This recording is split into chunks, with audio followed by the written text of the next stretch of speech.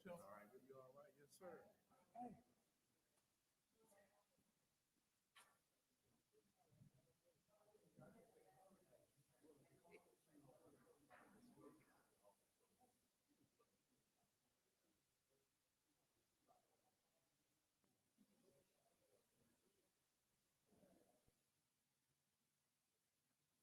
Tim, for work? Man, what time you show up? You got in contact with Wingate? Ernie Wingate? Man, what's going on? What about what's that truth? And you know how to get in contact with damn black folks in the Flint? And they go to the leave them little kids up. Just like what's that dude? Tupac. Not Tupac, but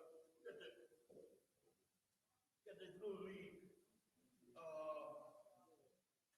Hey, Snoop Dogg got a little league team in. Yeah, and you up there. Hey, what's wrong with y'all? Y'all like a black coach ain't nothing. Like y'all know how to run the coach. Coach, that person, did you had your interview? Anybody gonna represent you? You ain't gonna, nobody, that person put out, when you have the thing, I forget.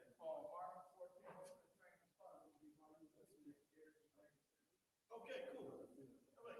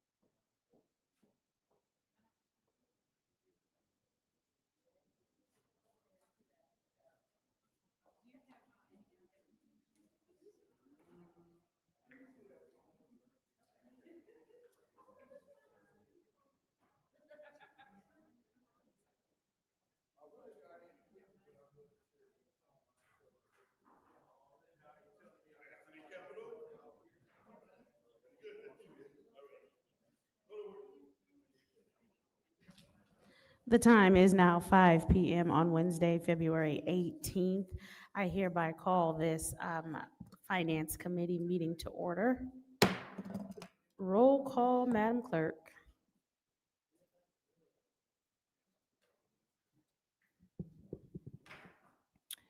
Mr. Alamin is not in. Dr. Lewis is not in. Ms. Johnson is not in. Ms. Priestley is not in. Ms. Winfrey Carter is not in. Ms. Burns is not in. Ms. Mashat. Mr. Pfeiffer is not in. Mr. Jarrett. Present. You have 2 members present. I do.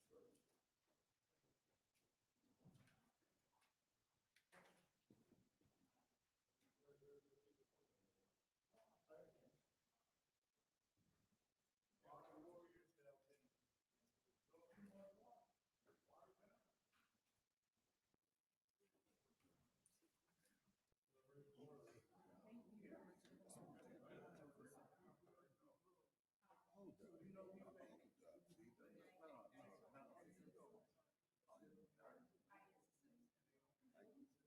I do. Did you know?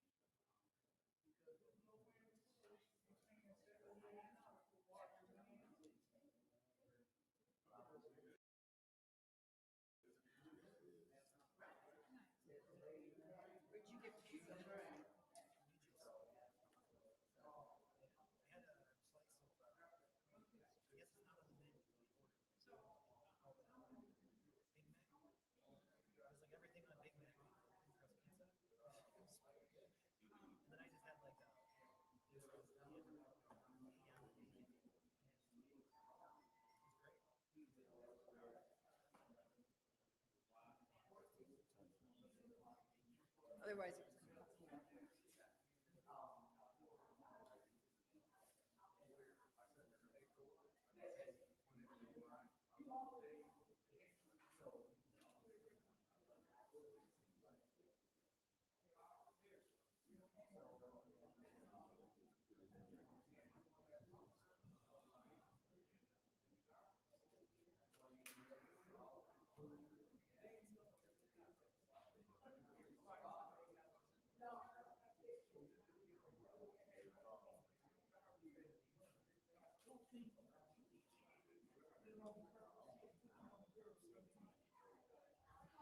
If council members could take their seat, we can get started. I did.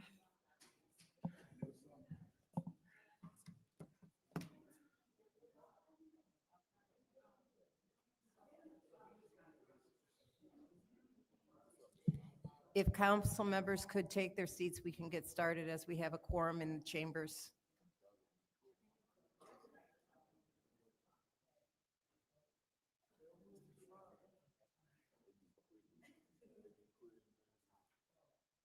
There she is. Bella Burns. What got you so up? What come you in there last week? Oh, that's what it, okay, baby.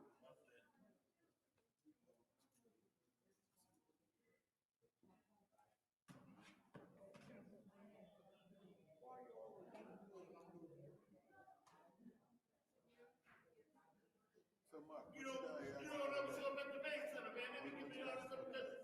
Man, they get, man, sting it. Ah, hey.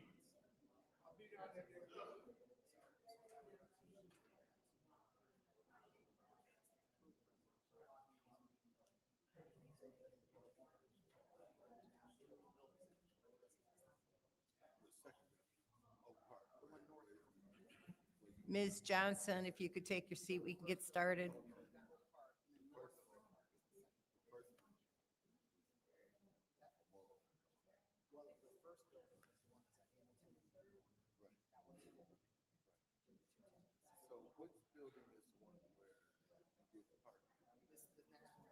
Ms. Johnson, Councilwoman of the Third Ward, if you could take your seat, we could get the meeting started.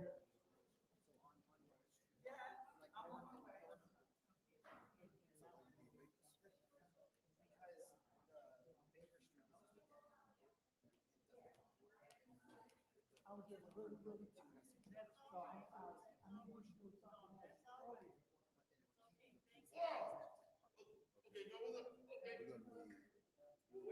baby.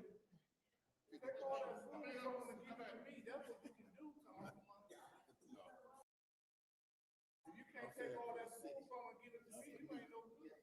You can't take all that food from him and give it to me. You ain't right, D.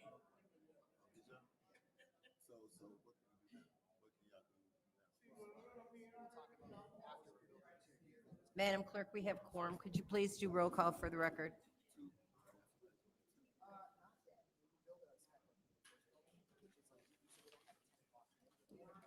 All right, it is 5:07 PM, and we will redo the roll call to establish a quorum.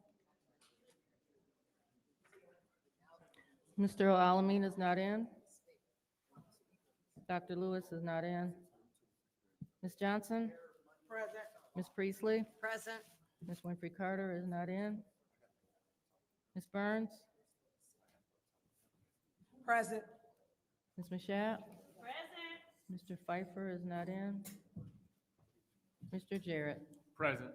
You have 5 members present. We have 5 members present. Reading of disorderly persons, city code subsection. Any person that persists in disrupting this meeting will be in violation of Flint City Code Section 3110, disorderly conduct, assault and battery, and disorderly persons, and will be subject to arrest for a misdemeanor. Any person who prevents the peaceful and orderly conduct of any meeting will be given 1 warning. If they persist in disrupting the meeting, that individual will be subject to arrest. Violators will be removed from the meetings. Are there any requests for agenda changes or additions? Any requests for agenda changes or additions? third time. Any requests for agenda changes or additions? Hearing none, it's now time for public comment. Members of the public who wish to address the city council or its committees must register before the meeting begins. A box will be placed at the entrance to the council chambers for collection of registrations. No additional speakers or slips will be accepted after the meeting begins. Members of the public shall have no more than 3 minutes per speaker during public comment, with only one speaking opportunity per speaker. Madam Clerk, who is our first public speaker? First speaker is R.L. Mitchell.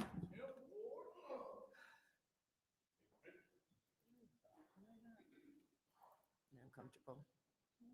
I'm comfortable so far. Hello, Council. I'm R.L. Mitchell. For the record, I live at 759 East Linden Avenue, right in the graveyard. It should be, because I can see the gravestone from my backyard. Anyway, and through you, Madam President, through you to Madam Burns, 6th Ward, I want to know, was you absent because you convinced them kids in Grand Blanc to have a walkout on them so-called ISIS in Flint? And answer me tonight for the people to know, because after I gave you that poster, Robin McNeely was killed in Grand Blanc just for going on taking care of nieces and stuff in Grand by the house situation. And I figured you done told them kids to protest on the stuff, because you weren't here last week. And you the only one stand up to them. ISIS been in this Flint for 5 years, and you the only one motivate them kids to put it on Front Street while everybody else looking like a deer in headlights. Look at that lawyer over there, our lawyer over there, got messing with our grant money and stuff, and messing with our poison money and giving them people's checks, and then you go to the doctor, and then the people say if you get that water money, you ain't gonna get no Medicaid. I said, what the? I said, you ain't gonna get my blood then. I ain't no all that. They let me know that these Flint peoples ain't nothing but tricksters, like that pickpocket man. The mayor got a nickname, pickpocket, we the peoples. But now, I'm glad the students waking up in Grand Blanc to check them popos out there, because this ain't no joke. People's getting killed, and people's in Flint, like Miss Priestley nephews told me she ain't gonna like it's normal to walk down the street in front of a whole lot of darkies, and the darkies looking like they gonna go get their guns, and they get arrested because they don't know how to get out of jail. The popo take they pistols, and they get a lawyer, and the lawyer be on the judge side, and that's all right. The British is here, and the British is coming again, and we as the colored peoples, give me liberty or give me death. A darky said that. You got that, Mashak, and welcome aboard, and congratulations for the president and superintendent president. The man, I can't hardly get them words straight, but stay tuned, America, in New York. I approve this message. R.L. Mitchell.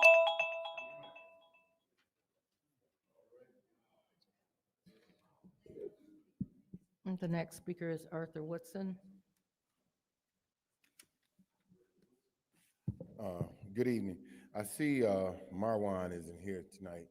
I saw on one of the committees that you all was going to be talking about the water over Brownell, so I thought I would come in and speak about it now.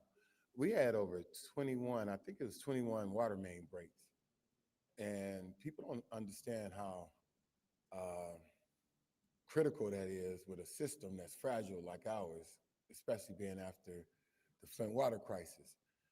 Have you all asked, have they done bacteria testing?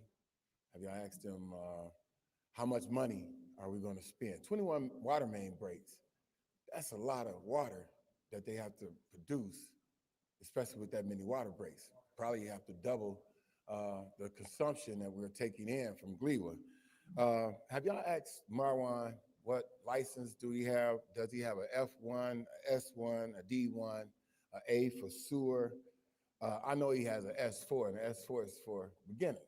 Why do we have a deputy director that's over the workers that doesn't have these licenses?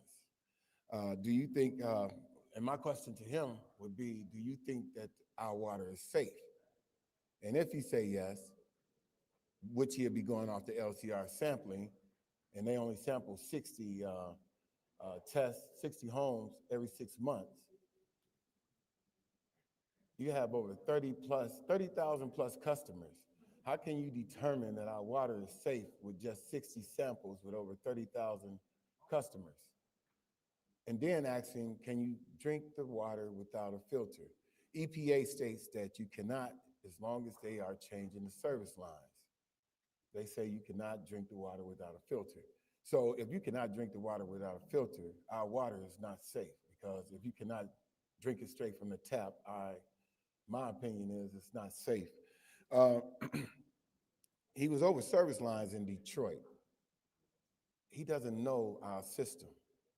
And when you speak to Councilwoman Lewis, when she go to find money or find someone to test over on Brownell, which it should be all the way up to Flushing Road on Ballinger, have her to go to MDHHS. It's not Eagle. Oh, it's not Eagle.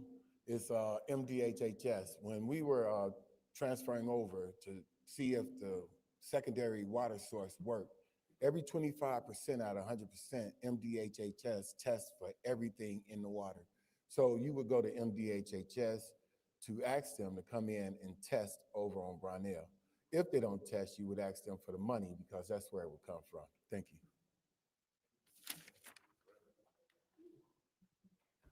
The next speaker is Byron Bosser Jr.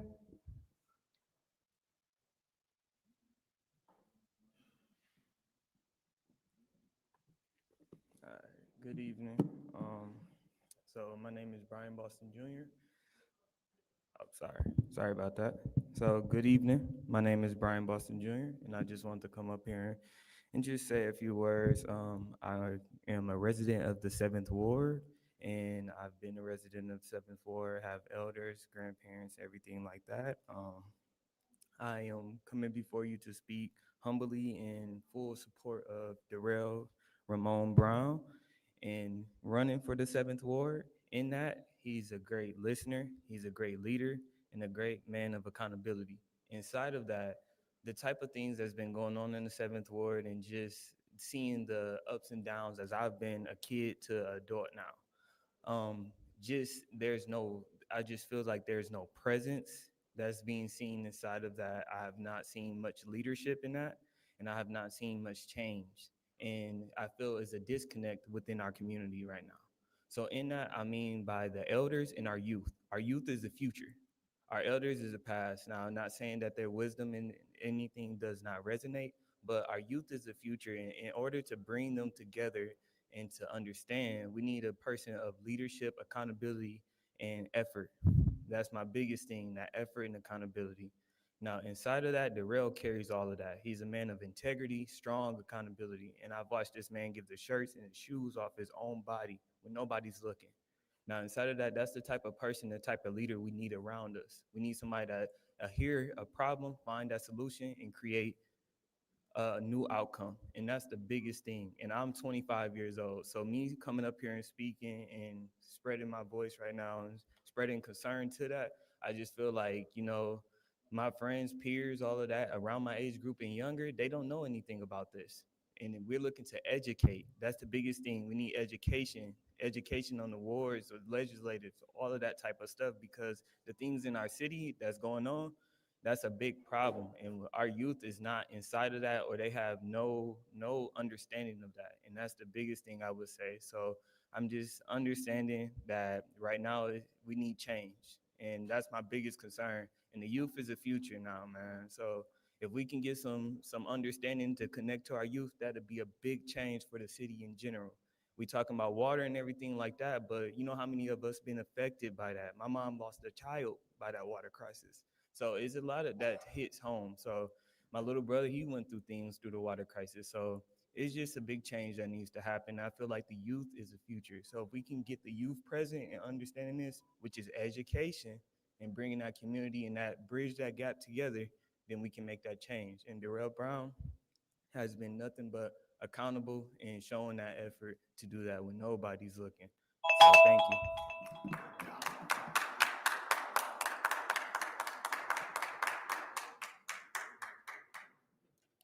Next speaker is Rich Jones.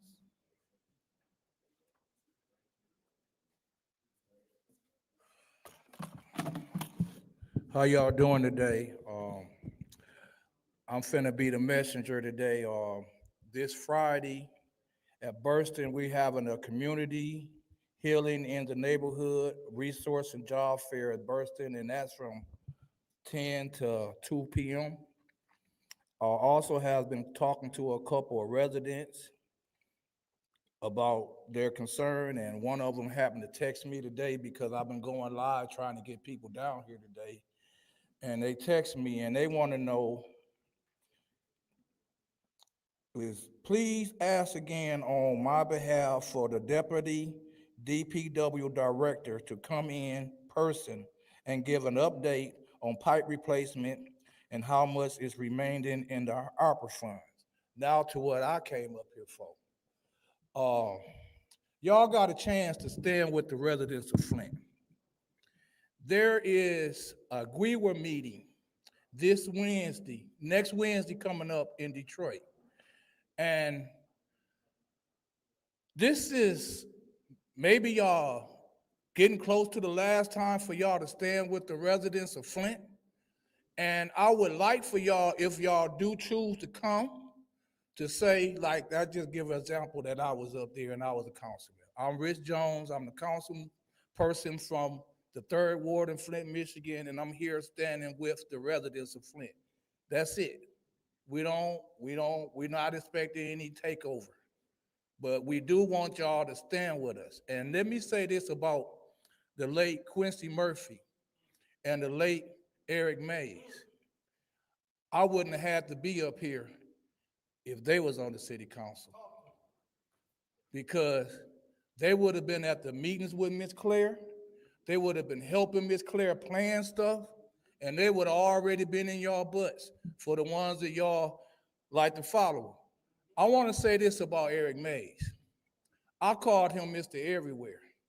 And the reason why I called him Mr. Everywhere, because he stood up with the residents. He didn't always have to be the center of the camera. He showed up to stand with residents. And a lot of time residents have came to y'all and y'all have pointed them where to go. What he would have did, he would have made those connections for them, or maybe made the connections with them. And I'm not saying that y'all don't, because everything ain't to be public. Just like when it comes to the Ray Vaughn situation. It's a group that I asked, have y'all talked to the parents? So I don't know which one of y'all are talking to them or have y'all, but y'all did not stand with the family. Thank you.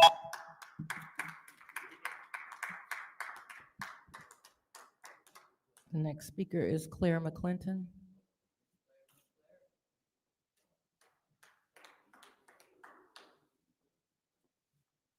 Good evening, council. I'm just here to underscore the announcement that Rich Jones just made.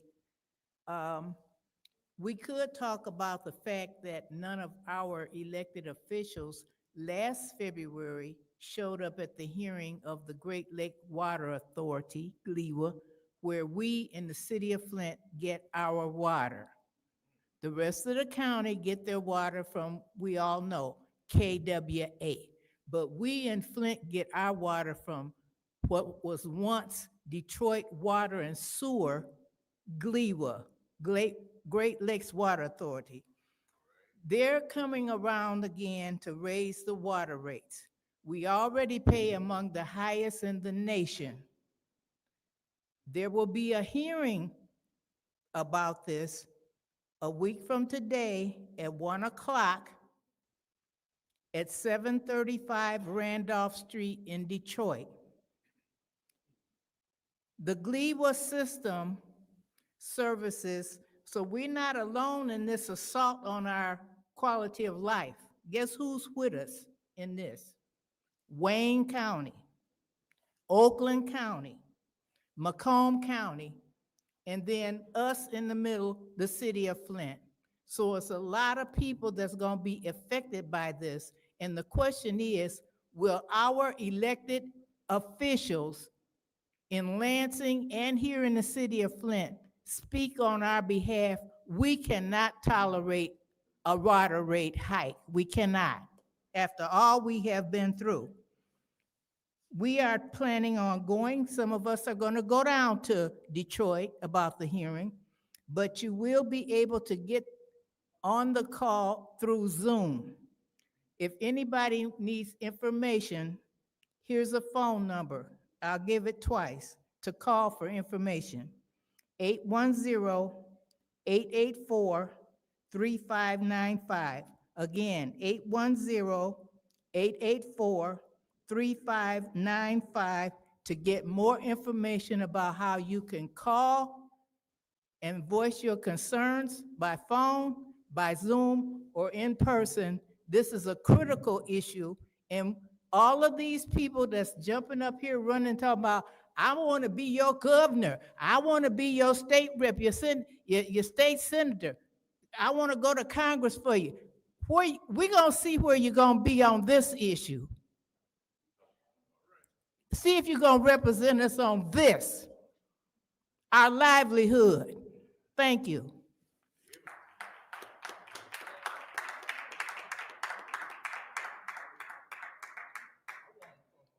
Our final speaker for this meeting is Diane Thornton.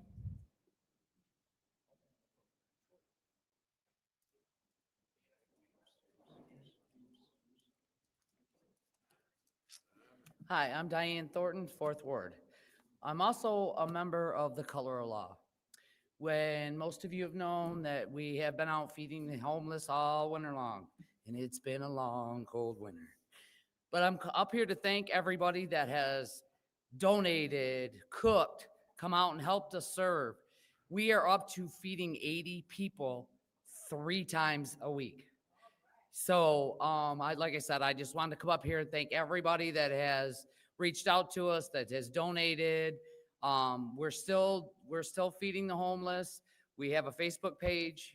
You can look us up on that. We also have a Cash App. If you want to come out and help us serve, get a hold of one of us. That's all I got to say. Thanks.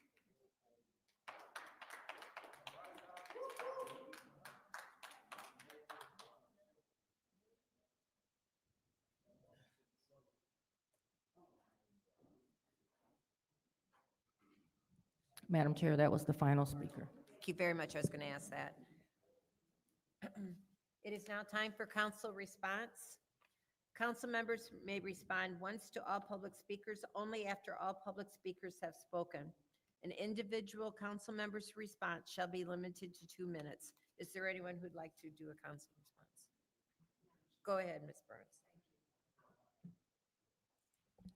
I want to thank everyone that is who is here and for you speaking. I'm going to address Ms. Clara McClinton in regard to the Great Lakes Water Authority, which the meeting is February 25th at 1 o'clock. I want to give some more information because I will be there.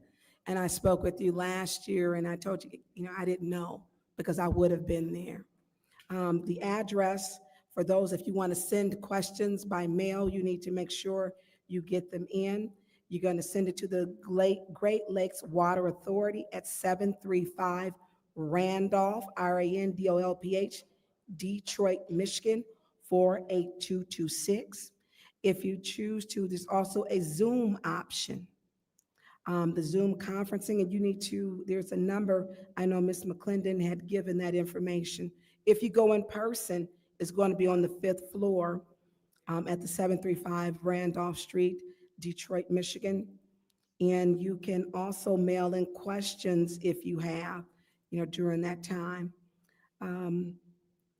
If you are a person who is disabled, because we want to make sure everyone can attend, if you require special accommodations due to a disability, you need to contact CEO@glwater.org or 844-455-4592. They are requesting that if you have a disability, to contact them 24 hours, or 72 hours ahead of time so they can make sure that they can accommodate you. But Ms. McClinton, there's something I'm going to get into in another meeting because that revolving loan is tied to raising our water rates. And I'll speak with you personally on that as I have looked into that because of our infrastructure, that administrative consent order.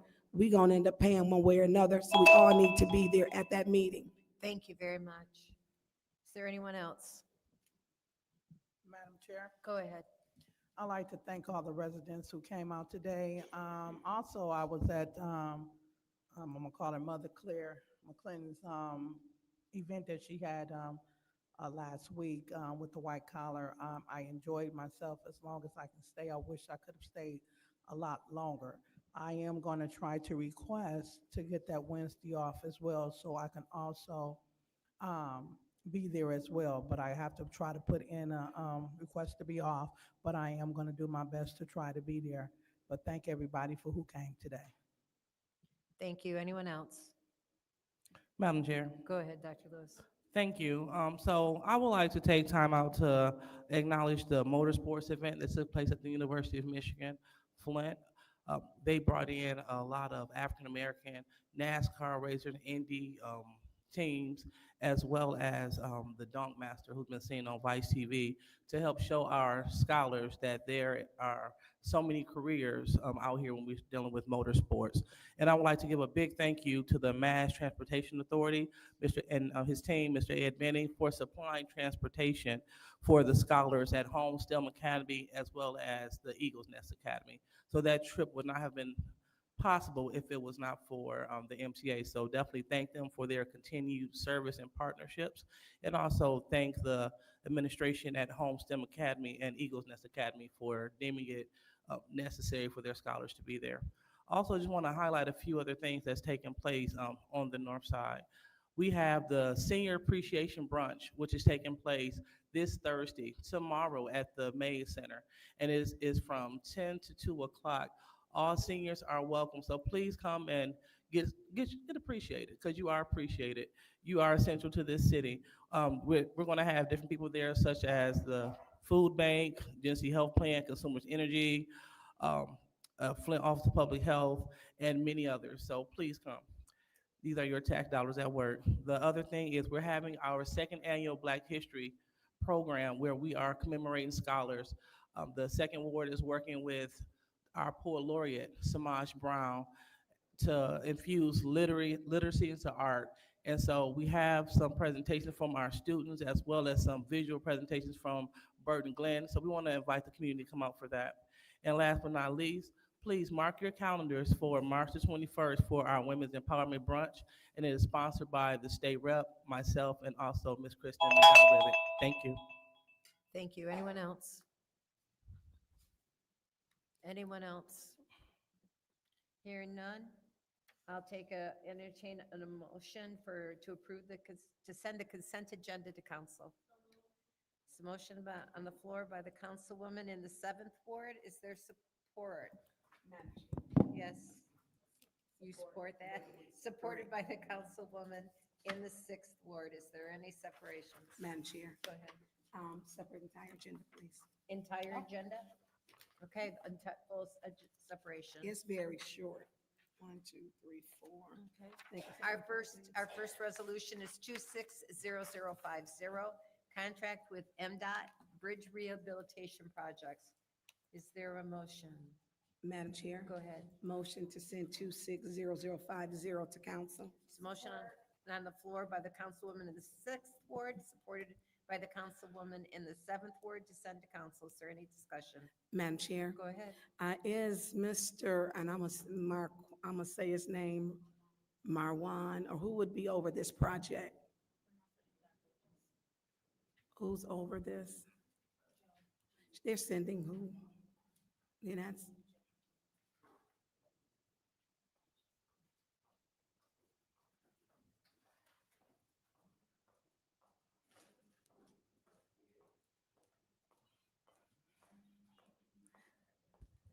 Hi, guys. Hi, how are you? What's your name? Joe Janeski, And how long have you been here at the city?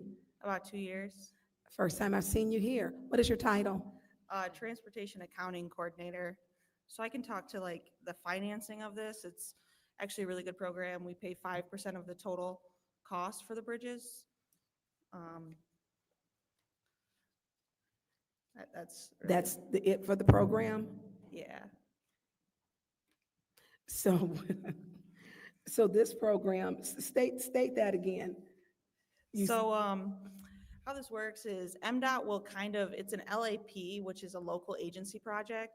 So MDOT will kind of project manage it. And then what we do is we just get invoiced at 5%.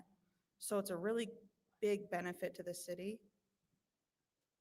So how much is it gonna cost for us? Yeah, these projects are projects in which MDOT runs the project. That means they select the engineer for the project and they select the construction company. We don't have any say-so in that. They're paying the Which bulk bridge of is it. this? It's in, if you look in the staff review. And I'm sorry, I have been out with the flu, is not to make No, sure yeah, I, no problem. gave it to my colleagues. It's the bridge related. Is that one by my brother's keeper? That's one of them. It's two bridges. It's two. So Yep. it's that one and what's the other one? Beach Street and Garland? Yeah, it's kind of there. It's not Grand Traverse. Okay. Yeah, it's Beach Street and Garland Street. And then we have East Boulevard Drive over Kersley Creek. So 2 bridges in this MDOT contract. And Okay. it's really like, they're not getting replaced. What it is they're doing like necessary maintenance work to it. So if we're doing that one by my brother's keeper, I thought we were replacing that one. No, that's a different one. I'm sorry, That's- that's Grand Traverse. That's that one's not in there? No, not this one. That one's being done internally, different projects. Yeah, because that one's really bad. You pray when you drive across that one. Okay, and so when they start on these repairs? That's a good question. It's slated for fiscal year 27. Slated for 27. Yeah, but it's really determined by MDOT and their bid process. Okay. All right, thank you. Yeah, of course, not a problem. Is there any other discussion? Any other discussion? Any other discussion? Hearing, any discussion in the second round? See no movement. This is the vote to send resolution 260050 to council. Mr. Alamin is not in. Dr. Lewis? Yes. Ms. Johnson? Yes. Ms. Priestley? Yes. Ms. Winfrey Carter is not in. Ms. Burns? Yes. Ms. Mashat? Yes. Mr. Pfeiffer? Yes. Mr. Jarrett? Yes.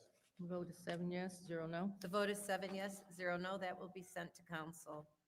The next resolution is 260051 for Truck and Trailer Specialties Incorporated to purchase 4 one-ton dump truck beds. Is there a motion on the, Madam Chair, go ahead. motion to send 260051 to council. Support. It's been moved by the councilwoman in 6th ward, supported by the councilwoman in the 7th ward to send to council. Is there any discussion? Madam Chair, Go ahead. looks like Paul's on his way up here. Yeah. Madam Chair, with you too, Paul said, Paul, I thought you retired. Again? Just visiting a little bit. Just visiting, okay, okay. Went to school with you, so. Yes, ma'am. So this is just the beds? Yeah, so the 5-1 is for the beds for the truck, which you had already approved last year, but because of the production, they got postponed, so it got moved over into this year. So the beds are they're for the easy dump trucks, the 1-ton easy dump trucks that we have. So the beds are already been built, ready to, they've already put one on one of the trucks. So they're just missing the beds. So each bed is about $24,000? Yeah, so they're upgrading the beds, new safety lights, steps. So outfitting the trucks? Yeah. Okay. And that's for 4 trucks, right? Yes, that's correct. And these trucks are used at the Water Service Center? Yes. Okay. And thank you for starting to walk up before we didn't lose 35 seconds. You're like, oh, this is me, I'm up, and then I'm out. I get started early. I got a real slow waddle nowadays. I know. All right, I yield the floor. Thank you. Any other discussion? Madam Chair. Go ahead. real quick. Paul? 2 quick questions. Yes, sir. So what are they used for? So the easy dumps, we use them for carrying sand, parts, any aggregates that we cold patch when we're out patching some of our water main break cuts or excavations that we've done.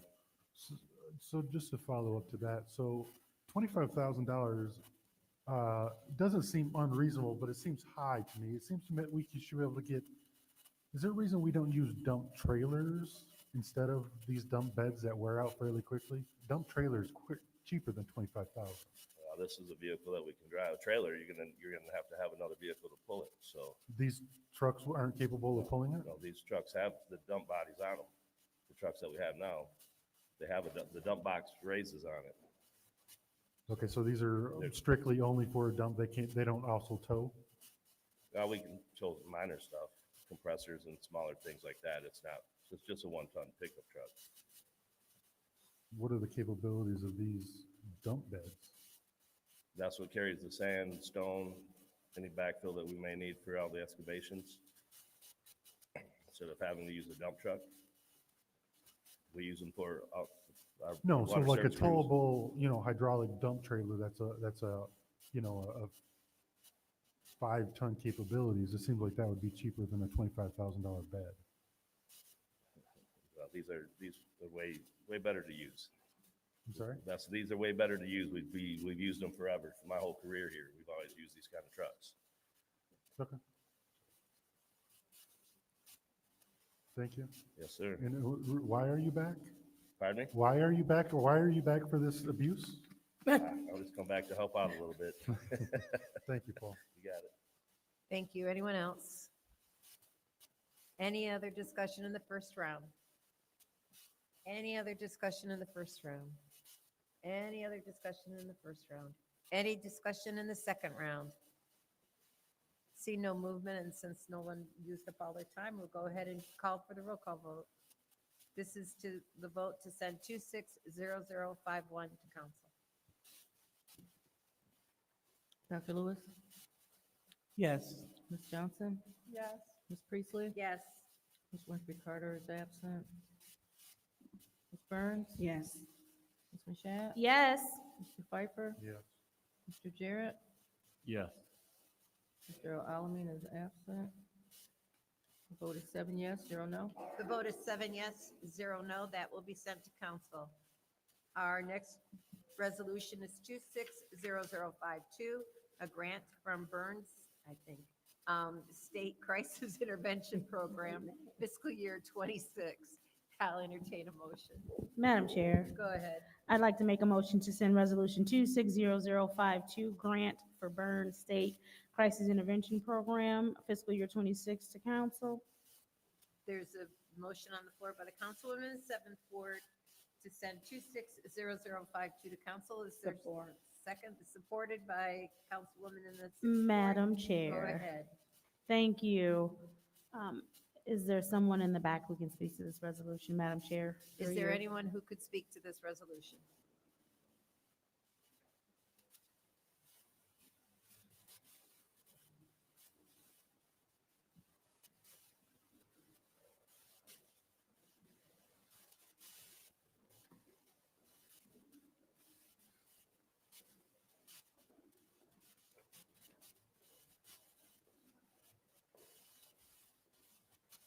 Good evening. Good evening. How are you, Ms. Brown? Oh, you got me. Mrs. Caruth now. Ms. but, Cruz, thank you.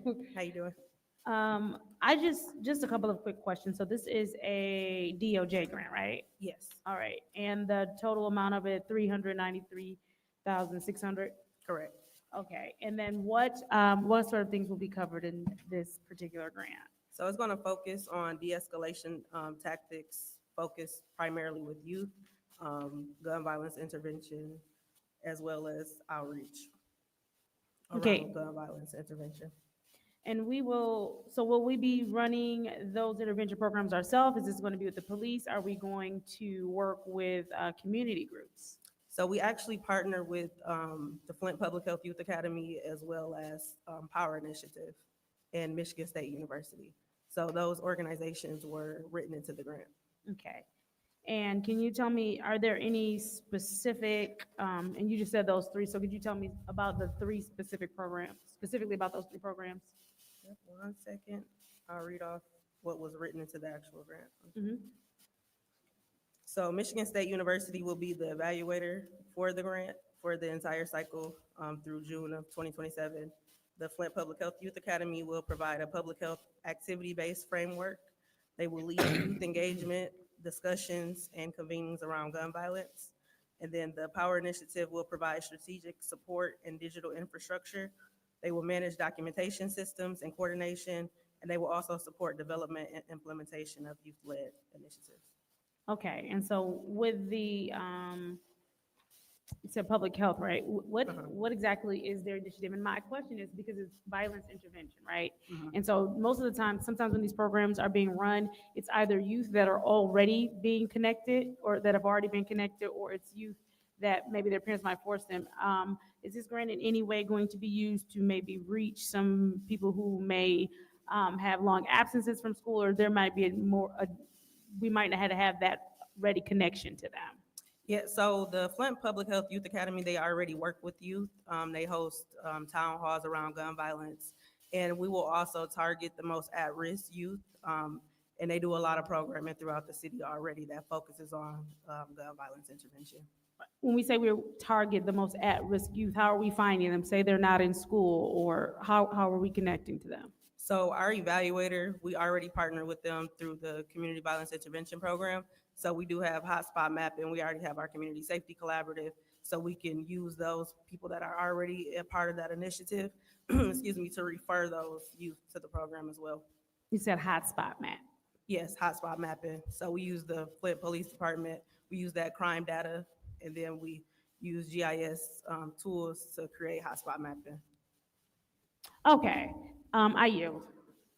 Thank you. Any other discussion? Madam Chair, Go ahead. thank you. You said the second agency, they do what? You said there were three, but the second one, I didn't The hear. Power Initiative.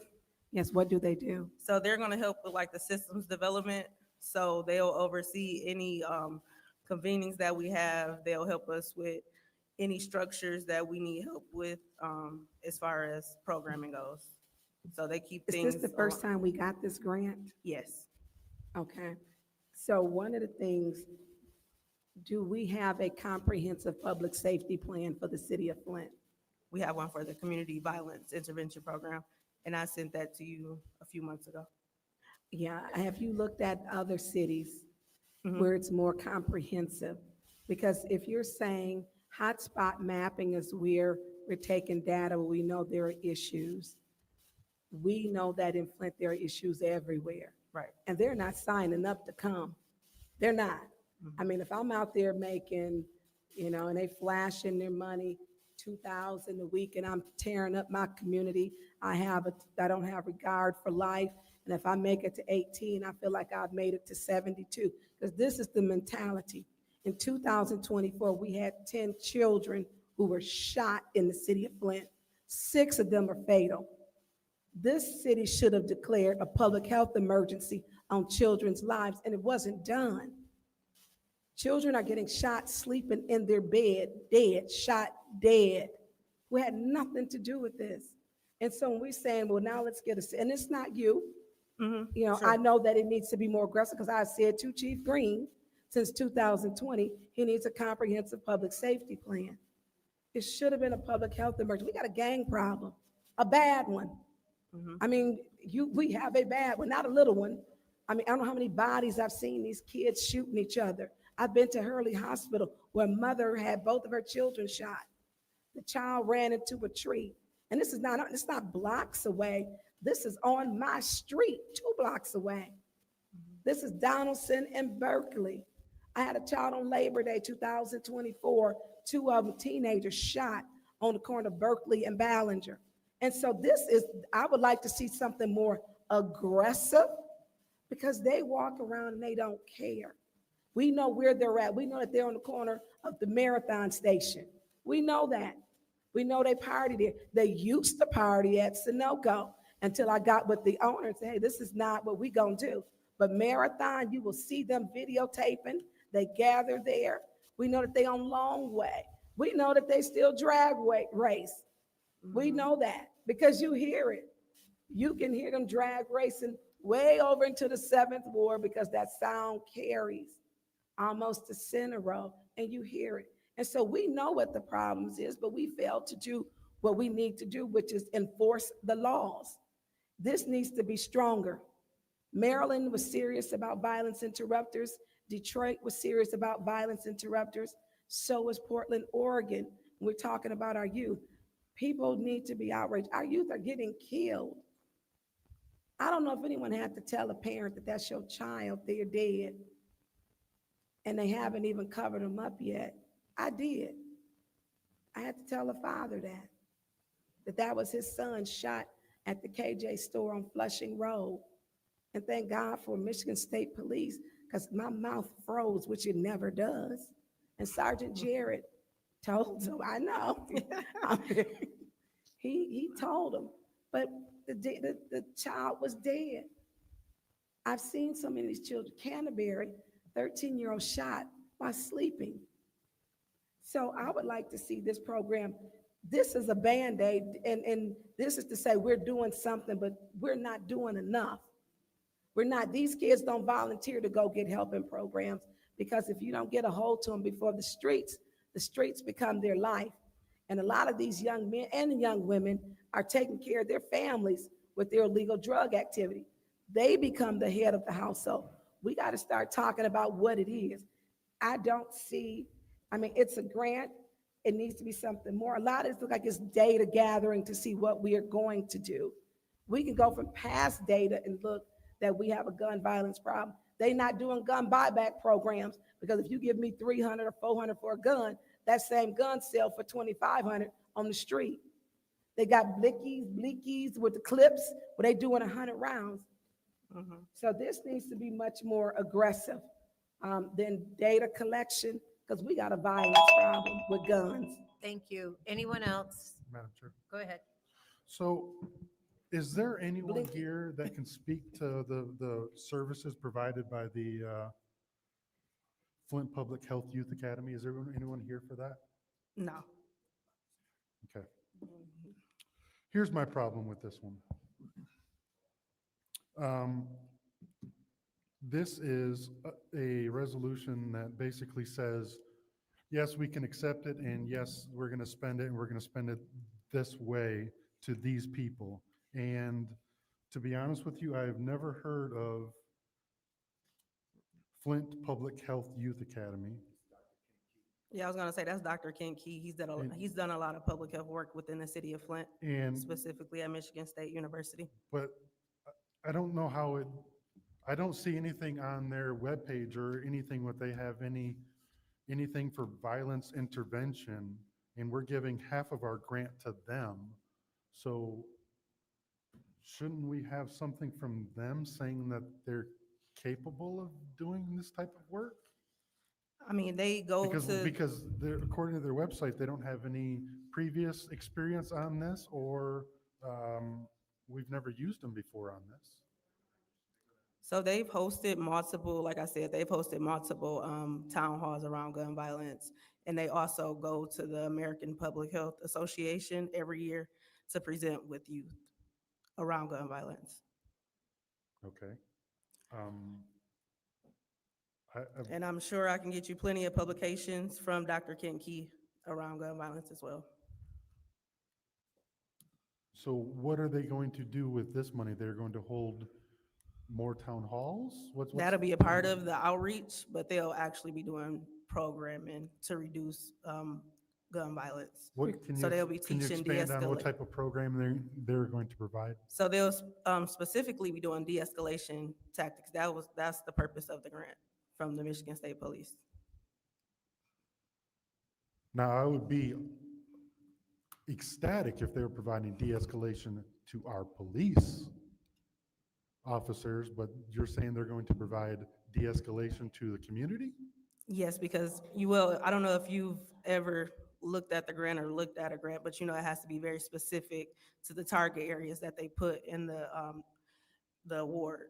So we had to pick a certain area. And so the area was specific to kids, teaching them de-escalation tactics. So before Monday, can you send us what, an example of the services that they are going to provide and their history of this, as well as any metrics or anything that we expect to get from these programs? Absolutely. Thank you. Request for information. What's your request?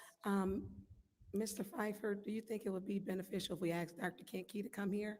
Yeah, absolutely. If If we like, could do that? if they can present something to us and say that this is our program and, you know, this is how we're going to use these dollars and this is how we're going to help the community. I mean, that's what, I mean, that's fine. He can do that. However, we do have a deadline to get this contract submitted back to the Michigan State Police or we lose the grant. On Monday. yeah, so can you check to see if he can come on Monday? Mhm. Maybe, We have until Friday, the 27th, to get this contract signed. that's fine. So, So maybe if we can. or we lose the grant. Maybe if we again. can, Mr. Vice President, if we can have a special discussion on special orders or special affairs beforehand, so we can get to him early in the night, and then I will, Send it Just special send events. just send a resolution. okay.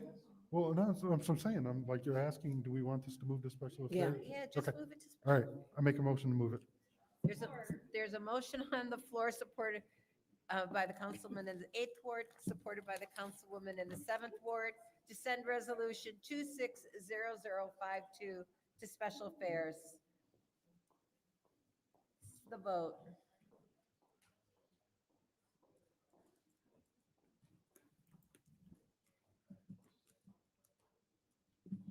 Ms. Johnson, Yes. Ms. Priestley, Yes.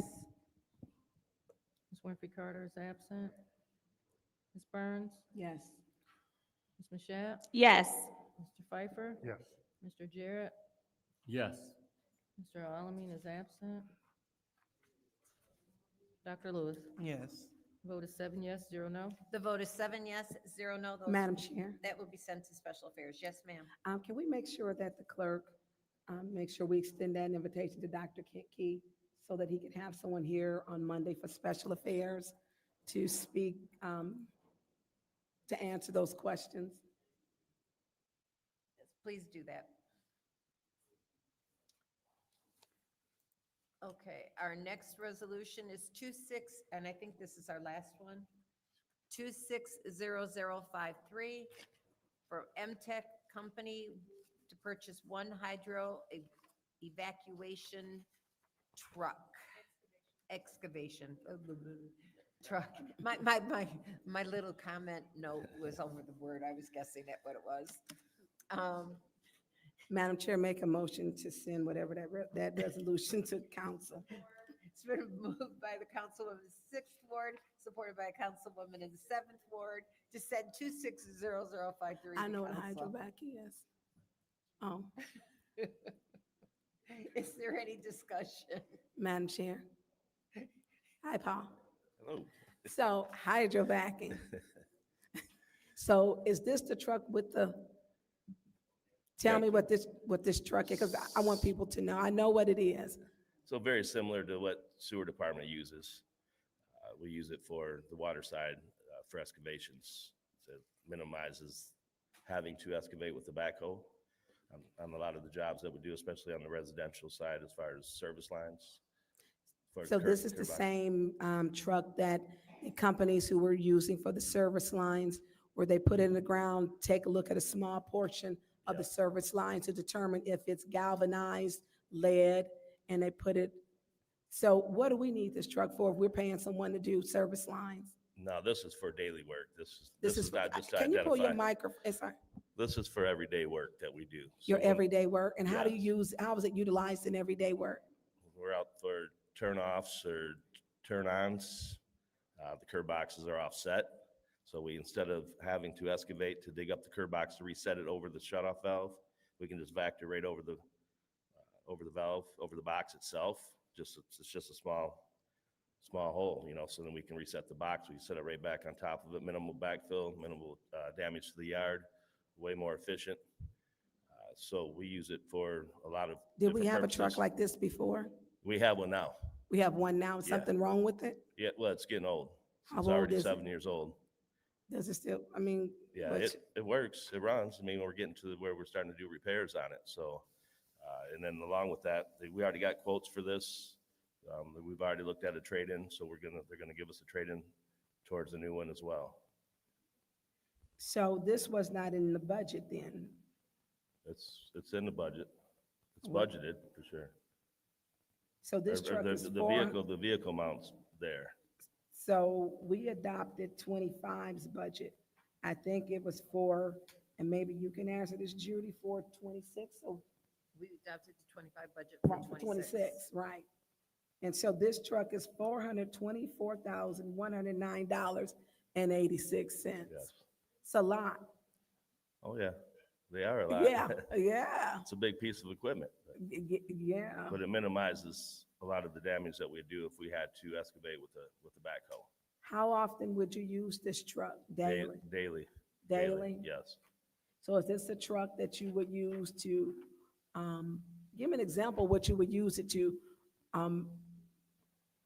We, for a lot of purposes, I mean, just like our valve boxes out in the street, so that's on the service side of things, a smaller portion. We use it on our main breaks as well. Other utilities are in our holes where we You can't say our excavate. main breaks? Yes, How many main breaks? 'Cause look, people calling me on Saturdays and Sundays. it's winter time. Yeah, are we up in breaks this year? Pardon me? Are we up in water main breaks? Because I got, Yeah, we 2 got- days ago, there were 14 breaks. yeah, it was I about mean, 20. I know because our ground is thawing. I know we average about 250 breaks a year. But are we over that? I mean, our system is old. No, we're not over that. We're not yet. over that? No, it's just, I mean, it's a busy time right now. We got Yeah. over 3 feet of frost in the ground at the Right. moment, so, and now you're getting ready to have a quick thaw, so that changes as well. So you got the fluctuation. Oh, I essentially. know. So, And then people get worried when they see the, oh, yeah, it's an old Uh, system. yeah. So So this, this equipment helps us all the way around in all aspects of our job. So, if there's other utilities in the hole where it makes it real hard for us to excavate with the tractor, we can use the Vector. So that we can identify where the utilities are or get to access our main without damaging any of these utilities when needed. okay, thank you. I yield the floor. Thank you. Is there anyone else? Yeah, real quick. Go ahead. So, Paul, this is a $700,000 truck? Yeah. Wait a minute, I thought it was just 4. No, we're trading in a truck that's worth 225 on top of that, so we're talking $700,000 truck. Yeah. Everything's expensive. It's a needed piece of equipment, it saves us, it's gonna save you a lot in the long run when you start looking at excavations. If you have to excavate with a backhoe, you're looking at probably an 8x8 hole minimum. So now, and 5 to 7 feet deep, so you start figuring in transporting the aggregates back and forth as far as removing the spoils, bringing in new aggregates, backfill, time, materials, all the above. So it's very efficient, actually, and it minimizes the amount of backfill that So we need. is that, well. so is this old one that we're trading in is a 2019? So are we assuming that these have a 6-year lifespan? Or how much, I guess, if this was denied, I'm not saying it's going to be, but what is the current lifespan of the one that we currently have that's a 2019, if we had to stick with that one? Well, Besides it well, getting old, is there yeah, anything well, I mean, broken with it? we're doing repairs on it continuously. I mean, there's always stuff failing. It's no different than driving a vehicle every day. Okay. This gets used, it gets used multiple times a day sometimes. So, it gets used, the equipment, get the parts, everything. It's just, like I said, it's no different than a vehicle. Okay. You get to a certain lifespan and you've got to start replacing brakes. You got to start replacing. Is it the major vehicle that parts. itself that is falling apart, or the or the equipment itself? Equipment as well. Okay. I mean, we do some of the repairs ourselves to save us from having to turn it in to go get it repaired. Minor stuff we can do ourselves, but it's getting to that point where it'd be more beneficial to upgrade with the new one and get some Is the new trade-in one, value. is the new one the exact same capabilities, or is it Yes. different? Is it better capabilities? What? It's- Usually we get the quote and it lays out all of the things from the vendor. We don't have that. so I have a quote right here if you want. I'm fine if you just answer. What, is it the exact same, or has it got better capabilities? What? It's the same similar truck, a different company, and the sewer department's already purchased 3 of them already. From this manufacturer? Yes. Okay. Yes. Yeah. So And they got no issues with them? No issues at all. Okay, thank you, sir. Yep, you got it. Any other discussion? Any other discussion? Madam Chair, Go ahead. thank you, through you to the speaker. So right now, we already have 3 of these trucks in use. Sewer department side, not water. This is for water. Okay, I understand. Yep, yep. That's what we have 3 available to the city of Flint. And we're adding a 4th, and you say this 4th, or we're not adding a 4th, we're replacing the one that we have. Yes. The 225,000 that we're getting on a trade-in, is that are we losing money on the trade-in, or are we really gaining something there? Would it be the same difference to keep that and have another truck 2 trucks available if it's, and I'll use the word only 225,000 on a $700,000 truck? Will we be but further ahead just saying we need to add a truck and keeping this 225 and changing brakes and maybe it not having to be the hard daily driver? We get another 5 years out of that, and now our capacity has doubled. It's always an option, but I mean, right now you're getting 200, I think it's the 255. So, I guess I'm thinking.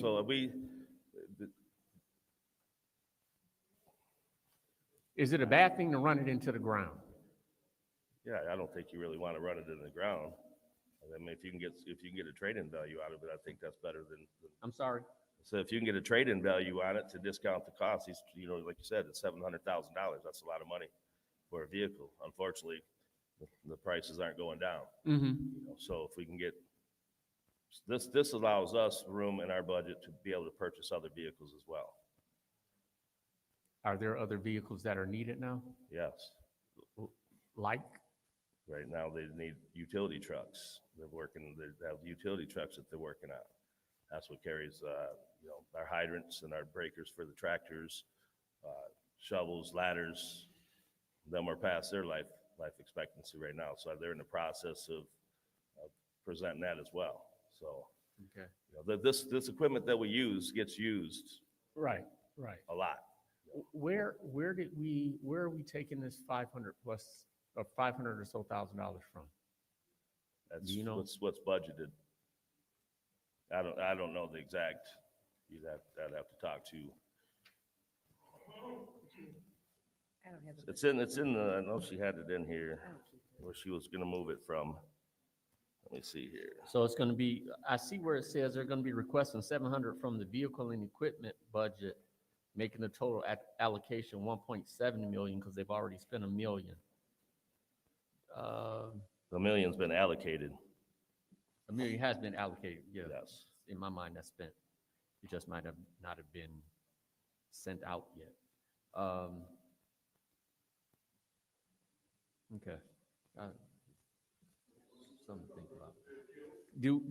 Again, if we were to just add the vehicle and not trade the other in, is there work enough for two vehicles? Is that gonna make production better in some way or no? Yeah, with the personnel, I don't know that two of them right now for us in water, so sewer departments, the trucks are similar, but sewer department have a couple extra features on theirs that we don't because of jetting and everything that they use. But I think just the one for now would be sufficient for us. I mean, it's worked so far. The truck that we're trading in, is it the oldest of the fleet of the four? No, that's the only truck that we have of that. Because the other ones have more specialized equipment. No, this is a Vector. This is a whole different piece of equipment than anything else that we have. Anything that I'm talking about in the other department, in the sewer, is it the oldest? You said they have three. Yes, I believe Jiggy's updated all his equipment as far as the Vectors go. Okay. All right. I yield. Thank you. Thank you. Any other discussion? Any other discussion? Seeing none, I'll take a few seconds just to ask this real quick question. I get a lot of complaints about water still being on at homes that should have no water. And can this truck, and some of them have been cemented, the boxes. Will this help remove that area where it's been cemented so that we can replace it and turn it on and off? Yeah, that's it. This helps with everything that we do. Yes. Okay, that was my big question. Thank you very Yeah, much. Any yeah, you're discussion welcome. in the second round? Madam Chair. Go ahead. Paul, what is the brand name of the truck? It's through MTech. Through who? That's Is it a Kenworth? Super Products Mud Dog Vacuum and Hydro Excavation Truck. That's what it's called. But it's through MTech. MTech is the company that we're purchasing it from. MTech is the company? Yes. What's the brand name of the truck, do we? That's the company. That I don't know. Do you have? It just said Super Products Mud Dog Vacuum and Hydro Excavation Truck. That's what's in here. So it doesn't state if it's a Kenworth, That I Peterbilt, don't know. Western Star? Let me see. That I do not know. Let me You see. don't have, so we spending money on a truck that we don't know the brand. Dealers MTech. Make and model is Super Products Camel Max Series. is what I it didn't said. hear you. Super Products Camel Max Series is the make and model. The manufacturer of it? The dealers MTech, the make and model is Super Products Camel Max Series. Okay, that's the dealer, but I'm looking for like the manufacturer. So just like we have GM will make trucks and they'll make those trucks. And those trucks, they'll sell them, then they're outfitted to a company that will outfit it, but their chassis and engine is built on a certain line. That would be Kenworth, Peterbilt, or one of those. So that Yep. lets us know what type of torque or the engine or what that truck has. But my other question is, when you look up, if we don't know the name, the average truck, and this is an expensive truck. I get what Councilman Jarrett was stating, because if we're looking and you look up the information, we don't have the name of the truck. The average truck, hydrovac truck that's going to cost new trucks, $439,000 to $575,000. That's why I was asking what was the brand, the manufacturer of the truck, because that seems to be rather high. Well, these are no different than the ones that you approved for the sewer department. They're the same trucks from the same company, so. Same company, same truck. Yes. Okay, and so that's what I'm still, I understand what you're saying. But if he's stating, are we really getting 200,000 back for a trade-in? Yes. So they're marketing this truck at 700-something thousand. Well, you got to remember, this is 7 years ago when we purchased this truck.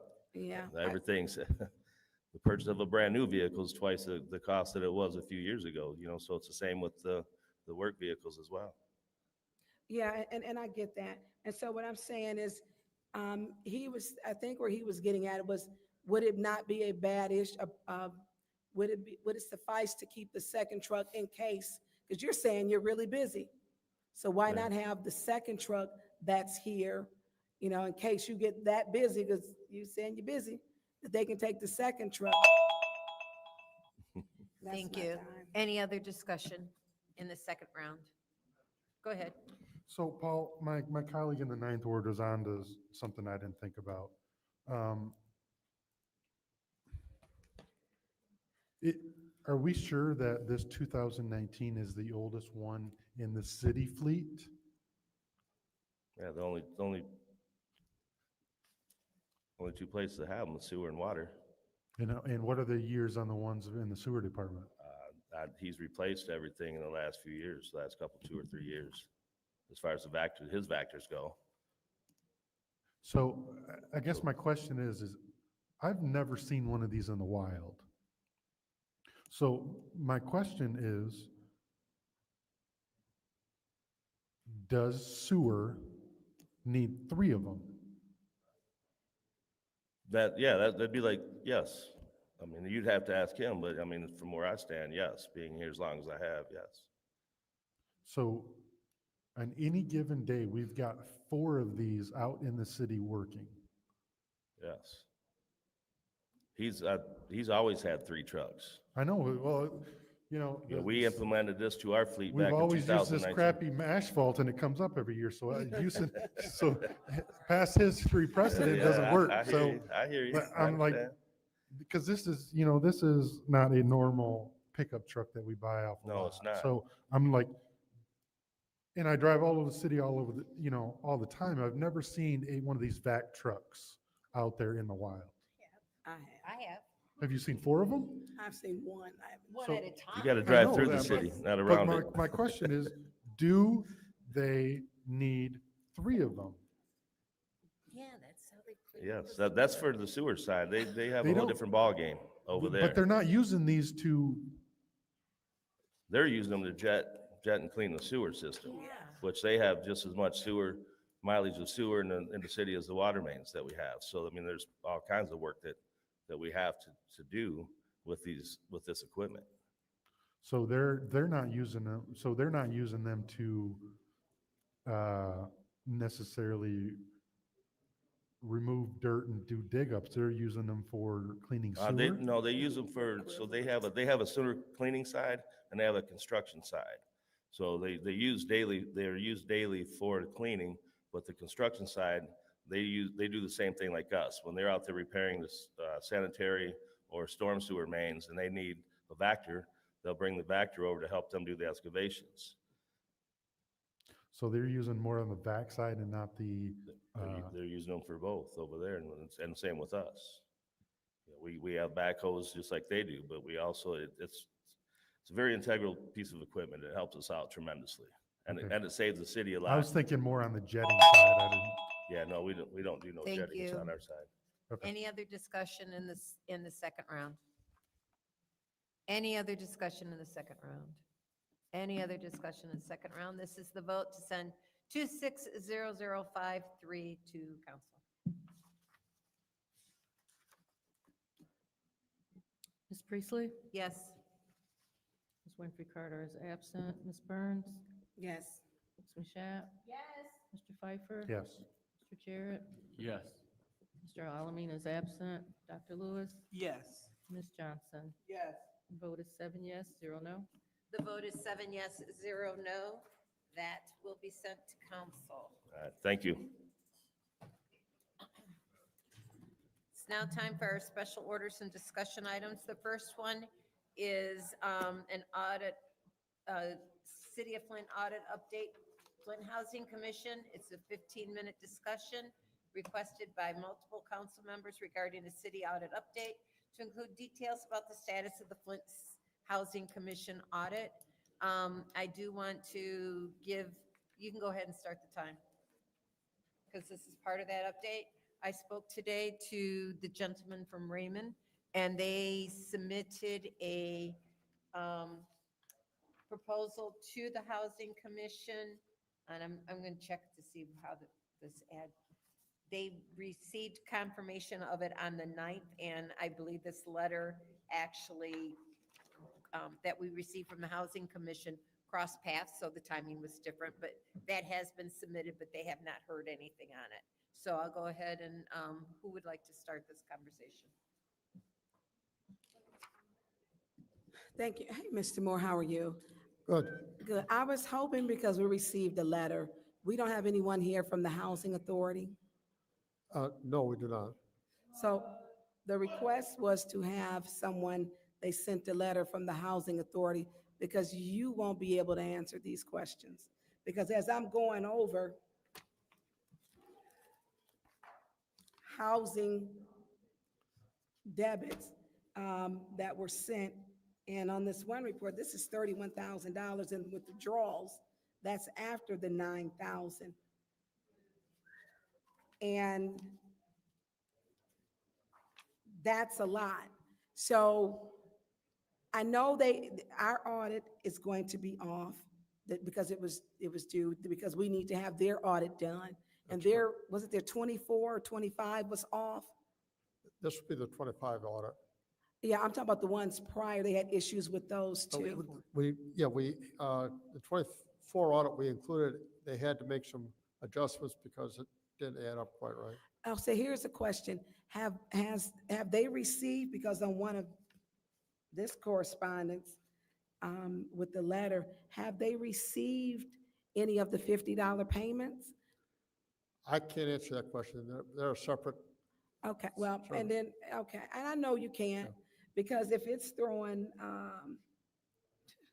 if this is throwing our audit off because of their audit, and do they know how, the amount of funds that were withdrawn from this account yet? My understanding is they do, but I mean, for me, it's just hearsay. I don't know that. You want me to forward you my files? That'd be helpful. I will do it right now. I will forward it to you, because I think if we're figuring out, because even with having it audited by the firm, Raymond and Raymond, I forget the other I name. know. Yeah. We just called Raymond. Yeah. I mean, the numbers are going to be off. And if the numbers are off, I don't know how they're going to fix that. I'm gonna be honest with you. Because if they're still trying to figure it out, and if there haven't been any payments in with the $9,000 is what they had stated, and actually it's more than that, I'm gonna send it to you. I mean, if we say, and this what I have is up to about 41,000. And if we're saying paying 41,000 back at $50 a month, that's gonna take about 65 years, I believe. And I don't know who gets to approve a repayment plan for something that's criminal. So I'm not understanding, and I'm gonna send you these, because, and we shouldn't be at this point. And I think, and here's my other question. I believe maybe we need to, I know there was a request to ask the mayor to remove her from the board. The mayor doesn't actually have that authority. It has to come to the council by Has to come from the resolution. city council, But yes. he needs to send, the mayor, Neely, needs to send a resolution up that we can approve. He needs to take that action. I can take that information back. So, Yeah, oh, yeah, because I mean, this has been sent for months. Yeah. Because the Housing Commission sent requests to the council people before, because they needed assistance. So we can create a resolution, but we don't want to just sit down on his desk if he's not going to sign off on it, because now this is throwing the city off. I would recommend, before you do that, I'd recommend you talk to the city attorney to make sure you follow there's a. She knows about it because I've talked to her about, let's be transparent. I have talked to Attorney Gurley about this. I have asked for documents before. And so we shouldn't even be at this point, which the audit was due by December, I believe. And we should have had this corrected by now. And it's not corrected, and it's still, because this is going to affect Clark Commons, am I correct? Which receives HUD funds. I don't know that it'll affect Clark Commons, but we are very concerned about making sure that everything goes right with the Housing Commission, because we both have an interest in Clark Commons. Well, everybody has an interest in Clark Commons, because they were removed from Atherton East, because they should have never built there anyways, where they closed up St. John, put black people over there to live. Then it was on Swamp, and now they're just now correcting it from 1965. And now we got a problem with money And it's not this is a reality what I'm looking at. And the problem is, we shouldn't have to be correcting a problem. But I know the board, it has affected the relationship with HUD because these are federal dollars. Having that account, which was dormant, taking funds from one account to a dormant account where only one person had access to those funds. And in those funds, where we looking at withdrawals, 250, 250, 100, 100, 150, 200, 500, 400, 300. I mean, the withdrawal column is huge. And so I don't even know, Raymond didn't want to take on the city of Flint when they started doing our audits. They may not look at this and change their mind. So I am going to request to you, Madam Chair, to the city clerk, that we prepare a resolution, because a letter did go to Mayor Neely. It was taken by the president of the Housing Commission Board. He met with him. He asked him to please have her removed, that it was affecting, they voted, the board voted unanimously. Now, if she is proven to be guilty or not guilty, that's for the courts to do. But the city still has business to do, and this is a hindrance. And so we're at the point, the board voted unanimously. And since the mayor has failed to act on this, then it's council's responsibility now to have a resolution for the removal of Ms. Geraldine Redmond. And we can have it on at our next one, maybe through special affairs, because it's been for months. This is over a year, actually.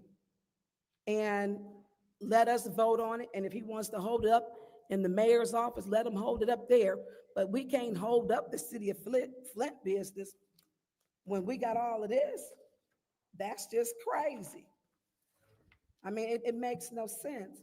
And that is for the courts to deal with.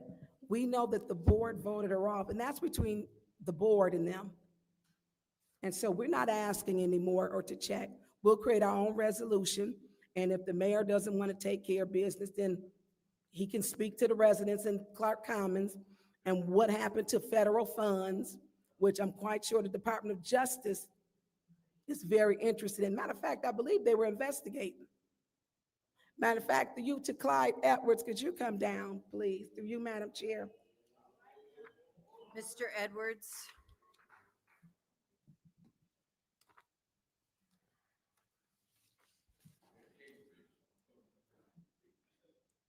And Mr. Moore, I am going to send this to you.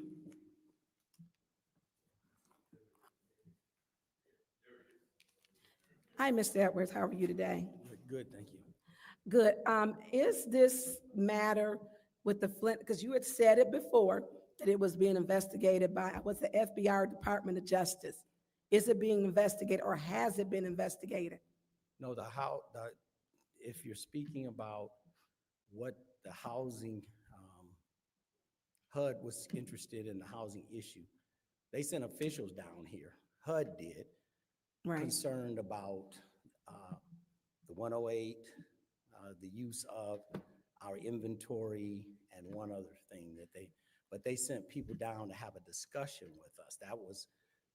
If that's what you're calling investigation, that is as much as I was involved in when they came down to have a discussion about those resources. Okay, so, Mr. Moore, I just sent you all of this. And I know what I read your resume before. I know it's going to be very easy for you because I only took account 1, 2, and 3. You have clearly taken everything and then some. So, I mean, it is very clear on here with the amount of withdrawals that there was some activity. Mr. Edwards, do you know if any of the payments have been repaid back? Has the $50? No, I'm not familiar with that circumstance. I know, just what you just mentioned, but I'm not familiar with the agreement and it's a copy of the letter. You want me to send it to you too? That's fine. That's fine, but Yeah, I'm saying we didn't have any engagement or involvement in that. Okay, so there is a letter that was sent where she stated she would pay back $50. And I can, Mr. Moore should have it in his, and I'll send it to you. And I'll send it also to our city clerk if it needs to be distributed anymore. But we need to finish up Clark Commons, and this reminds me of the DDA. And the DDA just wasn't right, let's just say it. The DDA had that money missing on the P card, the credit card, and then voila, somebody gave a copy of a certified check, and then the DDA director was gone. And we still don't know how much was put on the P card. I mean, they pay for mink eyelashes, not just cheap, mink eyelashes and other niceties. And so I'm gonna send this to you also, but, Request for information, yes. Oh, June. Which point? through you, to the speaker. When you say there's an agreement for the $50, who is that between? It is between Ms. Redmond, the Housing Commission, and then I was told the mayor. Okay. Yes. And I'll send this, all these, because you guys are readers too. So I'll send it to everybody because it's getting stuck. We have a whole HUD project, Clark Commons, which we don't need to have that stalled or anything. And I'm telling you this, I'm at the point where people cover for people and they need to stop it. Let the authorities take care of it, but we are not in the business of being a payday loan advance.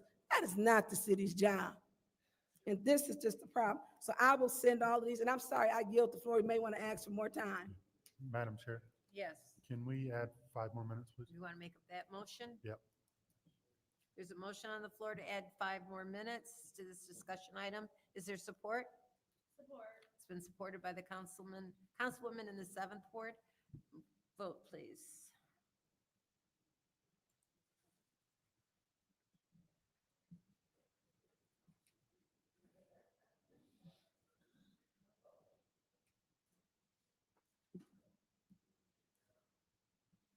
Ms. Burns?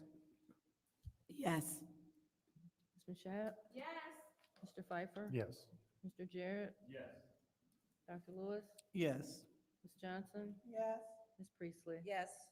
Vote is 7 yes, 0 no. The vote is 7 yes, 0 no, so we're getting 5 more minutes. Madam Chair. Go ahead. And I certainly won't take up all this time. I'll yield to my other colleagues. But just to clarify, Madam Clerk, I talked to the city attorney last Monday, and I also asked you as well. Well, I asked the city attorney to get us a resolution for a public hearing. I've yet to see that, but were you able to confirm, Madam Chair, through you to the clerk, were you able to confirm if Ms. Redmond is still on the board? No, I was not able to confirm. It's my understanding that I believe she's still attending meetings. As a voting member? That I don't know. I just had it kind of secondhand, so I will try reaching out to someone on the board again. Okay. Because at this point, there is a cover-up with the $50 and still being allowed. There's no doubt that there's a cover-up trying to happen. So, Madam Clerk, can you follow up with the city attorney and see where the resolution to have the public hearing for removal? And then when that is ready, we will attach all of the documents showing the theft, and then they will be on the public record for the public to see of all of the theft that is happening. So as soon as that resolution, I'm going to attach every piece of documentation, because I think I have a banker's box of all of the documentation. I've spoken to the Housing Authority's former attorney. I've spoken to people within the Housing Authority office that want to be whistleblowers about this. So it's time to put this behind us, and the best disinfectant is daylight. So if we can just put this behind us, do the hearing. If she doesn't want to resign, then all of this is going to come forward. And after this is going to come forward, then, maybe we have to do referrals to Layton or the state attorney or Request something. for information. What's your request? Thank you. Do you know some of the employees have reached out to the Eastern District Department of Justice already? No, I did not know that. They have. Yeah. So it's time to, it's time to make sure that there's some kind of public knowledge of the corruption in the housing authority here so that the money is used and designated for the folks that need it and not stolen. Because it's clear as day that it was stolen. There's bank accounts that were changed addresses from the housing authority mailing address to the person that stole it to their personal address, so they would only have access to that bank account. There's that level of corruption here. So I'm going to yield to my other colleagues, but Madam Clerk, if you can desperately find out that information and get with the city clerk, it'd be much appreciated, and I yield. Thank you. Madam Chair, Yes.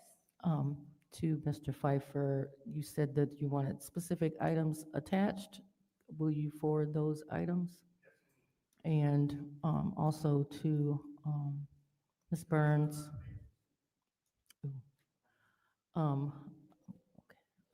Ms. Burns, also, I know that you sent items that were included in a Freedom of Information Act request that you had done.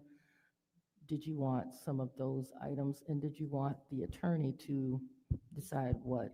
I do should be not, included? I do not want the attorney to look at these at this time, just share them with everybody. Okay. And my colleagues we need to be transparent. And I did get it through the Freedom of Information Act, which I shouldn't have to get documents, which is crazy. Now they want to charge us if you're getting some of them from the city through, we got to FOIA everything. How we got to work for the city and pay for FOIAs? That's crazy. So if you can share with all of the colleagues so that they can have, and that repayment plan letter is in there too.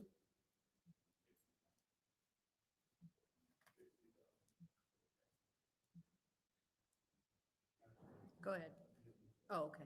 Any other discussion? Anyone else? Anyone else? Pardon? Yeah, there's only two people I think there was 3 people who requested this discussion item. Madam Chair. Go ahead. Thank you. So I do want to acknowledge that we received, every council person received correspondence from the Housing Commission. And I don't have mine with me to read on the floor, but I would encourage in the spirit of transparency, for us to read this with the duration of the time that we have left. Thank Okay. you. I will read this memorandum. It's to the Honorable Mayor Sheldon Neely, members of the Flint City Council, Flint Housing Commission Board of Commissioners, from the President, Board of Commissioners, initial TK. Date is February 5th. Re-clarification and statement of governance, audit, and oversight matters affecting the Flint Housing Commission. Dear Mayor Neely and members of the Flint City Council, I am writing in response to the City Council Committee meeting held on February 4th, 2026 at City Hall Council Chambers regarding the City of Flint audit and matters involving the Flint Housing Commission. During that meeting, several statements warrant clarification to ensure the public record accurately reflects the facts. This memorandum is submitted to formally document matters related to governance, audit compliance, and financial oversight at the Flint Housing Commission, and to provide clarity for all stakeholders. At the outset, it is essential to reiterate that the Flint Housing Commission is a quasi-governmental public body created pursuant to state and federal law. The City of Flint does not fund, operate, supervise, or manage the Flint Housing Commission. Under heading Personal Accounts and Fund Handling. No Flint Housing Commission funds were deposited into any commissioner's personal bank account. The audit finding identified that a Flint Housing Commission business account included a commissioner's name due to her role associated with the resident council. As a corrective action, the Flint Housing Commission has implemented a strengthened banking control policy requiring no fewer than 3 authorized signatories on applicable commission accounts. Investigation and oversight. The U.S. Department of Housing and Urban Development Office, Office of Inspector General, is the only agency currently investigating this matter. To the Commission's knowledge, there is no investigation by the Department of Justice or the FBI. I would like another 2 minutes. I'll make a motion. This is the vote to add 2 minutes to the time.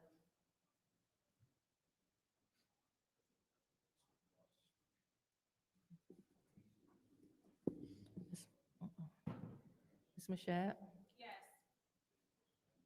Mr. Pfeiffer? Add 2 minutes. Mr. Jarrett? Dr. Lewis? Yes. Ms. Johnson? Yes. Ms. Priestley? Yes. Ms. Burns? Yes. 7 yes, 0 no. The vote is 7 yes, 0 no. Under the title Governance Actions, after obtaining a full understanding of the scope and details of the situation, I communicated my position in writing to the Board of Commissioners and addressed the matter publicly at a Flint Housing Commission Board of Commissioners meeting. Repayment agreement and corrective measures. As part of the audit review, approximately $9,000 was identified in relation to expenses associated with an annual meeting. The repayment agreement addressed only this item and did not address cash withdrawals referenced elsewhere in the audit materials. City support for audit procurement. The Flint Housing Commission did request assistance from the City of Flint in identifying or locating a qualified auditor. The city did provide a recommendation. However, that recommendation has not resulted in securing an auditor. Ongoing improvements in leadership transition. The Flint Housing Commission has corrected the deficiencies that existed under the prior HUD recovery agreement and has been released from that agreement. While audit timing remains a serious risk, the commission remains committed to improvement. Respectfully, President, Board of Commissioners, Flint Housing Commission. And I did address earlier about the information in locating an auditor that they have received a bid, a proposal, but the timing was after this letter. Madam Chair, Yes. was the request sent to have someone speak? Because we did request to have someone from the Housing Commission. I did not ask. You didn't, we did request that last week, though. I did not ask that. I don't know. I don't know if Ms. Donahue did, if Clerk Donahue did. Ms. Donahue, or Clerk, Madam Clerk, did you ask for someone from the Housing Commission to come to the meeting today? No, I was not able to reach anyone, so it was either today or Monday is what I was told. If they couldn't make it today, to try for Monday. Okay, thank So- you. Thank you very much. All right, and this ends this special order. The next special order is an ARPA update, a 10-minute discussion item as requested by Council President Mashat regarding ARPA funds. Go ahead. Thank you, Madam Chair. The reason that this is on here, we have our colleague in the second ward who has had some questions regarding the ARPA and ARPA information. I know that the councilwoman in the second ward, as well as the councilwoman in the fourth ward, were on the ARPA ad hoc committee. So they should have some of the information for some of the questions that have been asked. I know that both of you also met with the mayor about the ARPA ad hoc committee, I think weekly as well. But what we'll do is go ahead and turn it over to, I know Seamus is supposed to be here, and then Mr. Moore. Mr. Moore is also here, but we will go ahead and turn it over to, I'm sorry, Seamus, what's your last name? I know his last name, I just need him to say it. Seamus Bannon. Mr. Bannon and Mr. Moore, if you will both go ahead with your presentation. So I'm here to answer questions on any topic. I don't have a presentation. Okay. I didn't see it on the agenda to have a presentation, but I'm here to answer No problem. questions. Is there anyone who would like the floor? I want to Madam- start with our ad hoc committee members, actually. Go ahead. Thank you. So I sent a series of questions that you all should have the answer for.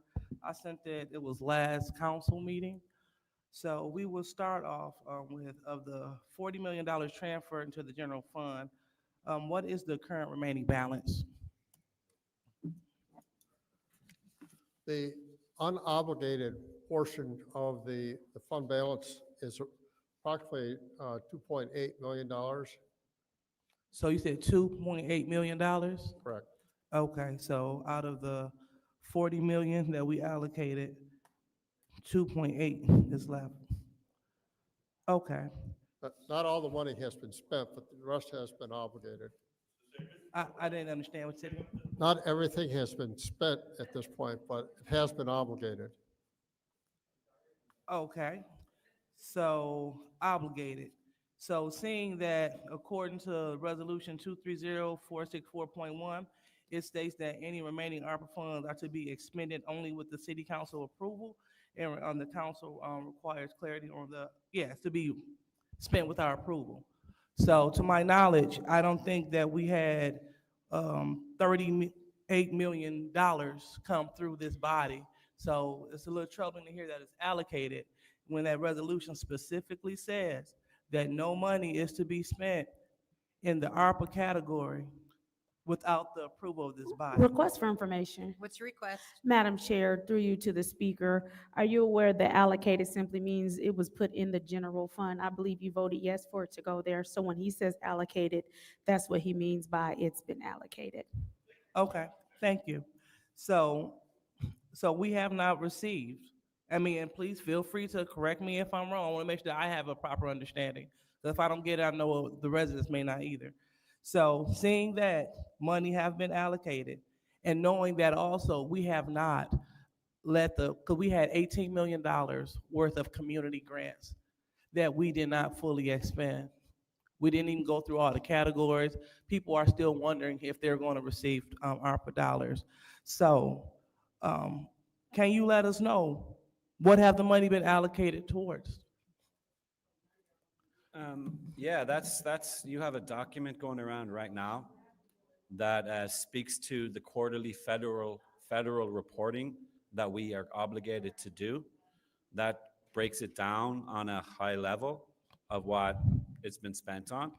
I can tell you that there are projects that aren't fully spent right now, but the money has been obligated to be doing programming, but some of them haven't totally spent the money yet.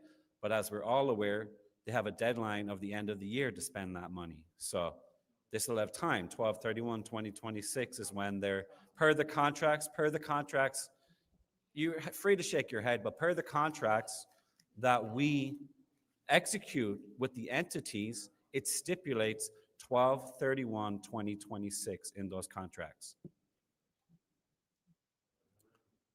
Okay, well, I'm going to proceed with the rest of my questions, so I'll get them out so my colleagues can have some more time.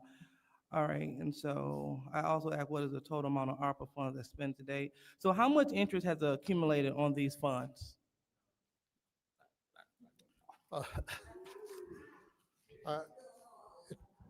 It'd be approximately,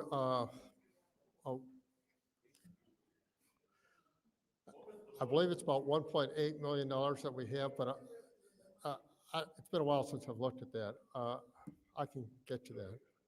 So you said approximately $1.8 million? Right now, that gets,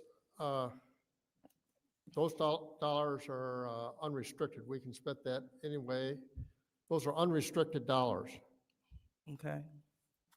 So the interest is unrestricted, understood. That's correct. So we're talking about, since we have the funds since March 2021 until now is $1.8 million? I try that here the last bit. So when we were initially, to my understanding, the money from the federal government came in, was it March or May 2021? It came in 2021. So from then until now, we have accumulated $1.8 million in interest on the money. Since a lot of that, I'm afraid the number I'm stating is probably the number from the time when I started working here. What happened before, I'm not sure. I'd have to look that up. I've never tracked the interest that was earned before I started working for the city. Okay, so Mr. Field, so did you receive my email on February the 4th asking these specific questions? Your name is on here, you, the finance chair, Seamus as well. So you should have had these questions and you should be prepared. You should know. Okay. All right. So in terms of having a detailed breakdown of the remaining balance by the approved ARPA spending category, do you have that? Yes. We have about 367,000 for economic development. Do you have copies for the body? Pardon? I said, do you have I can copies? make a copy, yes, if you like. Okay. All right. That'd be great. Okay.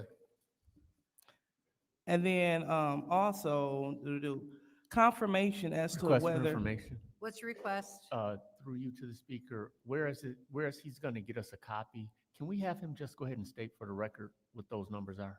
Oh, absolutely. Thank you. Mm-hmm. Go ahead, Mr.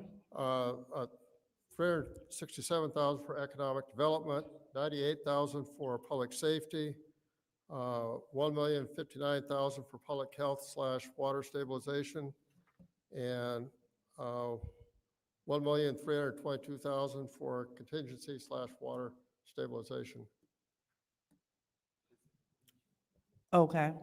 So I'll go ahead and just jump to my last question for now.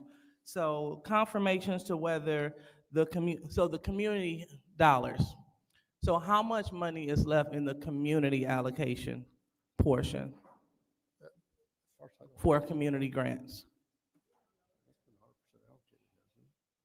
Yeah, whatever's there. That's it, yeah. So we have the community grants. Can you speak to which one specifically you're talking about? Because he's given the total figure here. Like I said, we have a lot of projects out there that are underway. So can you speak to a little bit more about what you're specifically talking about? Well, it's kind of hard because we have people that apply for dollars, and we have some people that receive dollars, and then we have a group of people that have not received dollars. So one of my concerns is out of the $18 million set aside by the ARPA committee, and this is exclusively for community grants. So this is for the nonprofit organization that applied for the funds. $18 million was set aside exclusively for them for community projects. So how much money of that is left? Because I received phone calls from organizations still waiting, although they did not receive the money back in 2021, they are still hopeful that they can do some type of programming before the deadline ends. However, just like Councilman Burns mentioned, I heard some things are just sitting on the mayor's desk. So we need to make sure that individuals have the information so they know how to proceed. Yes. I don't know that 10 minutes was even near close to what we need here, so I'm gonna do 30 minutes. Okay, there's motion on the floor and by the councilwoman in the 8th ward, supported by the councilwoman in the 6th ward to add 30 minutes to the discussion.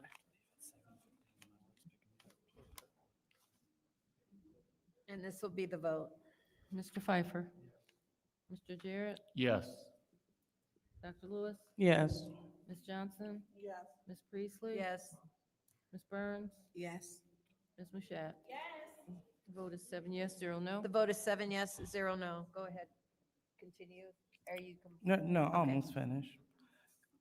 And so that is one thing that it's a priority, because we don't want people that went through the process, and also technical assistance was paid to help a lot of organizations to get through the process, and to see that their proposals not even be considered or acknowledged, that's kind of disrespectful for the people that's doing the work. Okay. All right. So I'll go ahead and. There were, just so you know, I was able to get access to the ARPA at City of Flint website, and there was email sent out to those that did not. I know that was a question, I believe, was brought up at one council meeting, where those who applied that didn't get any funding, were they told that they didn't whatever succeed? And yes, there were emails sent out with a letter to entities. Now, was every single one of them? I don't know. I didn't have time to look through every single correspondence. I only got the access a couple of hours before I came in here. So, but emails and with letters were sent, and I can send you an example of one of those letters that was sent out saying that they weren't successful, so. But I can't, I'm not saying on the record that every single one of them received it because I don't know.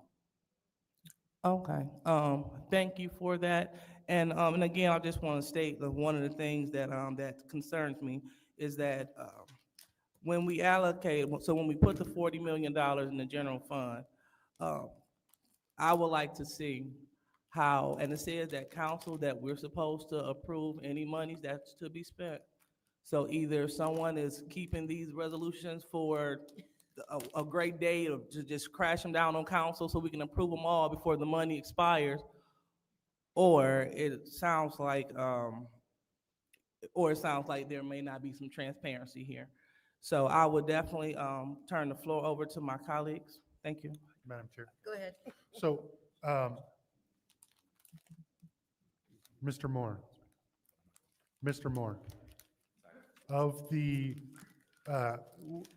you agree that we transferred $40 million, correct? Yes, it's just under that. Yeah, that, around that dollar amount. Of that $40 million, how much of that 40 million has been sent through council? Everything that's been spent has been sent through to the council. So, of that $40 million, because I want to get clear on the allocated versus spent.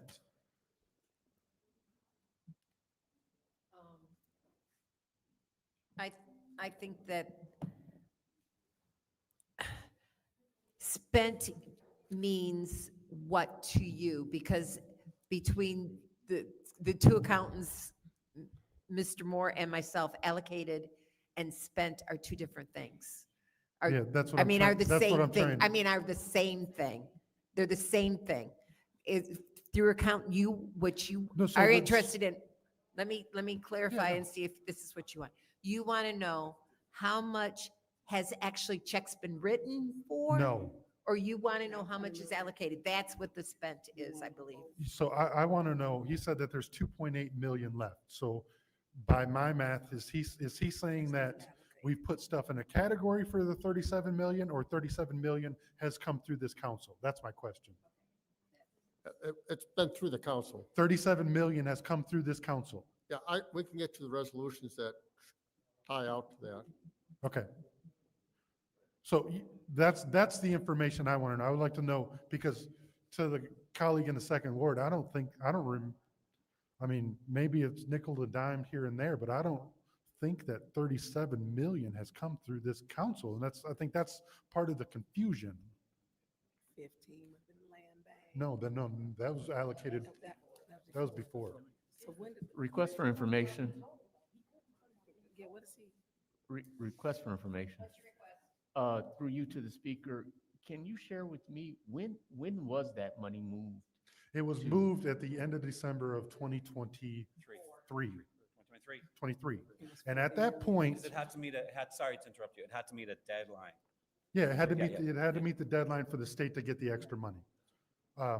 And to that point, that $40 million that we allocated no longer has a 2027 date. I just want to be clear on that. No, but the contracts that we execute But stipulate the date. Just let you know, I spoke to the contracts. I spoke to the contracts. Yeah, I The understand contracts that. we do still If- stick but to that if- date. but if we put Because we that- want them to it's my time, spend, sir. we It's my want them to time. spend the money It's my on time. It's my time. I want to be clear that if we put a 2027 date on any of those $40 million, it's on our own behalf. It's not because of the federal. Correct. Yeah, that's all I want to say. That in the stuff that we allocated before that $40 million has the 2027 date. 26. Yeah. That's what I want to be clear. So Yeah. the 37 We're saying the same thing. I'm sorry, just a confusion. The $37 million that you're saying came through this council does not have a statutory date by the Treasury. That's correct. Good. I just want to make sure that we're clear on that. I don't think that sounds right then. That's 100% right. No, I get what you're saying, the statutory date.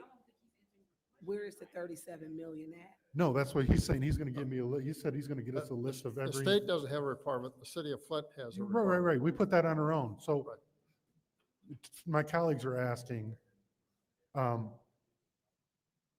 for a list of the 37 million that Okay. we've allocated, that you're saying that we've allocated. We can provide that, yes. Past that 2023 date. And I think that will confuse, or that will bring some clarity to say, yes, there isn't transparency or we're just bad at math up here and we've just been nickel and dimed, because it doesn't seem to me that we have got $37 million worth of stuff that shows anything for that month, for those dollars. I mean, maybe we spend it on a truck here or there, but I'm just going through my head. I'm just trying to figure out how we spent $37 million, because to me that doesn't make sense, because we had it all allocated. And if we have a bunch of things that are still waiting to be pending, according to my colleague in the second ward, and we only have 2.8 left, to me then we totally threw our categories out the window. And that's troubling. So when do you think you can get us a list of every ARPA transaction after the December 2023 transfer date? I think next week we can do that. Request for information. So, Mr. Pfeiffer, did you know that I asked for that for this specific conversation? I asked for that on February the 4th, and then I reiterated it on February the 8th when I sent the follow-up email. So just want to state on the record that I asked for this information, so this is the second request for this information. I'm not aware of that, but welcome to the party that doesn't get anything from the administration ever. Now you feel what we've felt for the past 4 years. I'm And asking, like, I'm just wondering, did it go through city administrator or the clerk, or did you send it directly to us? Because we're supposed to only respond if it goes through proper charter protocol. I'm asking the question. I'm asking the question. I understand that, but that's a I've been told cop-out. That's a cop-out, because you could have sent it to Clyde and said, hey, are you aware of this? Can I respond? Instead of just ignoring it. But I have responded to anyone that sent it through administration or proper channels, proper protocol. Okay, I have responded. So anything that you get that doesn't come directly from Clyde, you're just going to ignore. I'm not supposed to respond to that per charter. It has to go through, my understanding, if I'm wrong, educate me. My understanding is it needs to go through city clerk or Clyde. Well, you can absolutely respond and say, please send this to Clyde. Request for information. What's your request? So, Mr. Pfeiffer, are you aware that I also sent it directly to our finance chair? So my question is, no, it's not here we go. It's trying to get some clarity. So does the finance chair have to go through Clyde to talk to the CFO? I'm not aware, but it's troubling that we keep asking for this information, and honestly, I'm glad that this came up, this discussion item, and it's troubling that if you do get an email, you're just going to ignore it instead of saying, hey, should I respond, or send it to Clyde and ask you if you should respond, like through you, Madam Chair, to Mr. Edwards. Mr. Edwards? They know how to do it properly. If they know how to do it properly, do it properly. Follow the proper protocols.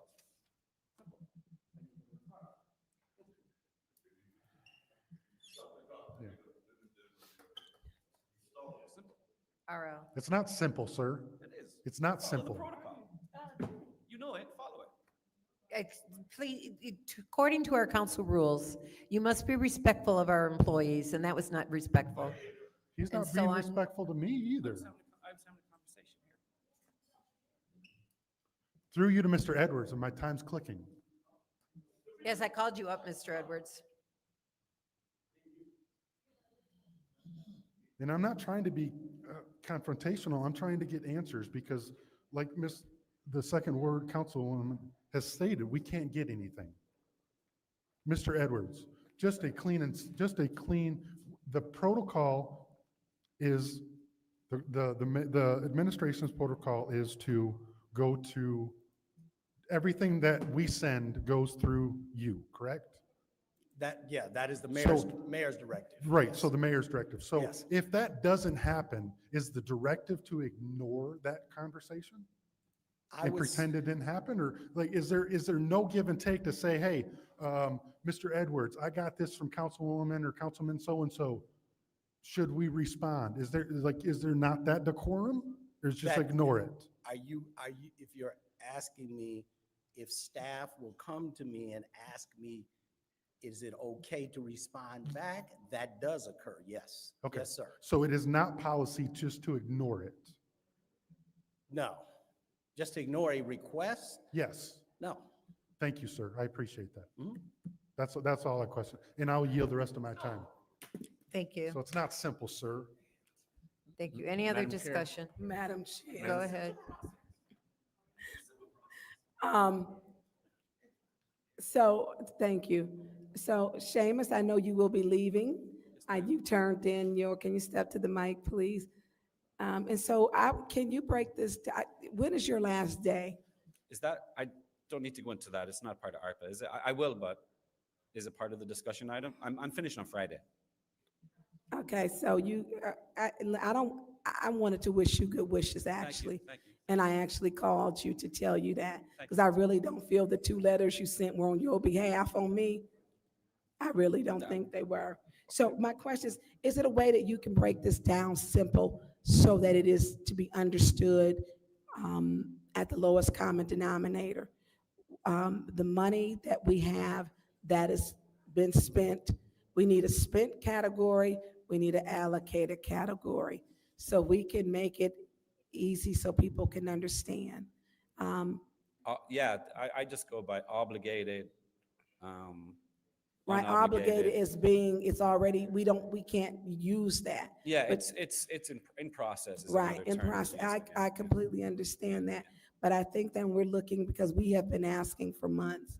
In May of 2020, the Flint was given through Congressman Kildee the $94 million for ARPA.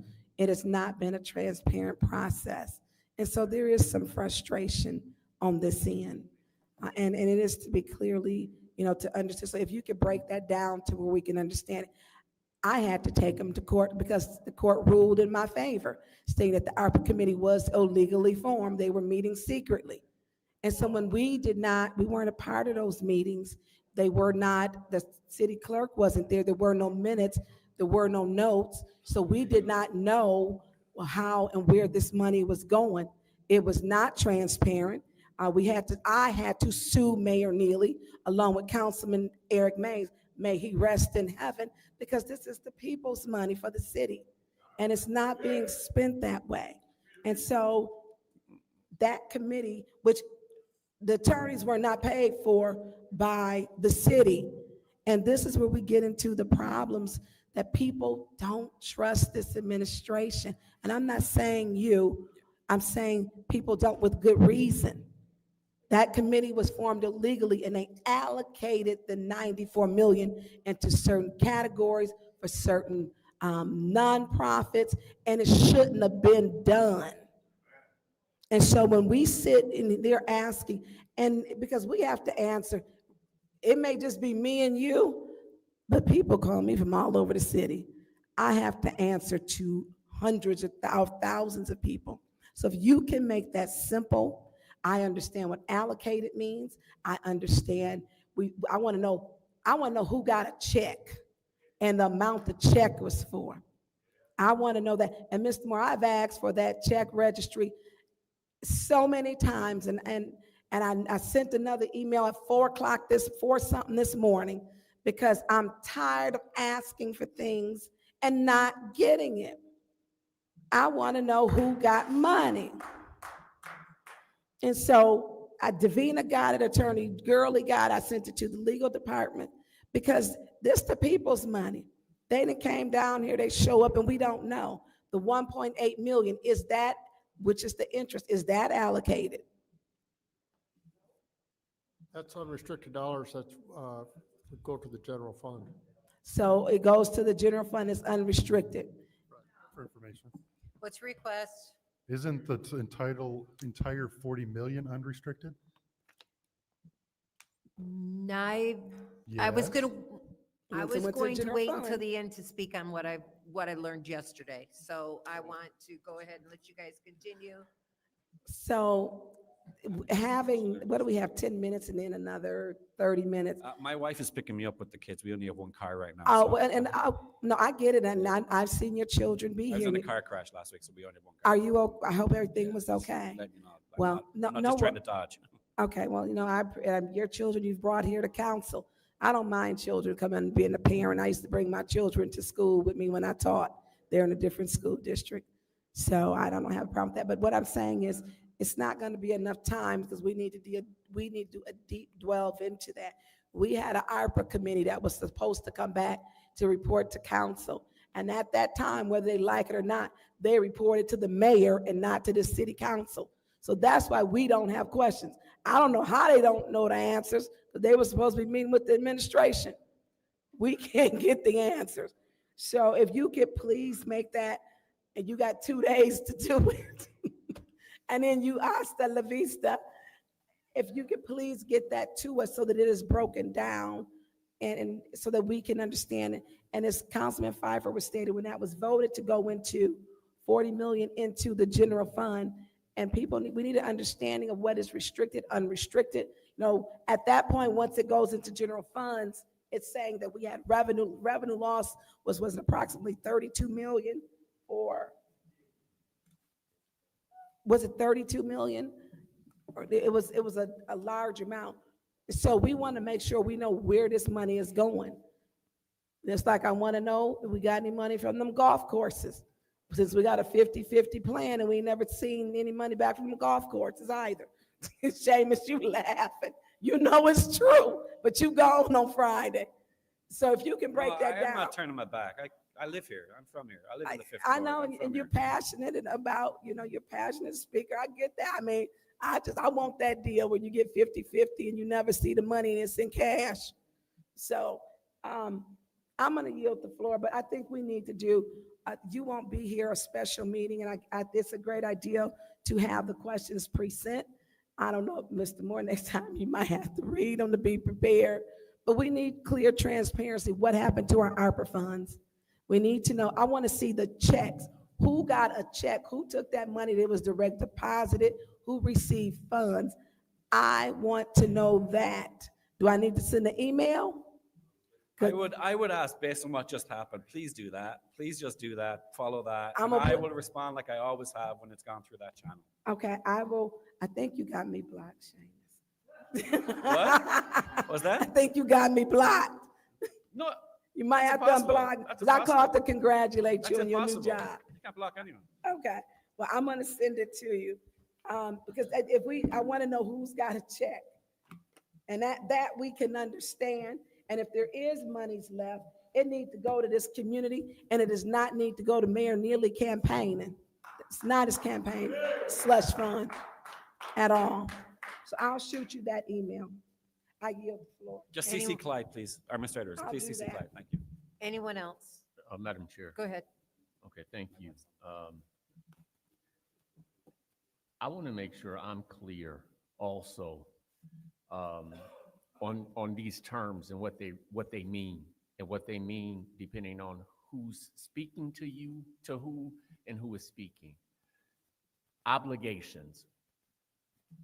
Obligated means that we have a contract with somebody. The city council has authorized the spending of the money, and then we have a contract with an entity to provide the service.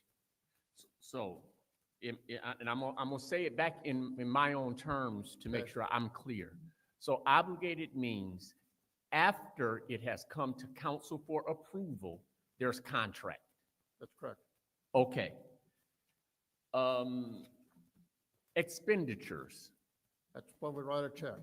That's when the check is actually cut. So that's the difference between the obligation and fulfillment of some part of the work to where we have paid out. Right. Now, I'm understanding that there are obligations that have been made, but there have not been either work done or billed to where expenditures have been, where checks have been cut. Am I correct in that? Correct, yes. Okay. Do either of you have a feel for how much money has not been expended yet? It's been approved by council, contract has been issued, but checks have not been cut. I think it's about 5 million.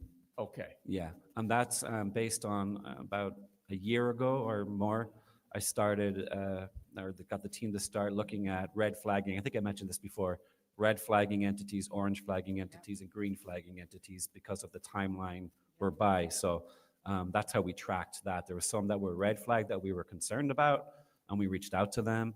And then there's some that are orange flag, were middle ground, the green flag, where they're going to spend, they're on good, and some of them are already finished too. In that process, we were able to drop them, some from red to orange, and orange into the green category. So I would say, to answer your question, how we got to that, it's about 5. So the best to your sort of That's- grant management right now, understanding yeah. is that 5 million as of today, or does that 5 million? That's as of 2 weeks ago. About 2 weeks So, ago. and just so you're aware, in some of those instances, some entities haven't responded to us that we've reached out to, so we send a second letter to say, you know, we're here, and we've offered a lot of help. There's a great team down there that offer people help. Some of the entities have some difficulty getting their paperwork in order and just need a little bit of assistance with that. So that slows down the process. If they're not Lara, or if they're not on Sound Doc, all those little pieces, that slows down the process. My main concern, to what Mr. Pfeiffer was saying, is any of the monies that are the 287, the original ARPA, that are red flag.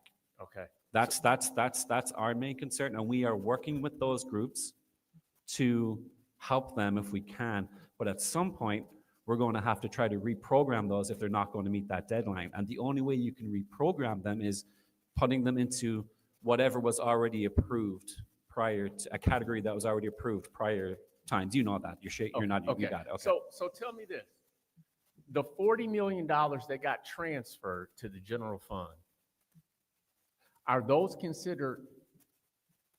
At what level are those considered obligated?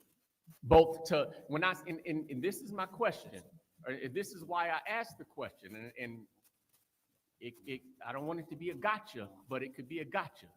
If I'm understanding what you all gave us correctly, this is the report that was sent to the government for the last quarter. Correct, yeah. On here, it shows all $94 million obligated. Yeah, that's as far as the feds are As far concerned. as We the feds are obligated concerned. everything when we did the December 23. Yeah, when we did the transfer. But my question just a moment ago is, I asked you for a definition of obligated, and you said went through council and contracted. Not all the money has been contracted. Request for information. What's your request? They said it was 2.8, but it hasn't. Yeah, but are you aware that the 40 million that we transferred was automatically obligated There it as is. lost revenue? So that's So it's no obligated. longer not- It's lost revenue. Y'all obligated it then and there. At Okay. that moment in time, it was obligated. Then from there, we would come back to you to approve spending as our normal charter goes. And that's what I'm saying. There, a lot of these words are getting. I'm using depending on the who's talking talking about terminology. What they It's- get in, Right. conflated to mean one thing in one setting and another in Right, another. so can I, okay, I'll try it in a minute. So My- request for yeah, information. Thank you. Request for information, because I understand what my colleague in the Ninth Ward is saying. So the word obligated is correct all across the board. Once we put them in the general fund, those became obligated funds, and that's obligated as far as the federal government is concerned. The word they probably should be using here is, the difference here is, while those funds are obligated, they may not be allocated as far as the Flint City Council go, as far as the categories go, without it coming before the council. So they are obligated, but they may not be allocated until the resolution actually comes before us. And it has to be allocated for the categories that we have.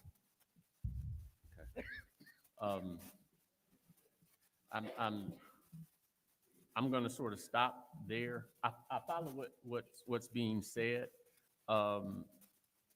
Yet, you know, there was a definition of allocated that said equivalent to spent.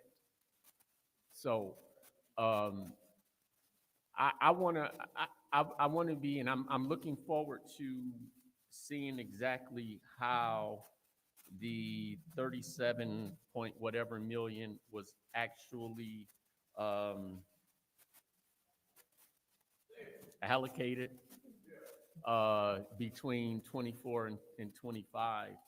I was here for some of 24, and I was here all of 25, and I know my memory is not as sharp as it was, you know, years ago. But some of that ARPA stuff I paid particular attention to, as you all would remember, because I had questions. But I yield now. If not, I'll take a couple of seconds just to talk about what I learned yesterday. Clarity, just Yes. if I may. So if we, like the council, city council chambers, if we had 250,000 and we only spent 230,000, that $20,000, is that part of the 2.8 that you're saying is left, or is that a different bucket of money? That would be obligated, that would not be part of the 2.8 million, because you still have the 20,000 that you could spend somewhere else. We have 2.8 left of the 40. Right. How much is obligated but not spent? Is that the 5 million? Yeah. Okay. That's where we have a contract with entities, and let's say, to your point, But what if we didn't have the contract, like our council chambers is done, and I see that we spent less than we allocated. So No, we have with this money, we have a contract with, we put in a contract in place to spend the money. So to your 250,000 example, if an entity was awarded per council for $250,000 and they've got a timeline to spend it, right now they may have spent only 200,000. 50,000 is still obligated to be spent, so they still have time to spend that. It can't be moved anywhere else unless it came to a point where they said we can no longer go along with this and that's the project. 5 million We're you're spending saying? it. That's about 5. Yeah. Okay, yeah. thank you. Thank you, Madam Chair. Okay, this is just going to be really quick because we only have a minute and I don't have complete information. But I wanted to let you guys know that yesterday, in discussion with a fellow legislator from another township, we got into the discussion about the ARPA. And once we allocated it to the general fund, according to her, and I'm going to be speaking to Joanne about this issue tomorrow, it now has to be spent based on the state rules and not federal, because it was allocated to the general fund. So I'm going to get more clarity on that, and we'll bring that to the council as soon as that is decided. And that was the first time I'd ever heard that, but another finance person from another area was also there. This was the finance committee of the Michigan Municipal League I was at, and they agreed with what was said by this other council person, and that was Emily from Welly. And so I will get more information. I'll bring it back as soon as I have that. Thank you. I'm going to close out this special order, and I'll entertain a motion to adjourn. Motion by the councilwoman in the 7th ward. Is there support? Supported by the councilwoman in the 8th ward.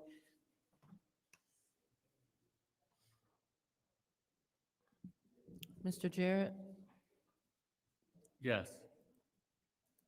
Dr. Lewis, Yes. Ms. Johnson, Yes. Ms. Priestley, Yes. Ms. Burns, Yes. Ms. Mashat. Yes. Mr. Pfeiffer. Vote is 7 yes, 0 no. The vote is 7 yes, 0 no. This finance committee meeting is adjourned at 7:24. I guess we can talk now. Oh. Y'all doubted Dennis. You was one of the Dennis doubters. Doubting Thomas. He did good tonight. but I'm still ready for this, for JJ's aha moment. He did a little VPN tonight. He was VPN, but he was a little quiet at first. But now I'm still waiting. I'm okay. I'm okay. Dennis, I see what you was trying to do. Okay, I see it. I admit, I seen it. But it's just the one meeting. It's just the one meeting. That's all he needed was one meeting. Now to how prove his Leon point. gonna miss his damn first meeting? He got a chair. The first meeting he got a chair. What happened? He got nervous because he got to read some stuff. Hell yeah, he heard about that housing commission. And he was not coming. He said, I have enough charges. And Lord, let's not speak on Liddell's wig tonight, baby. Give that back to the Golden Girls. Just tell Maria Carter, Cuzzo, thank you for tapping in. Oh my God. Oh my God. Liddell looks tired. She looks really tired. She looks tired. Like she's just ready to tear. She was Liddell, Nino Brown, Lewis tonight. She's not going down by herself, and Sheldon is Kareem. She's gonna stand right up and say, it's him. It's bigger than Nino Brown. It's the light skin. It's bigger than Liddell. I ain't Lewis. never liked that pretty mother sucker. It was him. It was all Did they his say- idea right there. They said check that check registry. Check. Lord have mercy. Now, how crazy is that? How crazy is that? And I'm telling y'all, White Bread is my boss who be on here sometime. She was standing right there. I don't have to make nothing up. This lady walks in Sunday night at Sally's, masked up. You can't see nothing but her eyes and shit. And she specifically said, y'all need to check that check registry. Remember I told y'all last night before this shit even came up today? And she was talking about people that got 501c3s, and y'all need to look at the people behind the people who got the 501c3. Like I may have it in my daughter's name or my cousin's name. Like we need to dig deeper. We just doing some surface level. Who that coughing like that up there? I don't know, but I'm glad it ain't us, baby. I'm glad it ain't us, baby, because they doing too much coughing up in there. Oh, Felicia Martinez, now you know you wrong. She said Leon's chat GPT was not working. That's why he didn't show up. Lord have mercy. Did you see Judy Lott? She told Liddell, there you go. When Liddell said, did you know There I you sent it to go. the finance chair? There you go. And then Seaman said, I ain't got to There you respond. go. So Judy like, y'all trying to send me to jail. Look at Judy. Judy still looking. Hobble. Titty, hobble, titty, titty, titty, hobble, titty, titty, titty, hobble, titty, hobble, titty, hobble, titty, titty, hobble. titty, titty. Judy must got her spine must be bad or something. She got bad back. Judy, you get a breast reduction, baby. Oh, here go now. Look at that. She's right sharper than a motherfucker. Look at it. Leaning to the What right. is that, velvet? Look at it. Look at it. Look like, at that. She got on her shit. velvet She over there. suede leather. You know what they doing? They over there. Y'all, you know what LaShawn I'm doing? Y'all think the mayor going down? She over there trying to get clarity. LaShawn is showing that she got some money. She's showing that she got some money. What's that man name in American Gangster? She might as well put on her chinchilla jacket. Frank Lucas. Frank Lucas. That's what LaShawn is. Frank Lucas. She came down the aisle in a mint green leather suede polyester 2-piece with the boots to match, baby. If this Face was the Wizard of made up. Oz, she was the Tin Man. She cleaned it in a motherfucker tonight, sitting next to t-shirt and sweater. And then little Dale looked like she leaned over to Davina. You got an extra wig in your office real quick. I'm sorry, Man. Jasmine, but it's the truth. It's the truth, though. It's the truth. But let's talk about that $2.8 million that's left. They got $2.8 million that's left. And Liddell said, I want to make sure that y'all just ain't saving this money to campaign with. Liddell. Then it said, welcome to the dark side, bitch. Right. And Judy up there. And I had a person hearsay. I heard you, Trevor. Hearsay. It wasn't even the truth. She going off hearsay that once the money, it got to be wrecked. Nah, y'all been blew that money. What, Judy, the main one up there talking about Yeah. hearsay, Right. hearsay. You still want that bonus, Judy, for being the Oh, where's finance that? chair? Oh, what okay. LaShawn putting up, what's she putting up in, that's Davina putting up things in between. Look at Liddell. all of them got their hair did for the day of reckoning for all the shit to get exploded. So did. They look at Davina, got So- her wig going. She like, Liddell, you gonna do this to us? But why She Liddell? over there pleading with Liddell. Well, why did Liddell? She just came up there to put that border in between her and LaShawn. Liddell probably didn't want LaShawn looking over there seeing what she was doing. You know, LaShawn is on the other side. She put the border up between Her and LaShawn. Oh, they She, into she it over put there? that one. What do you think is they into it? Well, they LaShawn, gotta make Mr. it a- Peachy. Mr. Peachy coming down the hallway, took those glasses off, those blue blockers, baby. LaShawn probably like, Liddell, we all going to jail. They gonna know about me writing myself in. You think they gonna get that up? LaShawn, Liddell's so stupid, she telling on herself. Yeah, don't get it. She's so mad at them. Neely No. probably like, he fighting downstairs. He's fighting the air like Siemens was. Siemens was up there, fucker. He was threw mad. his hands up. He was mad at Dennis tonight. He was ready to fuck Dennis up. The Irish was coming out kicks, of him. right. Like, He was mad as hell.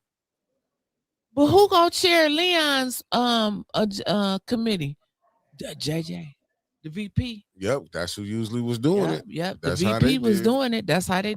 You're right. They let Candace do it, so the VP got to do it. The VP got to do it. The VP up on her breath over there. Miss Claire, you think I need to switch sides? Yes, baby. You shouldn't even start messing with Sheldon in the first place. You going to jail, baby. Right. She gonna Going be to like- jail. Look, Liddell had all them 4 chairs up there like they was about to give her a presentation. Right. They said they had set that up. What's up, Michelle P? Real nice. All you needed up there, Liddell, was Ken Scott representing them. Cause this what it looked like. It looked like you was telling on ass. This looked like with that Eric Mays when Eric called Gilchrist and Ken Scott up there. And that was the end of Weaver's run. I'm telling you. Sheldon looks like she don't care anymore. I bet you Sheldon's he's thinking now. Yeah, He's thinking, she but said that money. he got too much pride to give up. But she let him know that money supposed to come through council. And I don't think we had $37 million come through council. Yes, we did, because your motherfucking ass got half of it. Remember, you wanted to put trucks, food trucks. You remember Liddell, when you wanted to pay the people with their food How you trucks to doing, come to Liddell? If Cyrus you in Park? the chat, this Mick, what up to you? Shout out to you. What up, Liddell? You remember that? What's up, Aunt Carla's in the building? Now it's a little What's up, Just strange. Oil? It's a little chilly on that island by yourself, ain't it, Liddell? Yeah. I told you when he get done with you, he's throwing your She on that phone calling you up and Leon. throwing you away. You see what I did today? Yeah, Leon said, yeah, I see what you did. You about to send my ass with another damn charge. They could have asked anybody. What Davina means she couldn't get in contact with I think anybody that to come. Allegedly, that's Neely calling her. You know what? Leon was on the Housing Commission board. They could have called they could have asked him. They could have put his ass down there at the table. Put him down there Monday. That's what I'm gonna suggest. Let's look up and see who on the Flint Housing Commission board. Because I know they know. You think that lady finna let them send her to jail? And Neely gave her that sweetheart deal. Dennis said they got some whistleblowers ready to. That then it blew my mind. He said they. And they sent the letter to the mayor a year ago about removing her from the board. And he just she's still on there. got a shout out to the mayor. She's still on there Yeah, she probably got something on his ass, allegedly. Oh, well, first person they got on there, the president of the Flint Housing Commission. Let me make sure that I got this right.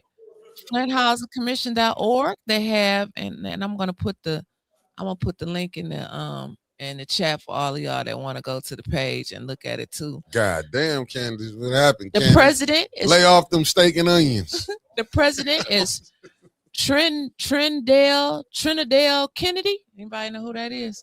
The vice president is Dominique Strong.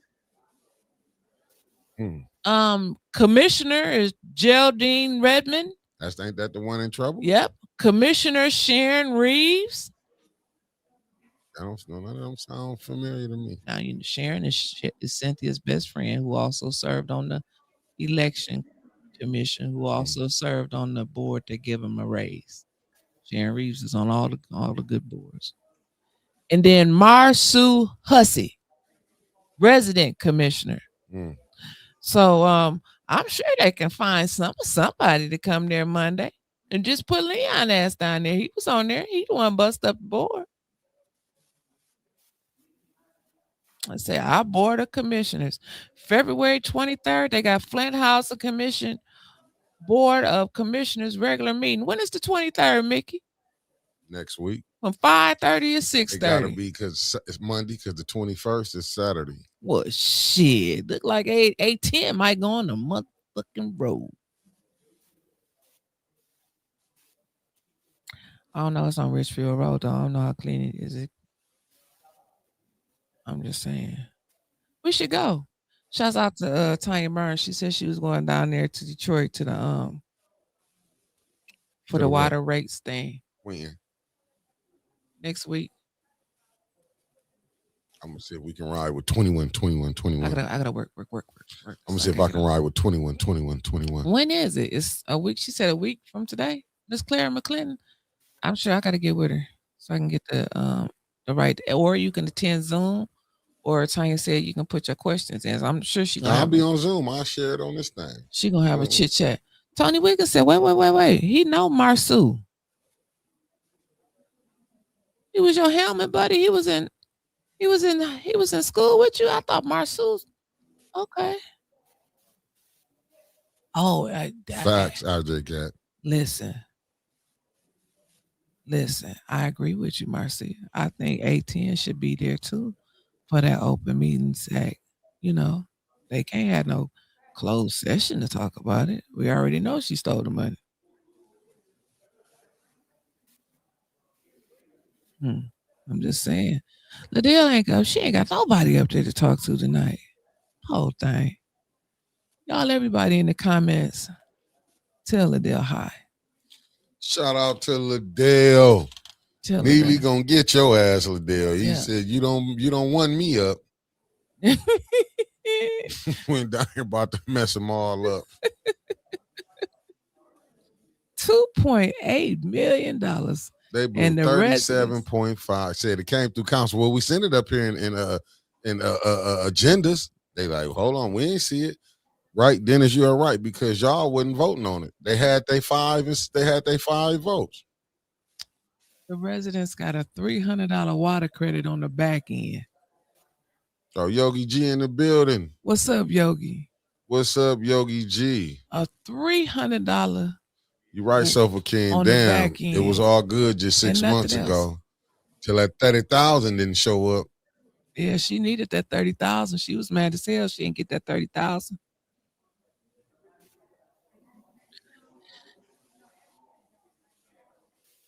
I gotta go home Get these tonight likes up. and see what our.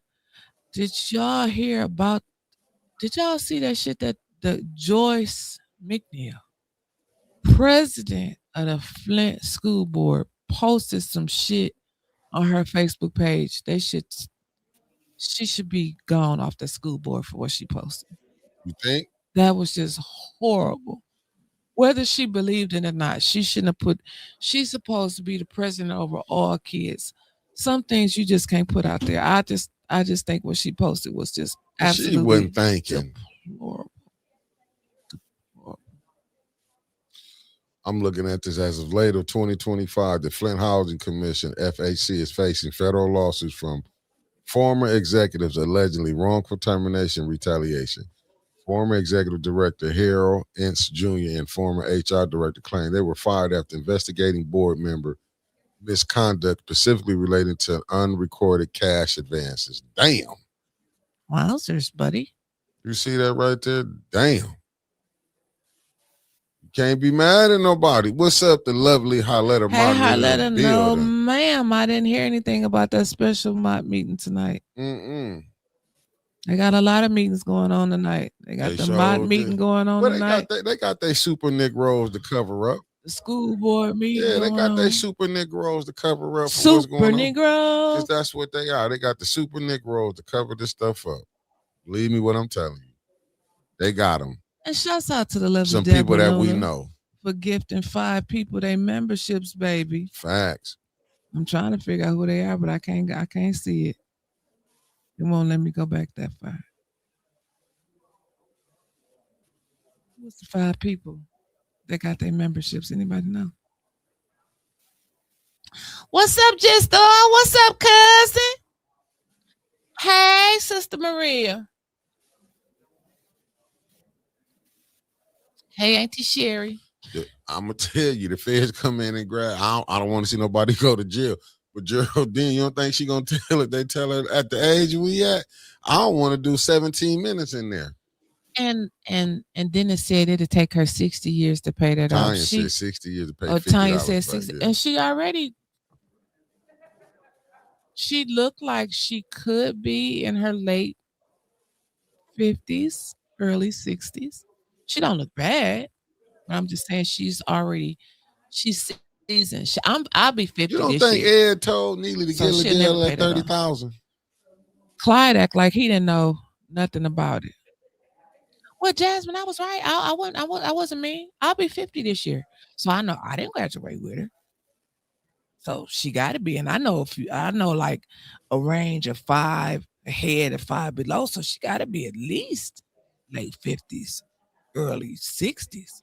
She won't pay that off.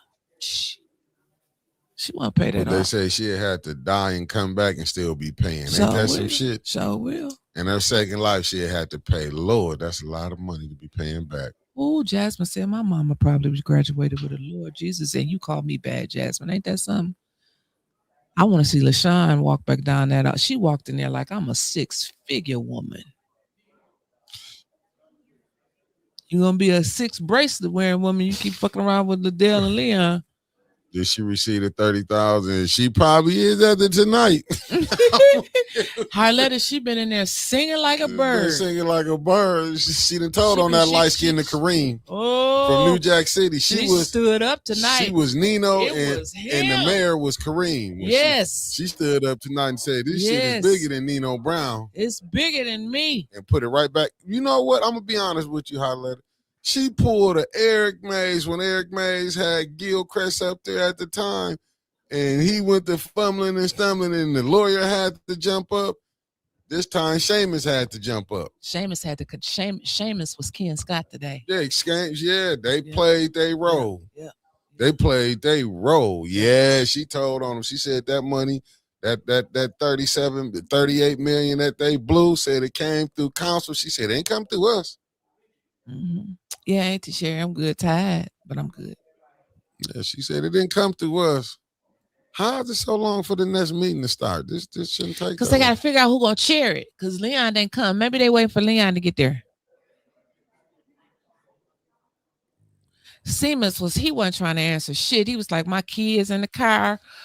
We got in the car. I was in the wreck. accident, and ain't got nothing to do with that. My car. Like, are you all right? He had counsel, ain't he? My rental car broke down. And Seamus probably finna tell him, like, I can't do my job no more. The insurance gonna pay him. She asked him one question. He said, that ain't got nothing to do with ARPA. Why we gotta talk about that? But he up there telling everything. Right. That you get in an accident, y'all down to one car ain't got nothing to do with this. Clyde, a pastor, since when? Look at Candace over there talking to Mama Claire saying, you think they turned on Neely?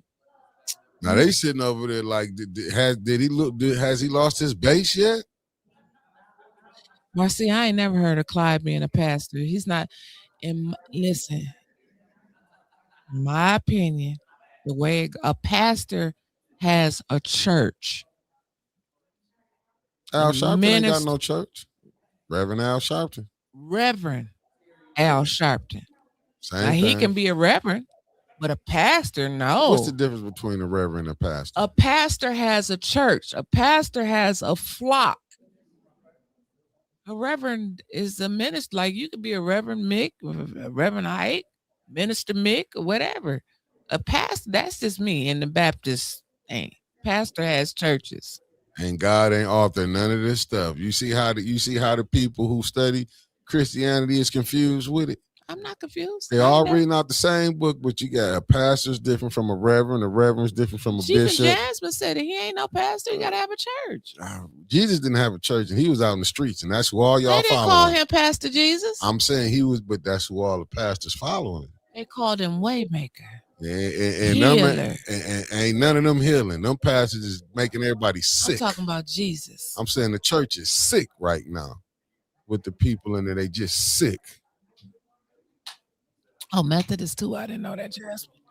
Grace and peace. Shouts out to you. Thanks for that super chat, baby. I know y'all having a ball up in here. We watching the meeting. We interacting with y'all because we sitting here shocked, just like when y'all get shocked, we be shocked too. I wish y'all could see our faces, but I wish you could hear Mickey burp through his nose. I know you ain't saying that. All that burping you been doing over there. We both had tacos today. He I fire out one, I fire Nah, out I've been one. stopped. I a stopped. good You line over there right now, your tongue stank. Your upper lip stank. Your whole soul stank. Your mind stank. What is Mark there? What is Mark from Ashley Capital doing there? As you look to your screen, as you see Mark sitting over there in that burnt orange. Look at the 6-figure woman. Is the Temptations finna come on? Shit, I don't know. Is she playing? Is we seeing Gladys Knight in the Pips? Shit, there go the Pips. Look at Dennis. Oh, Neely, they trying to set your ass up. You see him and LaShawn and Liddell talking. It looked like Neely, get their asses. Take LaShawn siding back, windows back, and riff back. LaShawn is shitty sharp tonight. It looked like she about to break the microphone out and go, house is a house of love. Council members, please take their seats so we can start the next meeting. Oh, look at her calling the shot, Davina. Davina found her voice. A house is a house of love. Gone, LaShawn. She got her silk press with some extensions in that velvety, leathery, mint green. Where the Pips at? They up there. Yeah, they just ain't They on up camera. there. Yeah, they up there. They go one. There go one. She just didn't. She didn't put on her suit She tonight. came with her fighting clothes on. Yeah, she didn't put on her suit tonight. Fuck yeah, I'm gonna throw my t-shirt. Whoever want to throw. She didn't put on her suit tonight. Tanya up there. She ready. She ready with LaShawn. Tanya up there about to get everybody COVID allegedly. Tanya came up there then. There go the other two. Look at them. Look at them. Two of the worst shapes in the city of Flint. She knows how to use. Oh, Sofa King, you wrong as hell. Said LaShawn look like all the 5 heartbeats at once. That's what I'm saying. Salt and Pepper both struggling with them shoes on. On council. All red. She forgot Christmas is over. It's mint green. She's for the luck of the Irish. I'm just telling you. House, come on, sing it with me. Look Is at a this. Lord house have mercy. of love. Look at 'em And I coming in. learned. There she go. Look that it don't take much to bring it. Live it up. I hope that heel don't break.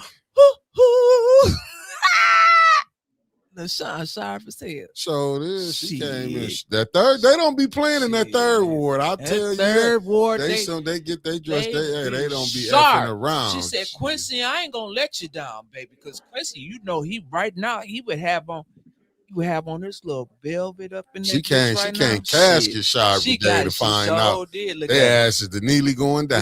Look at her.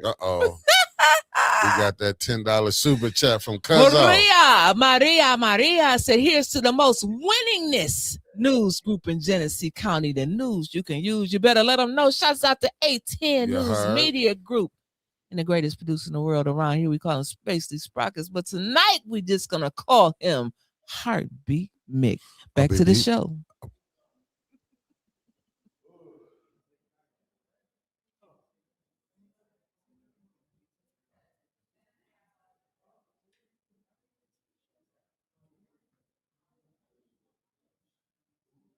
Yeah, she got her Easter stuff already. She Easter ready. A satin curtain. She came right. She like, you know who said, who was she? I wonder when she woke up. This one I'm gonna wear to council tonight. Louis Vuitton. That is not Louis Vuitton. When you said what's the name would be saying, hey Sprag, do something to make me notice you. LaShawn, you did, baby. You made us notice you tonight. Do something to stand out. Yeah, she did. Yeah, she had to tell. Yeah, she had. Okay. That's her daughter. Yeah, yep. She had her crew. I was like, that's She got her whole family sitting there. Yeah, she got her sitting there. She got the backup because singer. she's sharper than a motherfucking like. She Y'all ain't better playing. leave LaShawn You better alone. leave her alone. Leave her alone. That- Whoops, she sat down in that chair and I'm ready. All right, it's 7:48, and I'm bringing Government Operations Committee to order. Madam Clerk, roll call.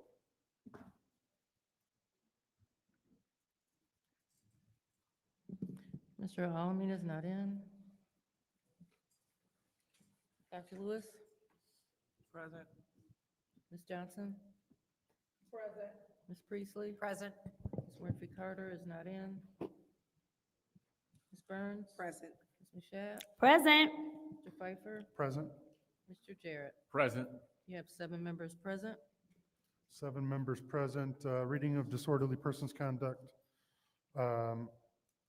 Persons City Code subsection. Any person that persists in disrupting this meeting will be in violation of City Code subsection 3110, disorderly conduct, assault and battery, and disorderly persons. Any person will be subject to arrest for misdemeanor. Any person who prevents the peaceful and orderly conduct of the meeting will be given 1 warning. If they persist in disrupting the meeting, that individual will be subject to arrest. Violators will be removed from the meeting. Any request for agenda changes or additions? Mr. Chair. Don't start with that, madam. It's too used to that.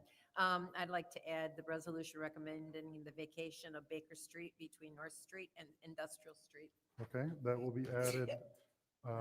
We will call that add-on number 1 and add it to the resolutions without objection. Any other additions or changes? Hearing none, Madam Clerk, the first public speaker, please. First speaker is R.L. Mitchell.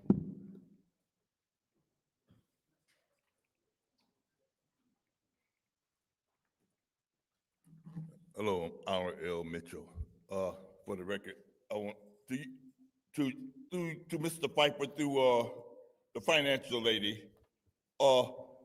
Miss Priestley. I want to know. Could you state the state that said we don't have to report the $98 billion to the federal, but we can report it? We got to report it to the state. Could you announce that? Council person, state who told you that? Because you could have just asked Madam Burns, she could have told you. Because it sounds like we trying to make the other state, if anything happened, and we go through could they be accounted for what calling us, acting like we puppets to another state? Okay, enough has been said about that, but in the meanwhile, the money with Mr. Moore, without money, you see how you're talking, him and this, I can't get their names straight, this bald-headed guy. I'll be calling him Heil Hitler, but Mr. Spicer don't say that no more. Because it might disturb them peoples in Grand Blanc, them kids. You see what they did last week when all of them walked out because ISIS was coming in and get 2 of them, and the student body wasn't going for it. That's what.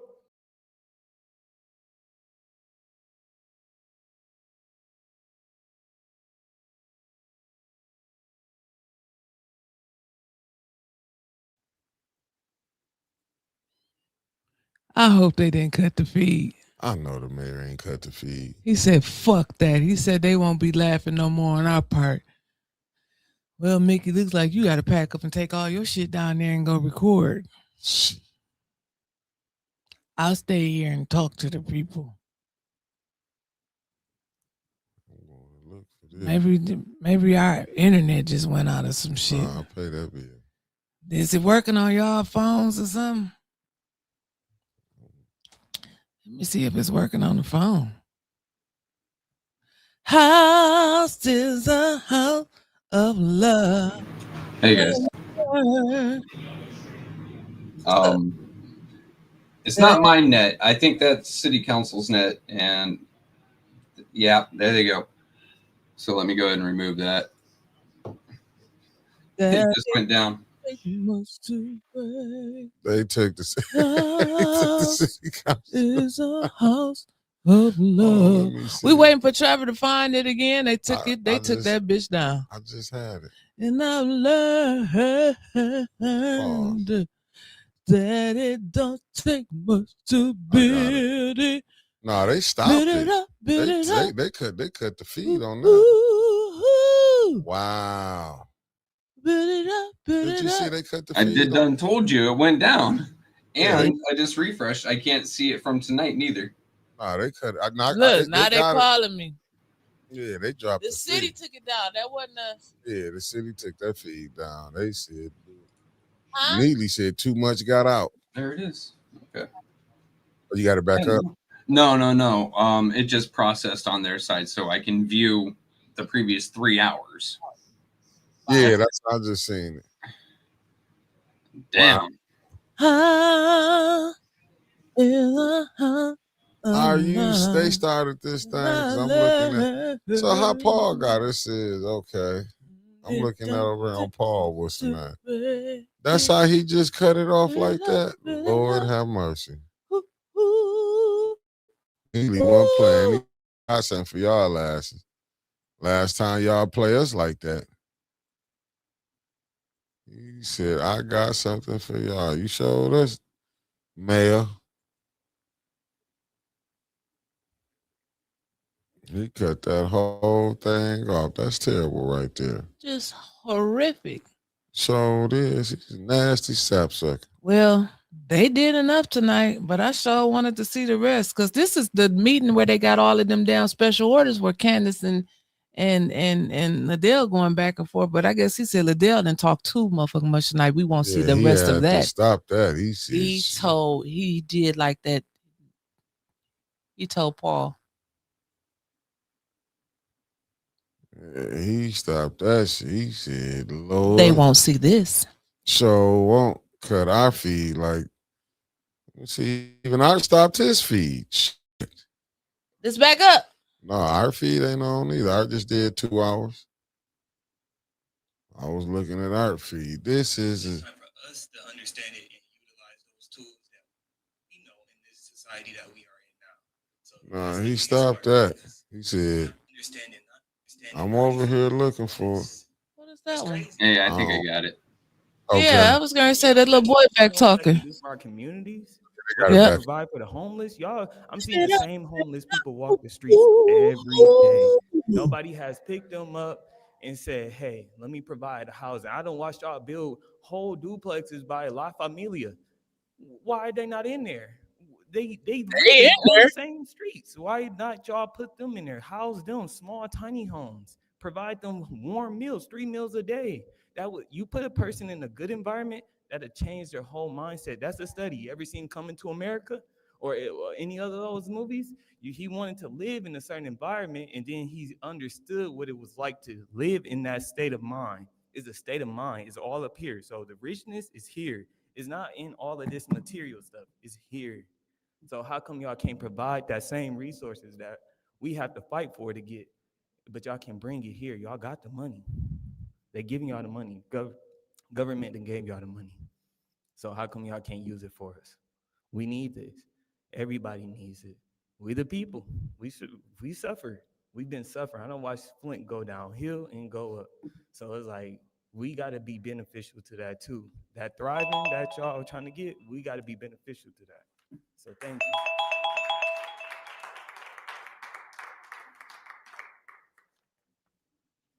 Next speaker is Rich Jones. He left. Claire McClinton.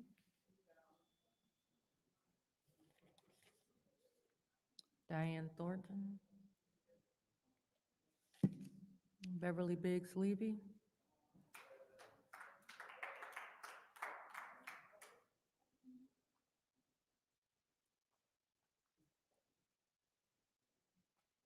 Hi, my name is Beverly Biggs Levy, 3rd Ward City Council. It's a shame you guys want to know where that 40 million went. You guys asked for it to go in the general funds, and now it's in the general funds. You just not want to know where it's at? That is very strange. Long as y'all was getting y'all pennies and nickels and dimes and quarters, you didn't care about that 40 mil. That is a sad, sad situation. Homeless people out here, we feed homeless 3 to 4 times a week. We started at maybe 10, 12 people. Now we at 70, 80 people every time we feed.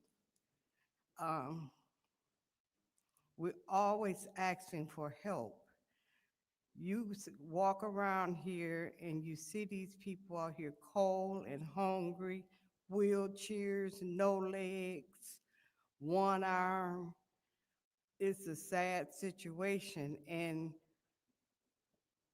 then even around when they were coming around with that money for helping because of they stopping the food stamps, it was a shame what the mayor gave to these people that didn't get no food and there was no meat in it. How you gonna give somebody something to feed them and it ain't nothing but a bunch of canned goods? He don't eat that. You know, what our problem is, we rather feed the homeless something we wouldn't eat. And that's sad. You know, I'm a cook. And they know if you came to me to cook something, if it ain't no good, I'm not feeding it. I'm not cooking it. If it's bad, throw it out, start over. If I have to feed the homeless something that I wouldn't eat, I'm not gonna do it. We should feel that way about all these people out here that needs help. Every one of them, standing on the corner, sitting on the porch, home, just in bandit houses. It is so sad that we sit here and we don't do right by our people. We need roofs, we need windows, we need doors. Nobody think about the people that needs. I'm here to help the people, not help myself. And some of you guys need to wake up and start doing the same thing. Have a blessed day.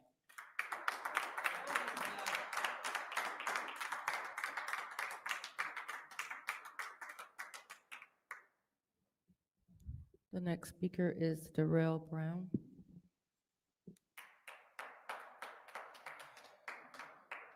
All right, I'm gonna try to make this quick. I'm gonna try to get through it without interruptions. All right, good evening, everyone. It's first of all good to be back. While I was out handling business for the community, I was doing a lot of studying, right? And what I was studying was the Flint City Charter. And I learned a lot of stuff that was important. According to the charter, council members cannot campaign from their seats. I'm not a council member yet, right? I'm not elected. So that means that I got the right to speak and campaign as a citizen. So my First Amendment right was violated, right? Last time I spoke. That raised some concerns. There was clearly misinformation, whether it was intentional or whether someone simply didn't read the Flint City Charter. Either way, that is a problem, right? And that's another reason why I'm running. We need a leadership that educates the people, not misleads them. Leadership that understands rules and respect and rights of residents. See, me, I want to educate the 7th Ward. The 7th Ward needs someone who can work with anyone and get things done. We do not need a divided city. We do not need leadership that weaponizes systems and uses authority to silence the voices. Let me be clear. We need people who's gonna come in and do the job, and love the people. And I tell y'all, I will be willing to work with anybody on council, outside of council, because I actually love y'all. I don't care about the personal things. We can all do better in one way, form, or fashion. Let me tell you something. I would never use votes to direct money to my own nonprofit. Yes, I got one, but I would never do that, okay? I would never, I don't need no leaders to come in and try to tell me, hey, Darrell, you do this and backhand deals. I don't care. Those are the people that's not gonna like me, is because I'm not looking for backhand deals. I'm looking for the interests of the people. So these are reasons why I'm running. I'm running because I'm already doing the work. I'm in the grassroots work. I'm in the community events. I'm in the community conversations. I understand the struggles because I live in them each and every single day. Being a single father, it is hard, right? Nobody don't come out and say, hey, Darrell, you need this, you need that. I'm doing it on my own, so I got to get it from off the mud. I love my son. And I love my son the same way I love the people. And I love each and every single one of y'all with the same type of heart. I want to see us all do better and do great things, right? I'm no saint, so I don't pretend to be. But isn't that Flint? We're not pretending to be saints. We all fell short some way, form, or fashion. Let's get back up, treat each other right, treat each other like we know what goes on. Be Flint strong. Walk out there and make it happen.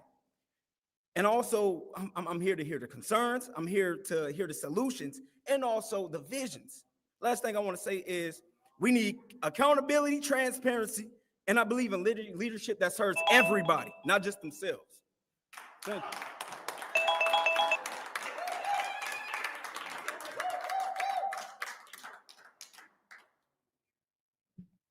Next speaker is Lottie Durrett.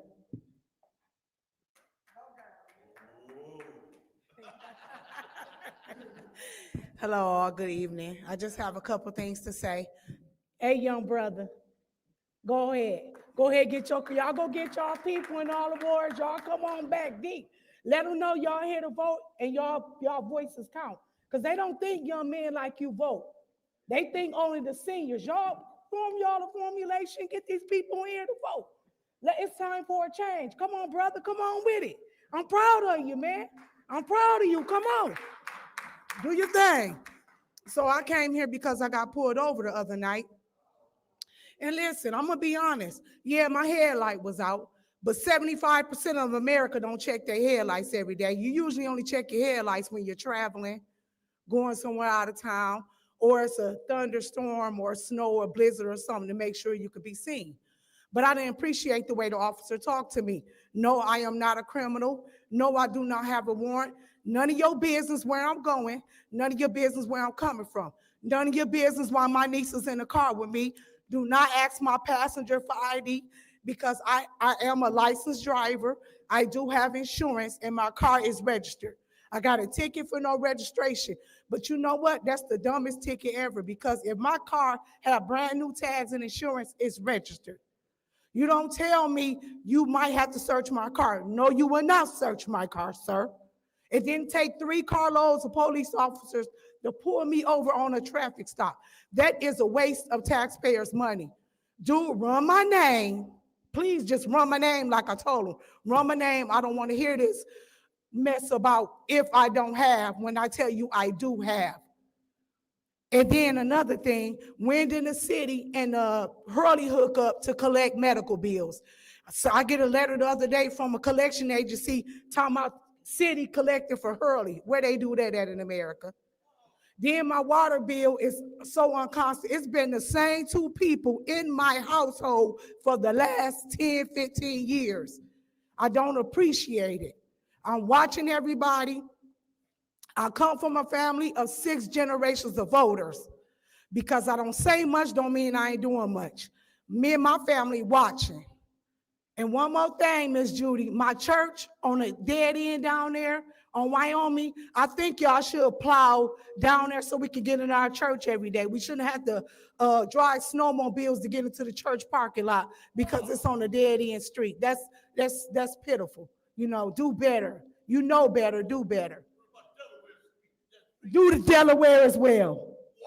But I'm just here to tell y'all, I am a family of 6 generations of voters that can vote. My grandparents have produced 170 from some offsprings. Believe me, most of us are old enough to vote. So keep that in mind when y'all see me.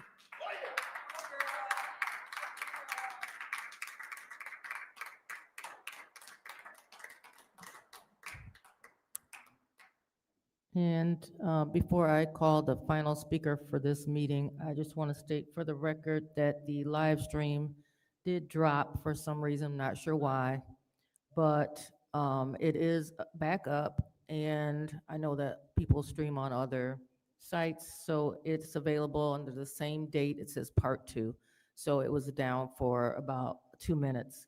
I just want to state that for the record. Final speaker for this meeting is Tanya Jones.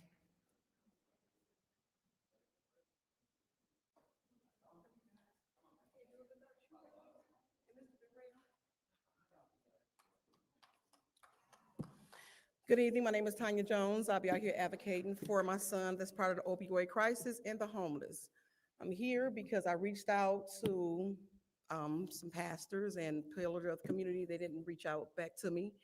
And Mr. Darrell Brown, right here, came out and right here, the color of law.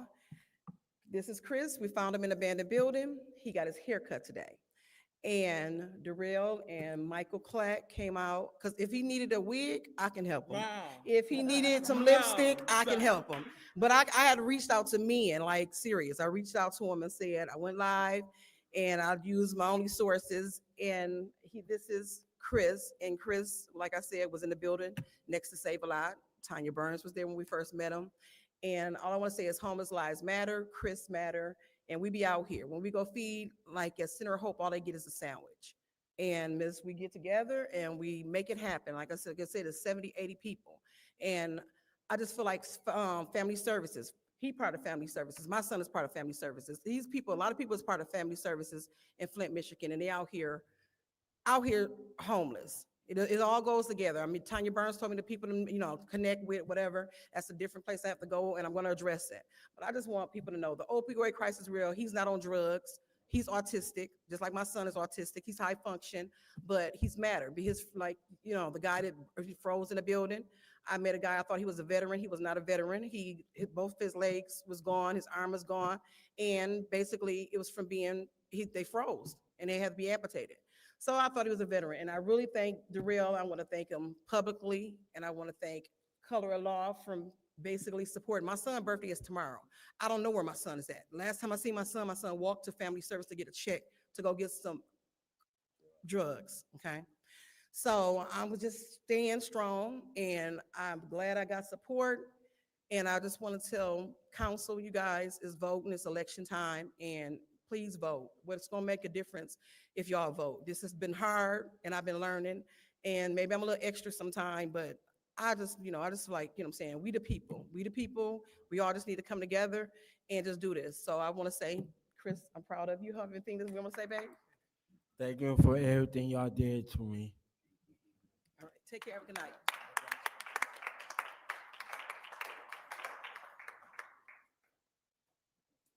Madam Clerk, you said that was the last speaker? That's correct. Okay. We're on to council response. Is there any member of council that wishes to respond? Mr. Chair. Councilwoman in the 6th Ward.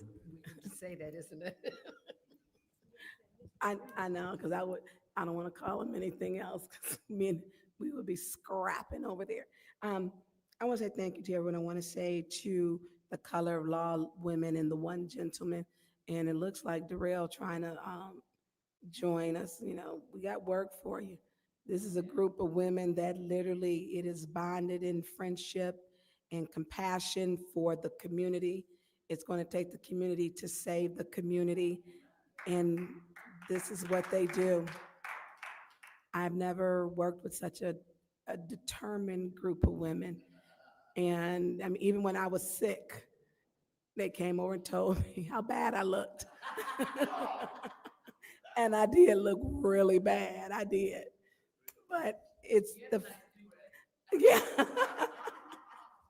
Couldn't find my bonnet that day.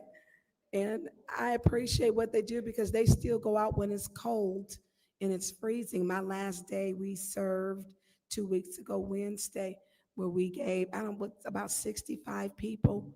And we did soup and chicken dinners with mashed potatoes, gravy, and string beans in a roll, and then snacks and water. And the food was going quickly. And so when we look at, like you said, Beverly, they made goulash, you make chili. They don't want to eat just anything. And sometimes it's, let them know they matter.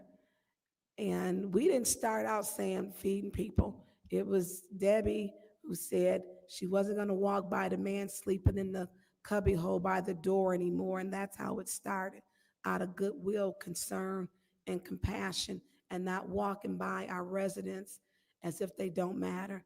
And I love y'all more than anything. I do. And if you want to do work, contact this group. Our group is a great group. Thank you, Madam Chair. Mr. Chair. It's your first warning. That is your first warning. One more and you're out of here, I swear to you. Look, I'm gonna send you out. Any other council person Mr. wish to Chair. speak? Mr. Chair. Councilwoman in the fourth ward. Lottie, I can't remember your last name. I can't remember. I'm sorry. In regards to it's what street is that? Delaware? Wyoming. Okay. I've heard Delaware a couple of times today, so sorry. Anyways, they only plowed like twice this winter that I can think of, at least my street. If your church needs that area plowed, please have them contact me so that I can see if I can't get them out. Thank you very much, because I didn't know that you were having that much difficulty getting into the church, because no.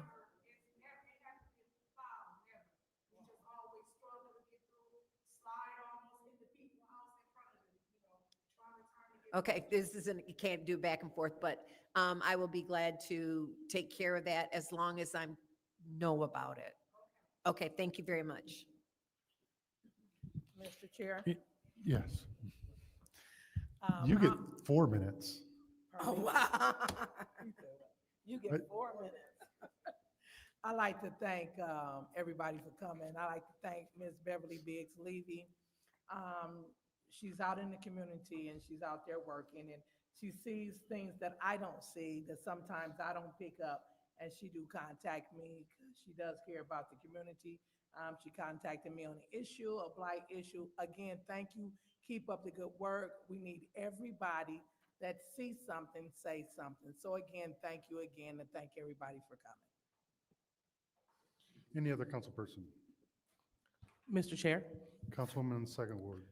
Thank you. A few things. I would like to commend the group, the Color of Law, for their community efforts. This is what it's all about, doing the work. So definitely a great thing. So and kudos to the young man who they are helping. It's so many people out here to be helped. So thank you for stepping in and filling that void.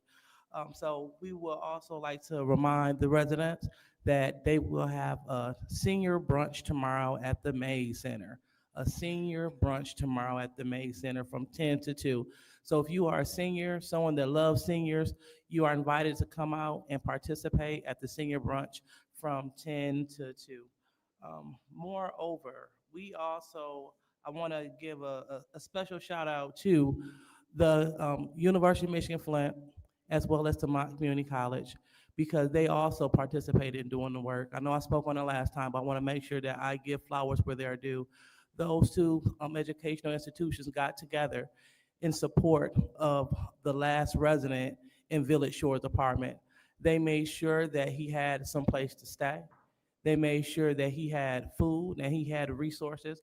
And so that is great. Never, to my knowledge, that I've known that had happened before, but we were able to open up the door for these kind of relationships. So hopefully, this student will be a pioneer, so other students can get the same kind of help if needed. So again, thank you so much, County Commissioner Wayhill.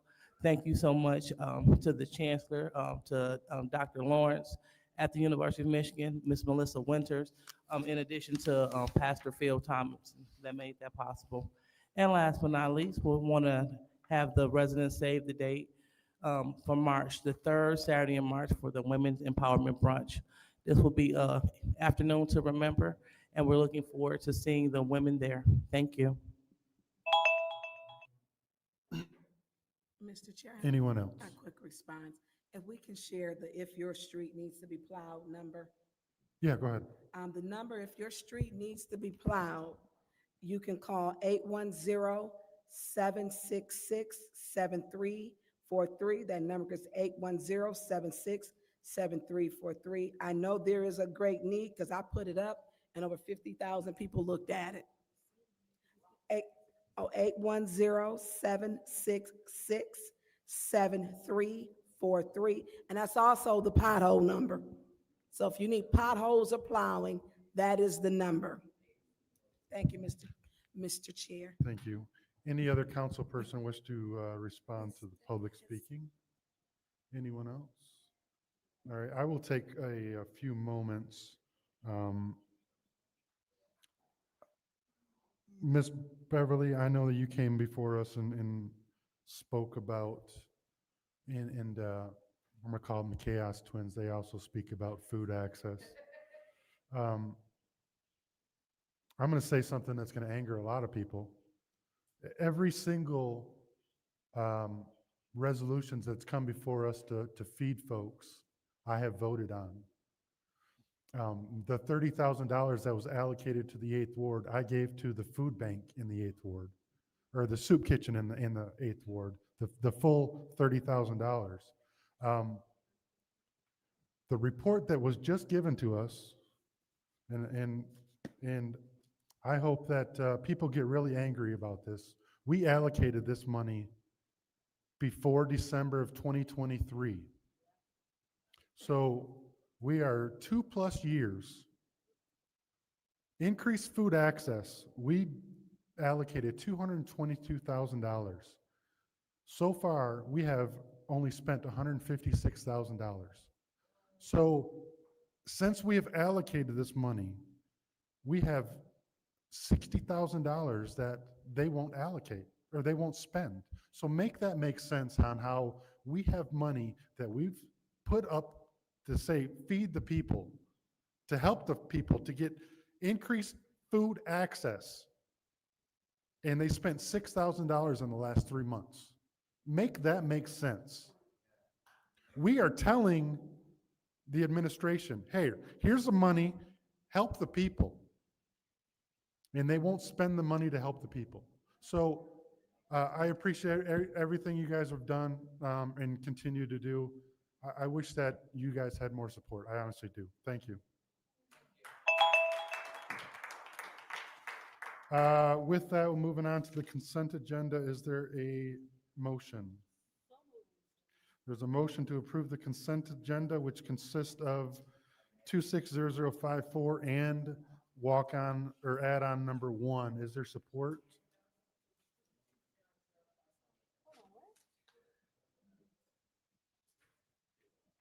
And 5-6. So the two resolutions, yeah, you're out of order. Yeah, I got it. So the consent agenda consists of resolution 260054, add-on number 1, appointments 260055, and appointment 260056. Is there support? I'll second that. All right, it's been supported. Any separations? Yes, ma'am.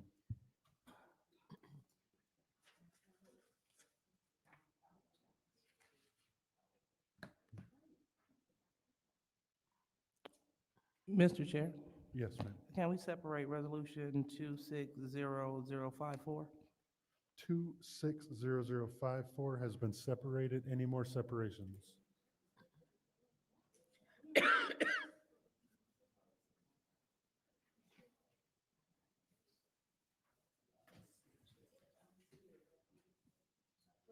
Mhm.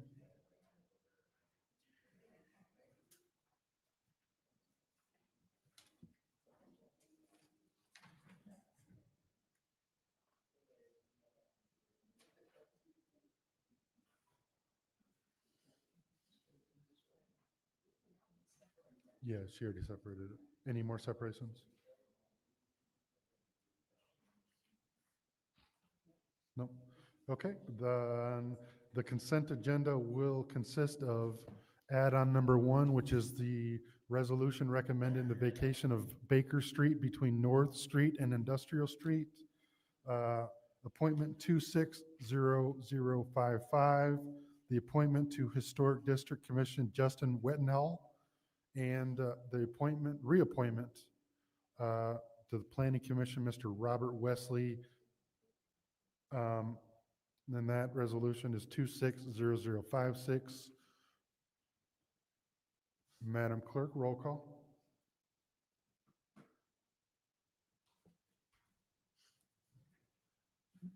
Mr. Alamin is not in. Dr. Lewis? Yes. Ms. Johnson? Ms. Priestley? Yes. Ms. Winfrey Carter is not in. Ms. Burns? Yes. Ms. Mashat? Yes. Mr. Pfeiffer? Yes. Mr. Jarrett? Yes. The vote is 7 yes, 0 no. All right, 7 yes, 0 no. Those will get moved to council. Our first separation, our first and only separation, 260054. Is there a motion? Mr. Chair, Yes, ma'am. I motion to send it to council. Motion to send to council. Is there support? I'll support. Supported by the councilwoman in the 7th Ward. Any discussion in the first round? Mr. Chair, Yes, ma'am. if you could, for you to Clyde Edwards, if he could, Mr. Edwards. and Mr. Edwards, as you're walking, can you describe designation street administrator? What is that job? What is the description? What is the job duties? Is it something we've had before? It is simply signing the legal documents with MDOT for all the contracts. Yeah, it's basically what I've been doing as city administrator.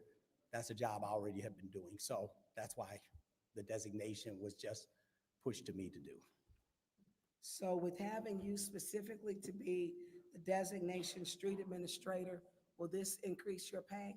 No, So your pay stays the same? absolutely.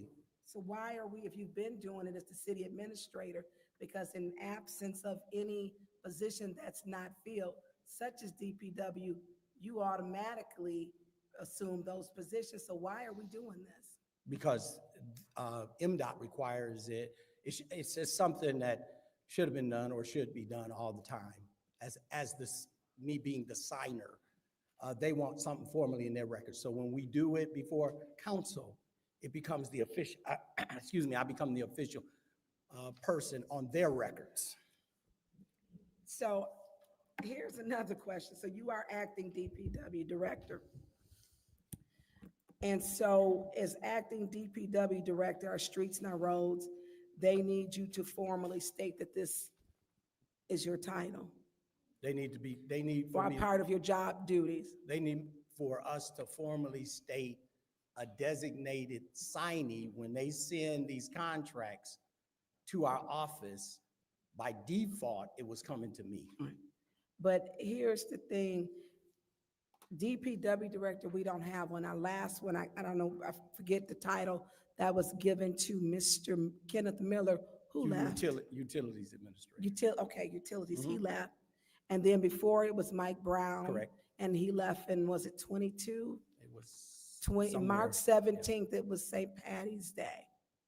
And he was the last, according to the job description in our city charter, who was qualified. Before him, it was the last qualified person, which was Rob Benzick. Ron Benson. And so when calling, because I called about the service line replacements, the state of Michigan has said that you were not qualified to be the DPW director. I'm not the person that actually signs the various documents that Eagle requires as official. Okay. And that's totally okay with them. They've never said, if they've said that to you, they've never said that to me. Put in an email. Never said it to me. They've accepted Yeah. all my Eagle signature documents that were relevant to anything that was going on. Well, I assume we have to have someone to sign off. And But as a all of- full-time, and you've hauled into different times being the DPW director, which to me, we can't keep people here at the city of Flint. We just can't. And they go and work for other municipalities and not ours.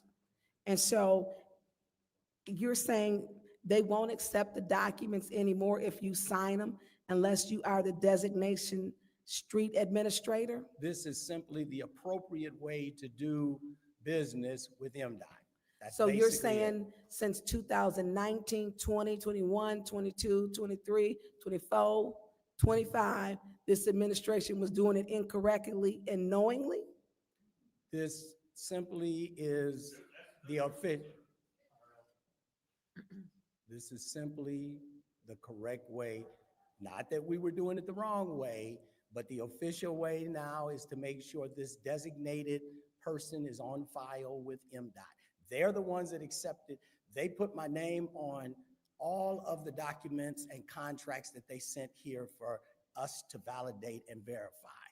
They accepted that. So, okay, so for 7 years, they accepted it. Now we want to get in line and do things right. And so does that put into question, my time's going to be up, that the years prior where you were not, you didn't have this title, does it put in question prior where you did for 7 years sign these documents? No. Does it put that in jeopardy? No, no. Well, I'm going to yield the floor because that's my time. Thank you. Okay, any other council person wish to speak in the first round? Mr. Chair. Councilwoman in the second ward. Thank you. All right, so, so you will not have a new position. This is just a combined title. I'm just serving, yes, if the combined title means I'm serving in that capacity, that would be absolutely correct. There's no more money, there's no more anything. It's just me making sure that I'm the official signer for these documents, and that's what goes on in the record books for MDOT. Okay, so, all right, so city administrator was not acceptable or DPW director, but what is acceptable is street administrator. City administrator had been acceptable, but to keep in alignment with what MDOT desires from a municipality, we made sure that we put this resolution up before council. This was brought to me by the accountant. I was unaware of it, period. I was still just signing the MDOT contracts when they would come to me. They'd send me e-signature contracts that we already validated, and I was signing them. Okay, so, so question, so are we still looking for a DPW director? Still posted, has been posted the entire time. Okay, and so how much extra do you get for filling that role? Nothing. I don't get anything for fulfilling that role. So you just get your regular? I get my regular city administrator salary. I don't get anything extra for any roles. I'm just making sure the city keeps moving as a part of the process. That is my role. All righty. All right, well, thank you, Mr. Edwards, and thank you, Mr. Chair. Thank you. Any other council person wish to speak in the first round? Anyone else in the first round? Yes, ma'am. Councilwoman in the fourth ward. This is just a quick, it's just an administrative function. This is all it's for, is just to sign documents. Yeah, it's never used. Okay. That's the only time it's used, just to to sign clarify. MDOT documents, no Okay. other documents. All right, thank you. Okay. Anyone else in the first round? Seeing no one, I will take a few seconds. Who had the title of street administrator prior to today? Street direct, you're talking about the transportation? It says resolution for designation of street administrator. Street administrator is a titled position, right? No, we have a transportation director. So a street administrator is not a titled position that the city has? Not that I'm aware of. Okay. I'm just, This is the terminology that MDOT is using.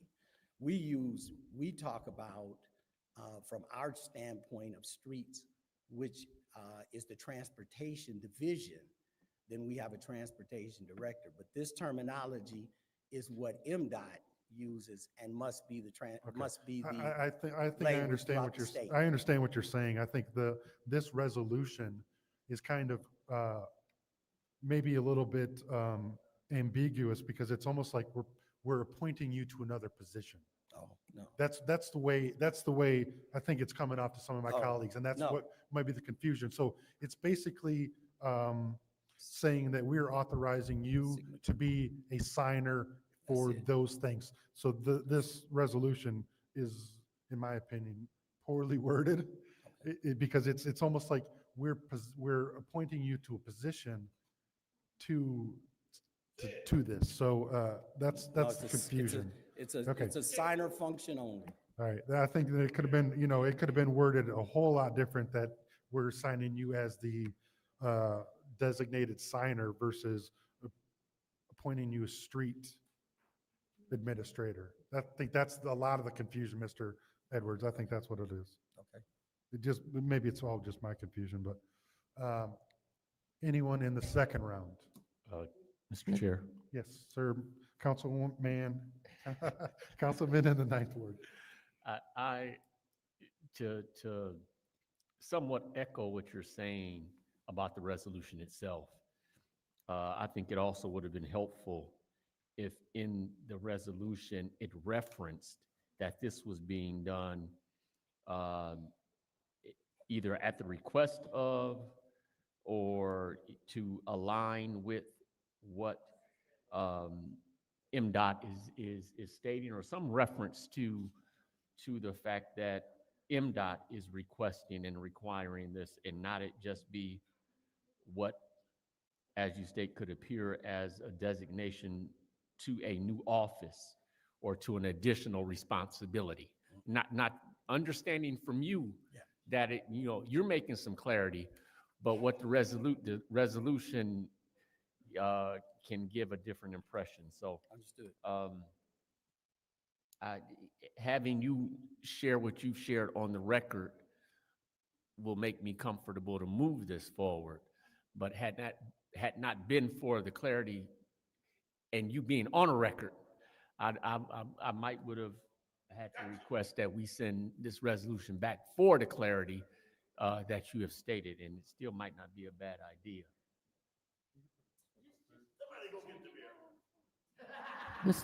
Mr. Chair, Madam Clerk. if I could just point out that I will provide information to the council, but this is not the first resolution that has been approved for Mr. Edwards for this designation.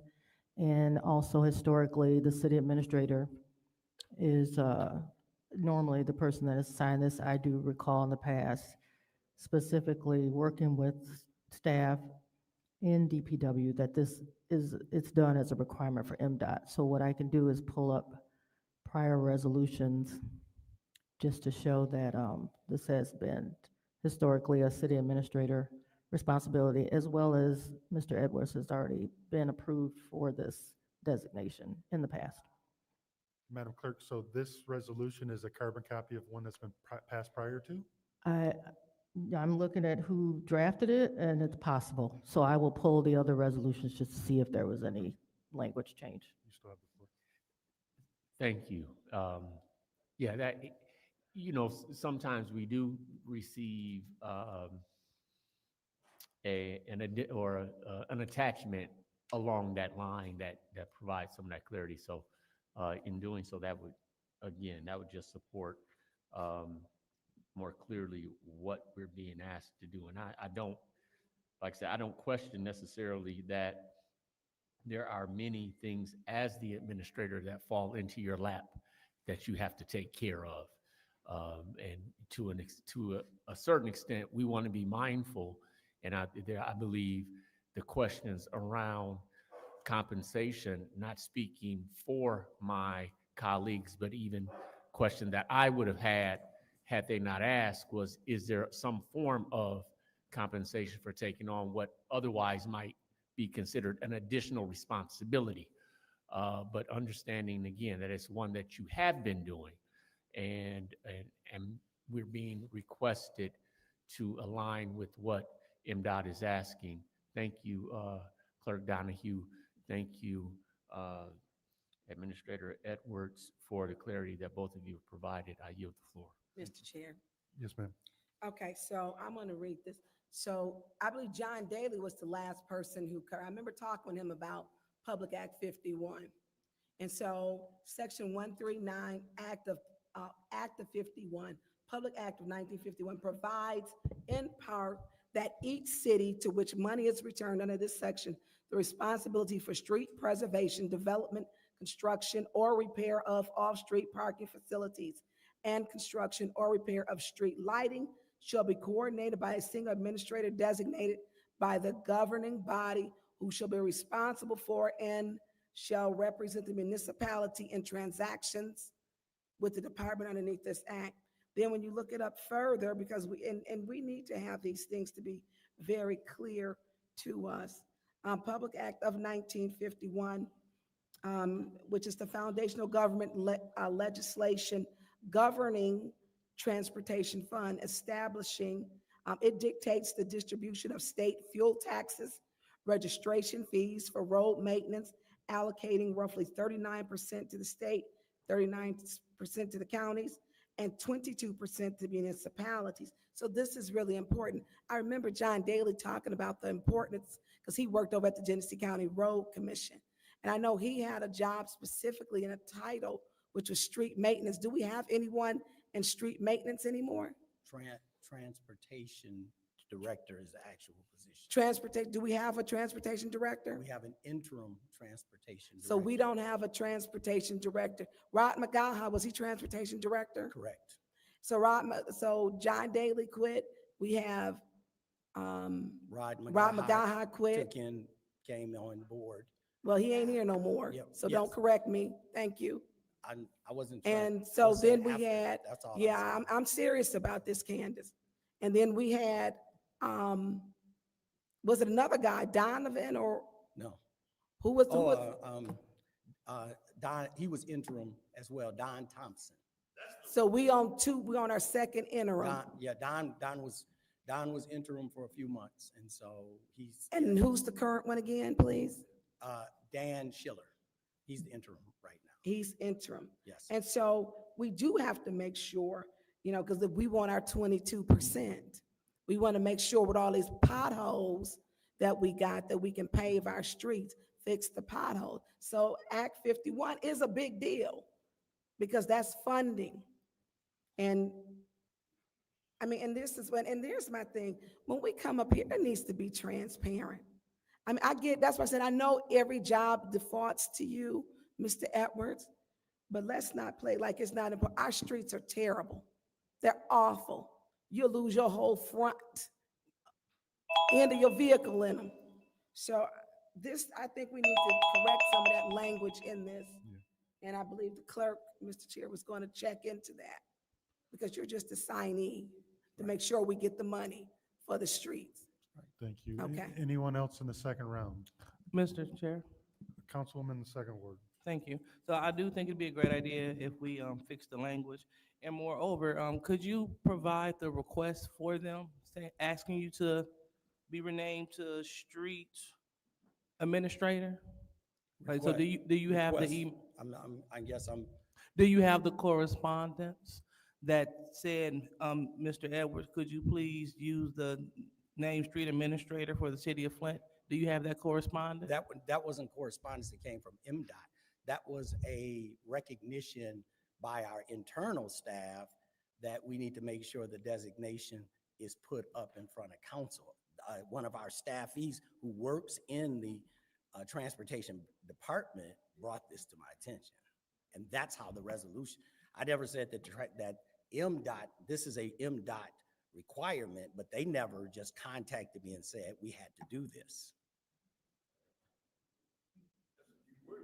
Okay. So, so this is a suggestion from someone internal that used to work with MDOT, told you that you should do this. No, I'm sorry. They didn't work with MDOT. This is our accountant who performs and prepares the Act 51 reporting, consistent and able to be consistent with that. She said, let's put up a resolution just to make sure we have our designated signer as a part of this process. She's just reading the rules and regulations of MDOT and made sure that we had this resolution put in front of council. If we do nothing here, I still have to sign those documents. If we don't do anything here, I still would be the one signing those documents. This is just a designation that they speak of. And so it would be appropriate to go ahead and do this, but it doesn't stop the fact that I still will be the person If you don't do anything or act on this, I still will be that person that has to sign that document. Understood. So for the sake of clarity, I think that it would be a good idea to clarify the resolution, but it's at the pleasure of the body. So thank you, Madam, excuse me, Mr. Chair. Anyone else in the second round? Anyone else in the second round? All right, I will speak just really quickly. Mr. Edwards, maybe my hearing's gone, but I swear that you said that MDOT is requiring you to do this. I said it's an MDOT requirement. I never said I said it's an MDOT requirement. It is an MDOT requirement. I never said they sent me a letter, or I didn't say anything about them contacting me about No, I think you just said that it was MDOT was requiring it. So maybe I'm like parsing words here, but Mr. Edwards, is there any way that you can get us a refreshed version of this that doesn't necessarily You want the language? yeah, because to me it's saying that we're creating this I title. don't think it's, I didn't, Yeah, no, I hear you. I didn't And prepare it, so I didn't. I think it's confusing, and it's because it's almost like we're giving you another position. That's the way it's written. That's the way that a lot of people are reading it. You wanted to reference signer function only? Yes, Or just some yeah, because kind I of? think the whole designated of street administrator sounds like a position. Okay. So if it could just say that we are authorizing you as a signor of the city pursuant to the act of that, if you could get that for us Monday for special affairs, and we will change this to a .1 with that different language, I think that would No problem. that would be a much better situation than just passing this based on your verbal and leaving this on the record. Understood. Yeah. Mr. Chair. Yeah, go ahead. I'd like to make a motion to move this to special affairs. Okay. Second. It's been moved and seconded. Counselor, Madam Clerk, roll call to move 260054 to special affairs. Thank you, Mr. Edwards. Thank you.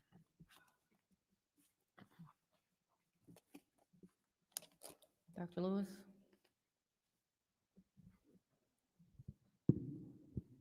No. Ms. Johnson? Yes. Ms. Priestley? Yes. Ms. Winfrey Carter is not in. Ms. Burns? Yes.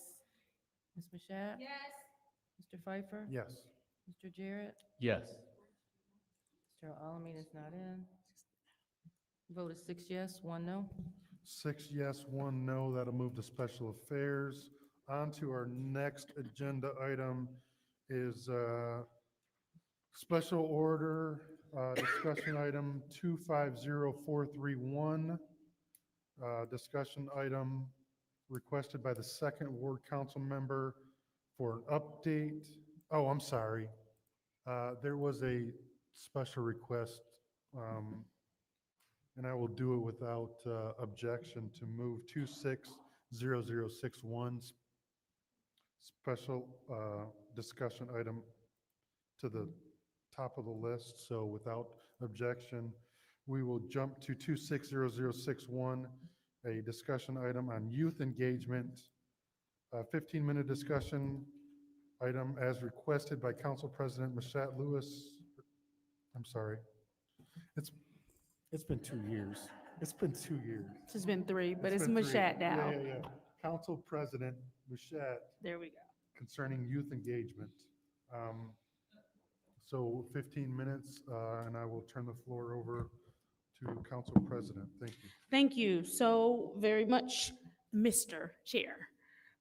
This discussion item is ordered as a result of every week we have, for the past couple of months, had youth come and speak in the chambers and speak diligently and ask us to, as a council, consider ways that we can engage them or consider events or different things we can do in the city for them. And so I ordered this discussion item tonight so that we could hear from 2 of the youth that are often present with us to give us some of their input, and then also for us to have a discussion as a council. about what we can reasonably do from our seats to help with youth engagement here, even if that is us maybe forming some sort of youth council or doing something, but something so that the youth who are here every week and who have requested this for months now uh, have a voice. And so at this time, I do want to invite two young ladies up as they will help lead this discussion item. And they will introduce themselves. And you please join us. Thank you both so much. I see right now only one of the mics are on, but you can turn on the other or share that one. Doesn't matter. If you two would please introduce yourselves. My name is Kilani Kopney. And my name is Mari Kopney. All right, and thank you both for joining us tonight. We will go ahead and allow you to have the floor. I know you had some things that you wanted to speak up to first, so go ahead. Make sure you speak into the mic. Okay, I'm Mari Kopney, and I've spent over half of my life advocating for the kids inside Flint. Back in 2021, I suggested a youth advisory council to Mayor Neely at the Youth Roundtable. His response back then was, I'll think about it. I think about it as long as the youth can be positive. Last year, he finally made his youth council, which did exactly what he wanted, lots of positive photo ops. But the issue with that is only focusing on the positive doesn't actually address the needs of the youth here.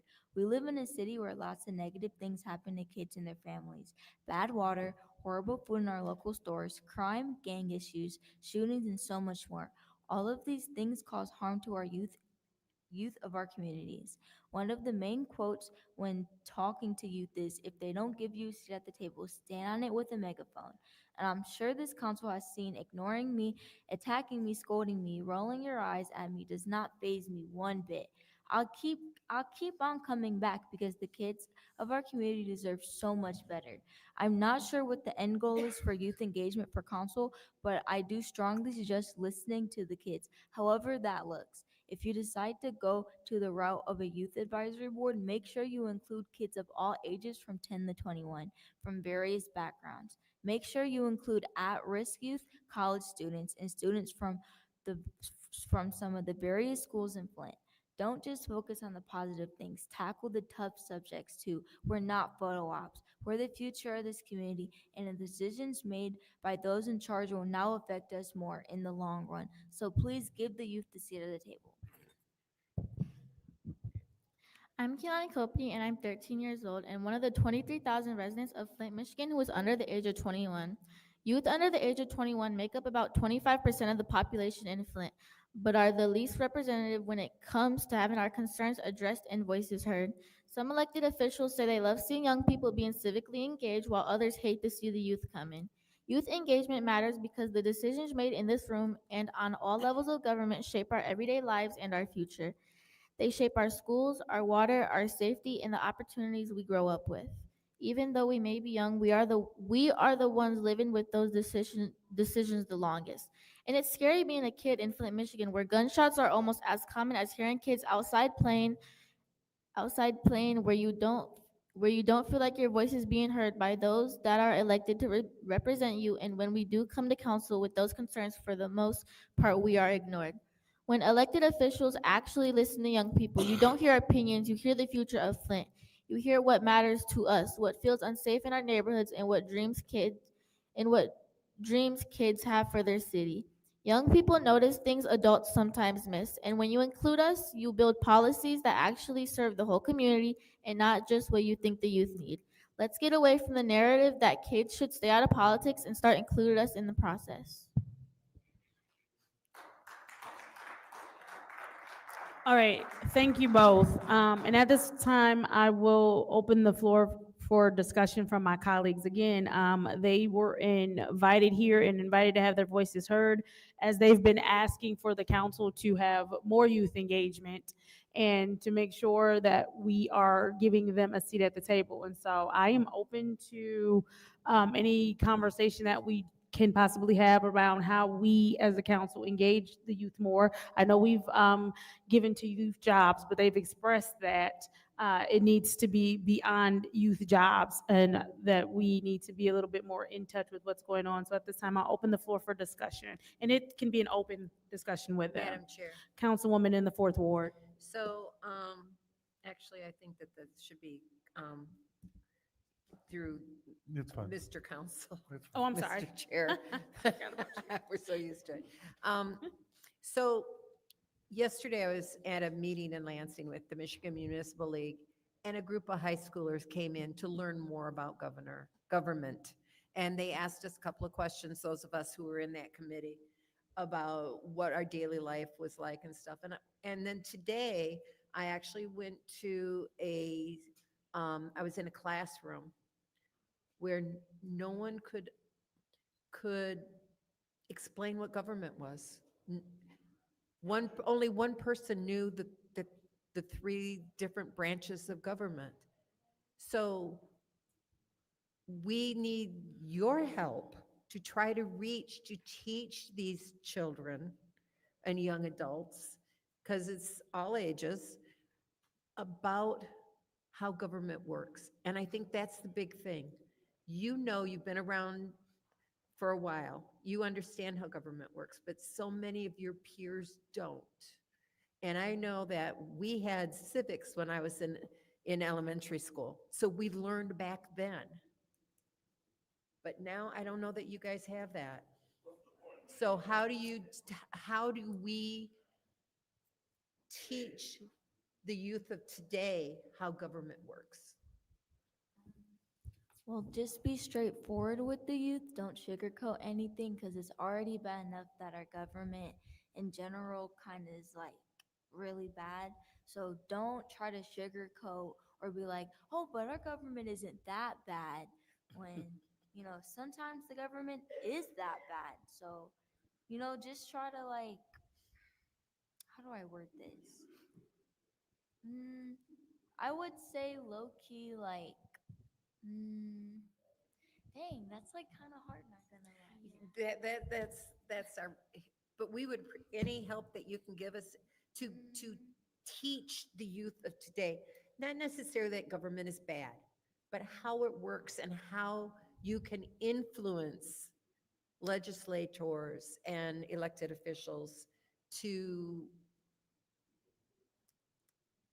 I mean, you guys come and talk to us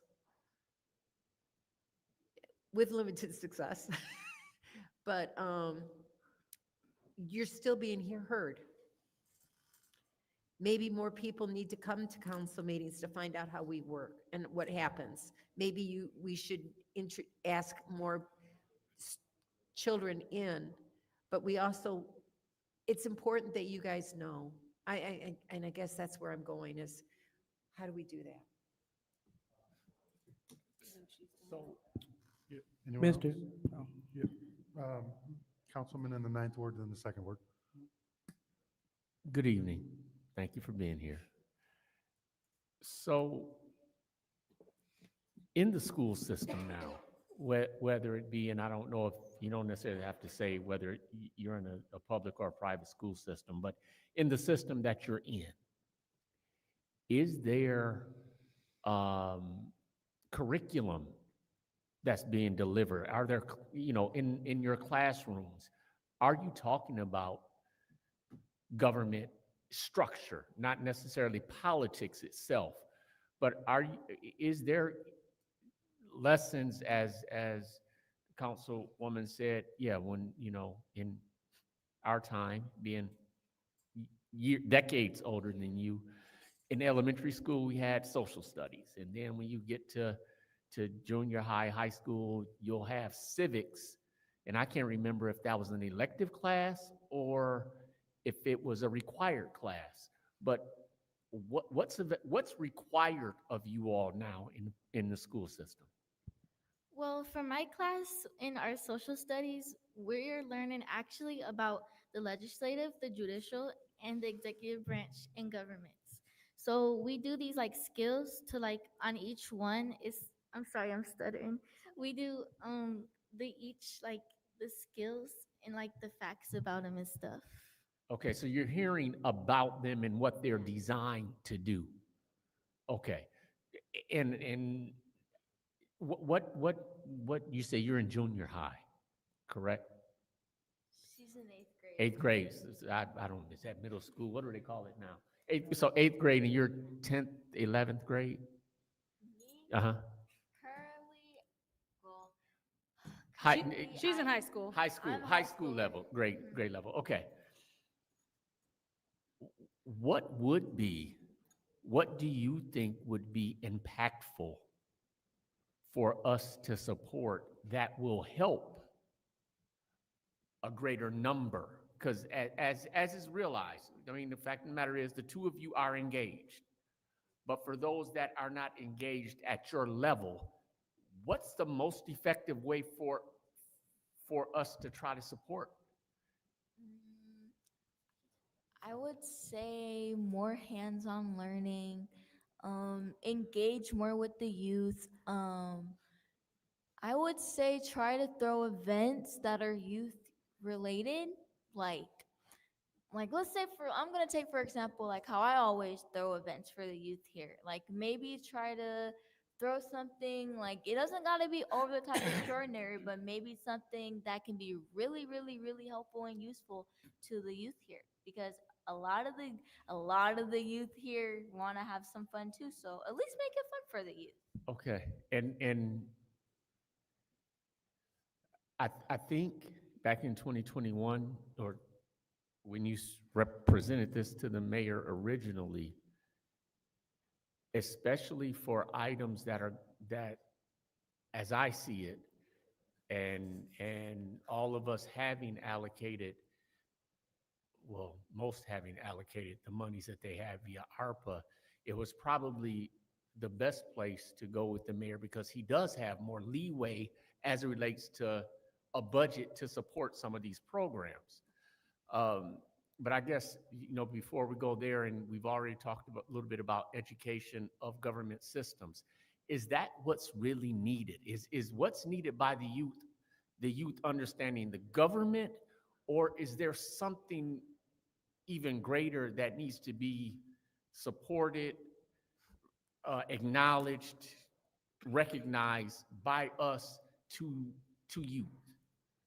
Honestly, I really think I really think I really think you guys need to hold something for the youth that's inside of here, At least like how y'all do council meetings, make it a council meeting, but kind of like for the youth. So it allows all the youth to, speak up about stuff. I mean, I'm pretty sure if that could happen, I could bring some young people in. Like that's not an issue.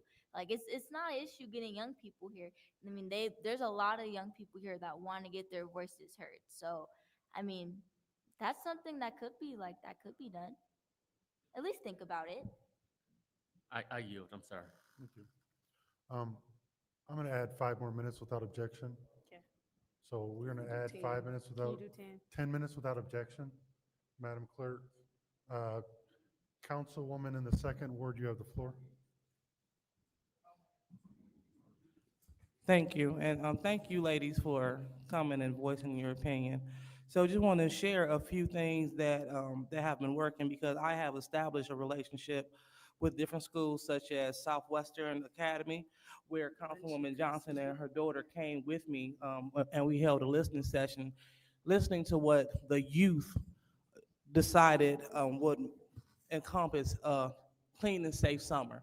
Things that they wanted to see funding, ARPA funding, centered around so they will be confident and feel safe within their city. So those conversations have taken place, as well as things with Freeman, Eagles Nest, the New Standard, Home STEM Academy, Northridge, Burton Glen, and also relationship with Greater Heights.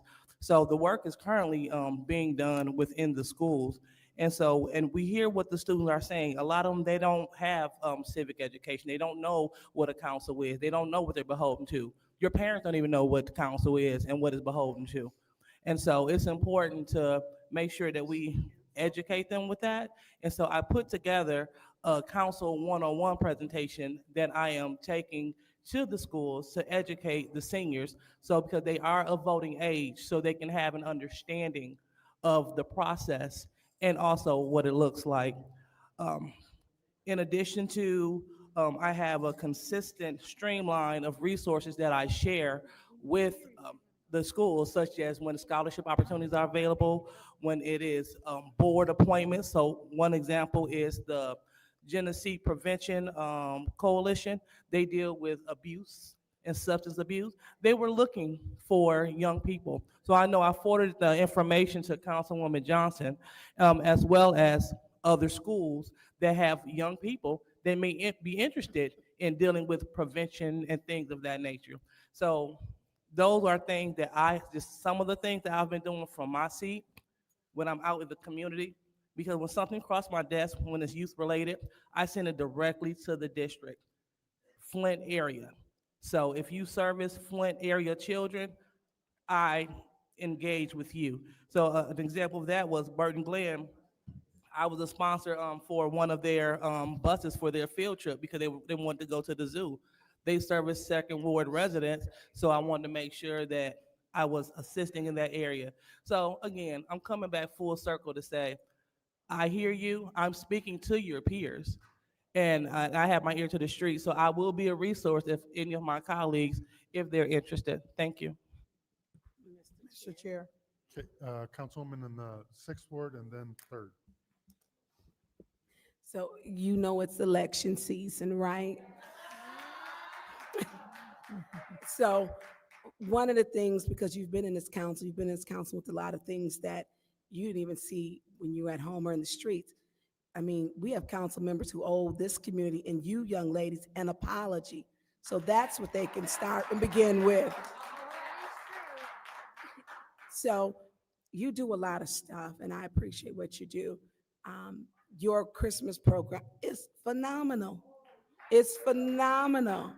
I mean, the way I couldn't organize that. I'm gonna be honest. And so you have to be celebrated, but we have to be able to communicate. I don't know, and I don't think I don't have school age children like that. My one is pre-med in college. And so we have to understand what the schools are teaching. And with charters and public schools, curriculums are different, and often benchmarks are not met in most of these schools.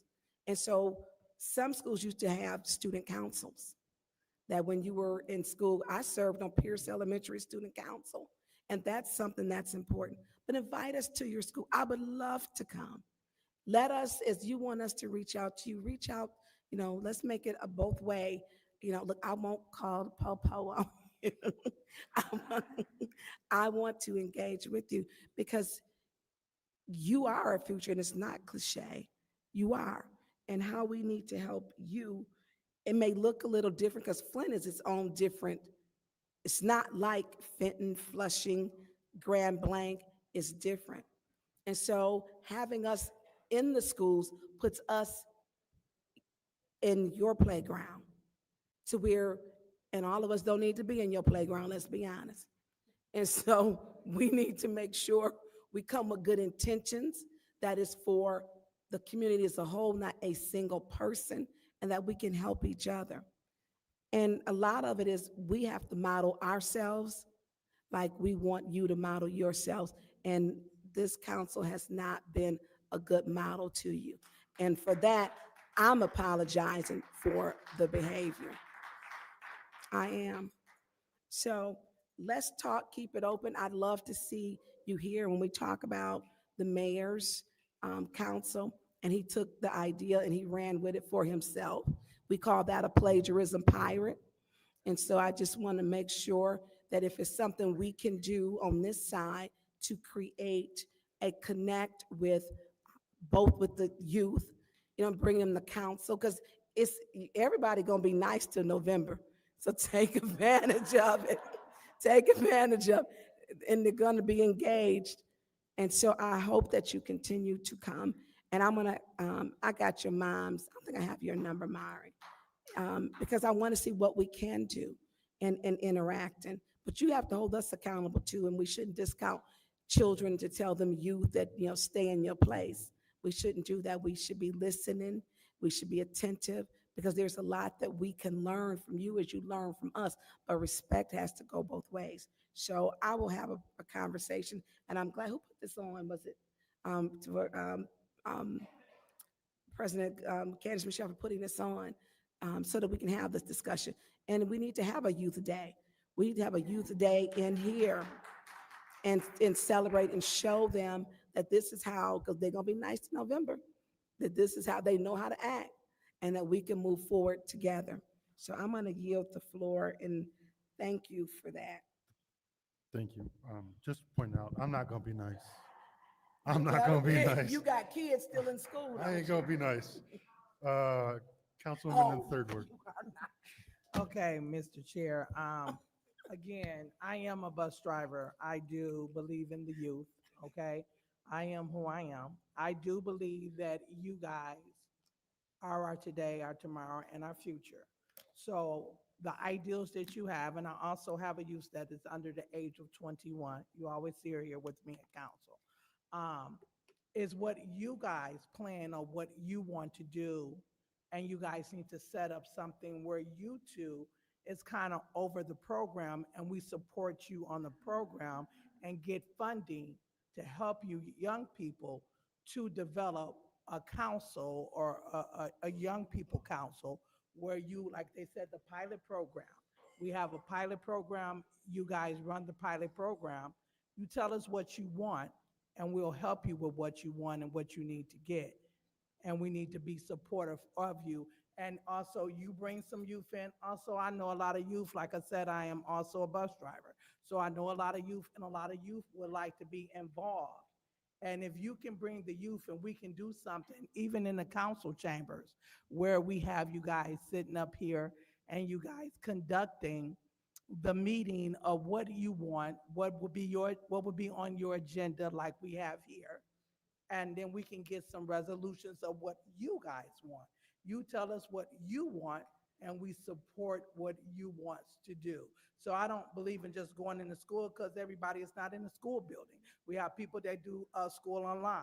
So I believe in reaching everyone. And you guys know the children, your young people, just, everybody that wants to come, because I've met people that know you guys. And when you meet people, we just want to get all you young people involved and hear your voice and what you have to say, because I believe in what you have to say. I'm not doing it for an election. I don't need it for an election. I do support youth because I am a bus driver. I'm up at 5 and I'm done. When you see me running in here on some days, on Wednesday, I'm running here off of my bus. My bus sometimes be parked in the back, but I am in support of the youth. So whatever you want to do, we are willing to support you in any and everything that you want. So kind of get a program together so we can help you and assist you with the program that you want to get together so we can hear what you have to say. And we sit on the other side and you guys sit in our chair and you guys tell us and show us, like you said, these are the rules. This is what you need to know. Your 1, 2, 3s and your ABC.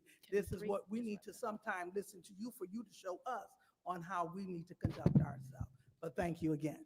Okay, without objection, I'm going to add 3 more minutes. And before I turn the floor over for the final, I just want to say that the Copany girls, congratulations on getting eye contact from everybody tonight. This is the first time ever. So what you've done here tonight, you've got eye contact from everybody here. So I think that's a first. So mark that on the calendar. So Councilwoman in the 7th Ward, wrap this up. Thank you. Absolutely. I will wrap up this discussion item. First of all, I want to thank my colleagues for, like our chair said, being attentive and actually cooperating in a conversation with these 2 young ladies who have been coming here for some time. And I want to, because one of the things we do, action items, right? That you don't leave here thinking this is the last time you're just going to sit here. One of the reasons that I wanted to have this discussion is so that we can establish something so that you all are over it, that you can lead it, have other youth from the ages you suggested come and start being a part of it. But I know one of the things you talked about was like gangs, crimes, drug intervention and all of that. And so we are going to look to you to tell us how to shape and again, how to put funding toward what you are going to lead and head up. Like Councilwoman Johnson said, there will need to be a proposal to put in place. I will happily work with you on that as well. So that it can be presented, because I know sometimes you just get your thoughts and put it on paper. And then we will do another discussion item at the next Government Ops Committee meeting where we can do the proposal and we move forward with what, because as the weather is breaking, we want to go ahead and implement what you're going to do. Ladies, I'm sorry. Ladies, do you have a final thought? I have like 1 minute left, so you can have it. Well, thank you all for listening to me and my sister and giving us eye contact. That's the first. I think we're gonna buy a cake for that. You got something? No? Okay. All right. I'm done. Okay. Then, thank you. We will close that discussion item on. Thank you once again. On to the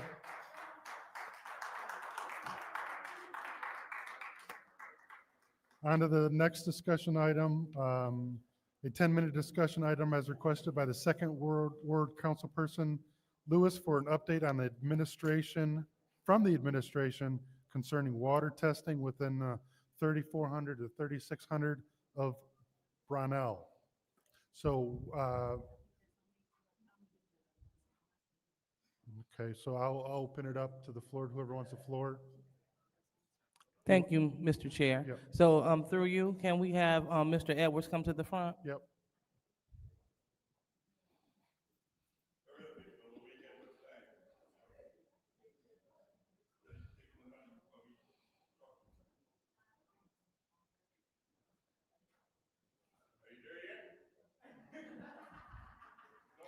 Mr. Edwards, you got all 10 minutes, so if you want to take a seat, you're more than welcome to.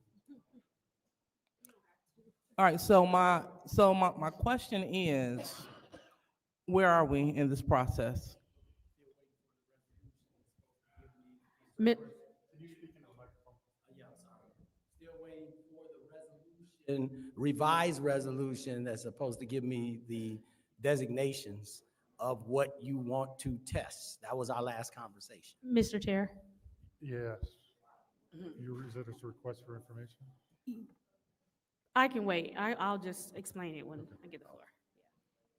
Okay, so you're waiting on the resolution from council. That we, at the council meeting, we talked about there's a specific set of factors that you test for, and that's what they charge for. And I can't make that up. You have to tell me what it is you want to test for, and I'll make sure the vendor tests for that. And then we get the pricing from that. That's how they determine how they're going to give us the pricing, by what chemicals they're testing. Understood. Okay, so I know for a fact that Mr. Fields, he came multiple times requesting mold being one of the items being tested. So mold should be on the list. One of them should be mold. And I will just turn the floor over to my colleagues. Thank you, Madam. Mr. Chair. Councilwoman in the seventh ward. Thank you. No, Mr. Edwards, she missed the meeting when we were discussing the update. But what we are going to do, like before we do the resolution, everyone was sent an email by our city clerk with the survey, because remember our first step was getting the survey. And so everyone does have the survey. You received it in your email. And I also provided the comments that the public health public health manager, as well as the, I keep forgetting Mr. Dungy's official title, but as well. A water plant supervisor. Water plant supervisor. They both added what they thought should go to the survey. And with the public health manager, it was just simply she needed maybe some more kind of contact information. And then Mr. Dungy just wanted us to add, he had a specific bacteria that he wanted to add, but on the survey are questions that will help us figure out, because every house might be different, but there are questions to help us figure out what the house may need to be tested for. And then at the bottom of the survey, it has the different metals, the chemicals, and then also now that bacteria. And at whomever is going to end up doing the survey, Mr. Edwards at the homes, they will just end up checking the bottom, and then that will help inform you on what should be tested at each home. And again, per our discussion, the metals, you have, the first metal is at a base price, and then it's $10 per metal. After that, your bacteria is going to cost a little bit more, but then it's just going to be for that particular bacteria. And so we have 100 homes that will probably have different needs, or maybe they'll all have the same box check, but the survey is going to help us be more informed about what specific metals and what specific bacteria we need to test for. But that survey, once my colleagues take a look at it, I am going to add. Yes, Clerk Donahue actually sent it to you all. I forgot to have it printed out today, but it's in our emails. But once that survey is complete, or once we have the okay from the council that the survey is complete, we will then turn it over to you and your lovely public Office of Public Health. They will go conduct the surveys at the homes, and then from there, once you all tell us what you come up with, we will put those particular metals into the resolution, and that resolution will be correct for you to start testing. Thank you. I yield. Any more discussion on this discussion topic? Mr. Chair, Councilwoman in the 6th Ward. through you to the city clerk, when did you send that? This afternoon. It was today.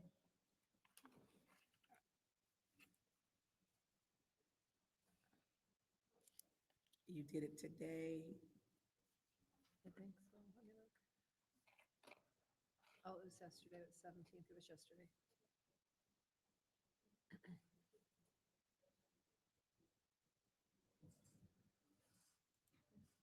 Yesterday. Yep, it was yesterday about 5 p.m.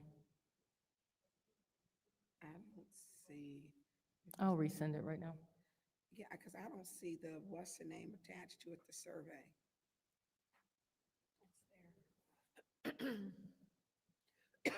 Not for mine, it's not.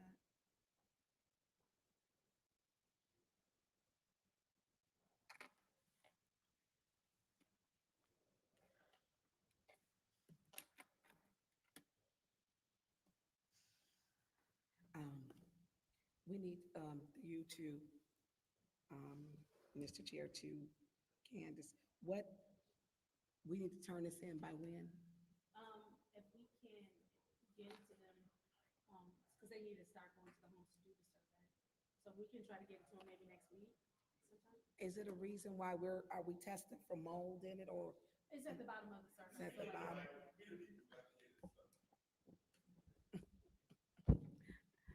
Thank you, Ariel. So are we testing for bacteria? Is that one of them? Yep, it's at the, you said you don't have the survey? No, she said she just sent it to again. me. Yeah, I have it now. Okay, Are you yielding? I'm yielding. Yeah. Mr. Chair, Councilwoman in the 4th Ward. I want to thank Councilwoman Mashat for doing that, because I don't understand anything about water, and I thought it was very complete from what I saw, especially from the concerns that the residents have brought forward to us here in this room. And so I have no problem with it as it stands. And I like the idea that we can test according to what they want tested, each individual resident, if that's what we need to do, so that we're not paying for tests that another resident doesn't feel they have an issue with. So we're not paying that for that property, but we are for the property that they feel they have the issue with. And then if it's something that's consistent across the area, then we found out that they all have the same concerns. And I Request think for that's information. very good. Fred. Through you to the speaker, am I understanding that each house is going to have a different test? That was, yeah, answer that. So there's a survey that asks about their specific Address. like what they're smelling, seeing, tasting, what effects it's having on their home, what effects it's having on their health. And then based off of what is specific to their homes, at the bottom of the survey, there is a box that it's for Mr. Dungy or public health administrator, to check to figure out which test needs to be done in that specific home. And so, but what it is still the same metal. So what happens is, even when they order it, right? Most people are going to have that same base metal, but it's the metals that come after that, the $10. I don't know what company y'all are going with, but that's generally the price. Then if the metals after that are different for each home, then yes. So say you and I could be having two completely different things, right? I could probably not need a metal or testing at all in my home, right? Mine could sound more like a bacteria issue, and I would be more along the lines of bacteria. Whereas you might have an issue, and your issue might be more along the lines of what sounds like a metal concern, if that makes sense. It makes sense if we can have some discussion. It makes sense. Yeah. I just didn't realize that every home was getting a custom test. I thought we were sort of doing a survey to identify But what I'm saying, a standard test that we were going to develop for the entire 2 blocks. right? But if we can make it work where it's custom to each household and it's within a reasonable, well, I hate to say reasonable price, but yet we're going to have to determine some kind of budget. So what for this. happens again in that testing is, if we decide I just give you a blanket testing and we only test for XYZ, but you don't have any of those issues based off of what you're describing your home, but we don't ever actually test for your actual issue, this does you no good, because it looks like you're fine when you're not. Yeah. If I may. And that's why I'm saying that that's what I liked about the way the survey was written, is that we could do that. Madam Clerk, we'll add 10 more minutes without objection. I mean, there's going to be standardized tests, I think, because we did agree to test all of these homes. So one standardized test, but then add the individual ones that the homeowners or the residents are desiring of, so that they can learn more about the water. We can learn more about the water. Our water department can learn more about what's going on. I think that the way that this survey was written and developed is great, and I commend you very much for that. Thank you. I yield. Anyone else with discussion? Chair. Mr. Yeah, Edwards. Yeah, I had a question by listening to that discussion. So, do you know that vendors will do this custom? I mean, I don't want to run into that problem, and find out later that, no, they're not going to do 100 customized tests. So when they run tests on homes, right, it's going to be that specific home, that specific address. And so they will test for whatever you tell them to test for. It's not, they can't tell you yes or no. It's whatever you as the customer say, my address is 3710 and hers is 3727. They can't tell you, oh, we're only going to test for the same thing on this, right? It's going to be, if you say, for all of these homes, I want a lead test no matter what, right? That's only if that's how that works out. And then say for this particular home, this home sounds like it more so has a bacteria problem, whereas this home does not sound like it has a bacteria problem. What you don't want to do is order blanket testing, and then you end up paying for something that, if you go over what they're having in their home, is not even actually the issue that they're having. And so now you've paid money for something that wasn't even occurring. I believed when you were discussing it, I mean, as a group, that I was thinking you were saying that by way of the survey, yes, that everybody would put the things that they wanted to be tested from A to Z, and then we'd figure that as the panel that would go across all homes. It would take into account everybody's issue. Correct. But we would be testing for all the items A to Z as a panel. And if that works too, if you would like I'm doing it whatever way you want me, but I'm just saying that that's what I first thought you were saying. Right. So I think what will happen is that once we do the surveys, and as a council, you all provide the data on what you see, and then you provide the recommendation, and that's what we're going to put in the resolution. Okay, anyone else with discussion? Mr. Chair. Yeah. Mr. Councilwoman Edwards. in the sixth ward. Did you say councilman? No, I said councilwoman. No. Mr. Edwards, Um, Many residents have asked why not test, a larger pool of people. Do you get in the mayor's office any complaints that the water smells, molds, mildew? Is your office getting any complaints? I would not be that person that could, possibly give that information because there is a person in our office that handles that. So I have not been exposed to those particular complaints, but that doesn't mean we haven't received them. Okay, because some people on certain areas feel that they don't have these problems. In some areas, we know when the water is stagnant, we have automatic flushers, like over there where Councilman Pfeiffer lives. So the water doesn't get stagnant. We do have one on Concord and Winona now, but that was fighting to get that one. So, and that's what I would like to know, because people are asking, why are we not, and this is just a sampling to see if it's a cluster in their area. And I would like to, because a lot of people will come and they call the mayor. So who's over that in the mayor's office, in the administration? It's Daryl. Daryl Mr. Daryl handles Petway? Petway, yeah, he handles the individual complaints that might be phoned in So they directly to would the come. mayor's office, yes. So can we find out so that if he has taken note of that, if there's another cluster or different pockets that we address in those, we're gonna do this first, I know, but I don't want to leave any resident out if they have water complaints.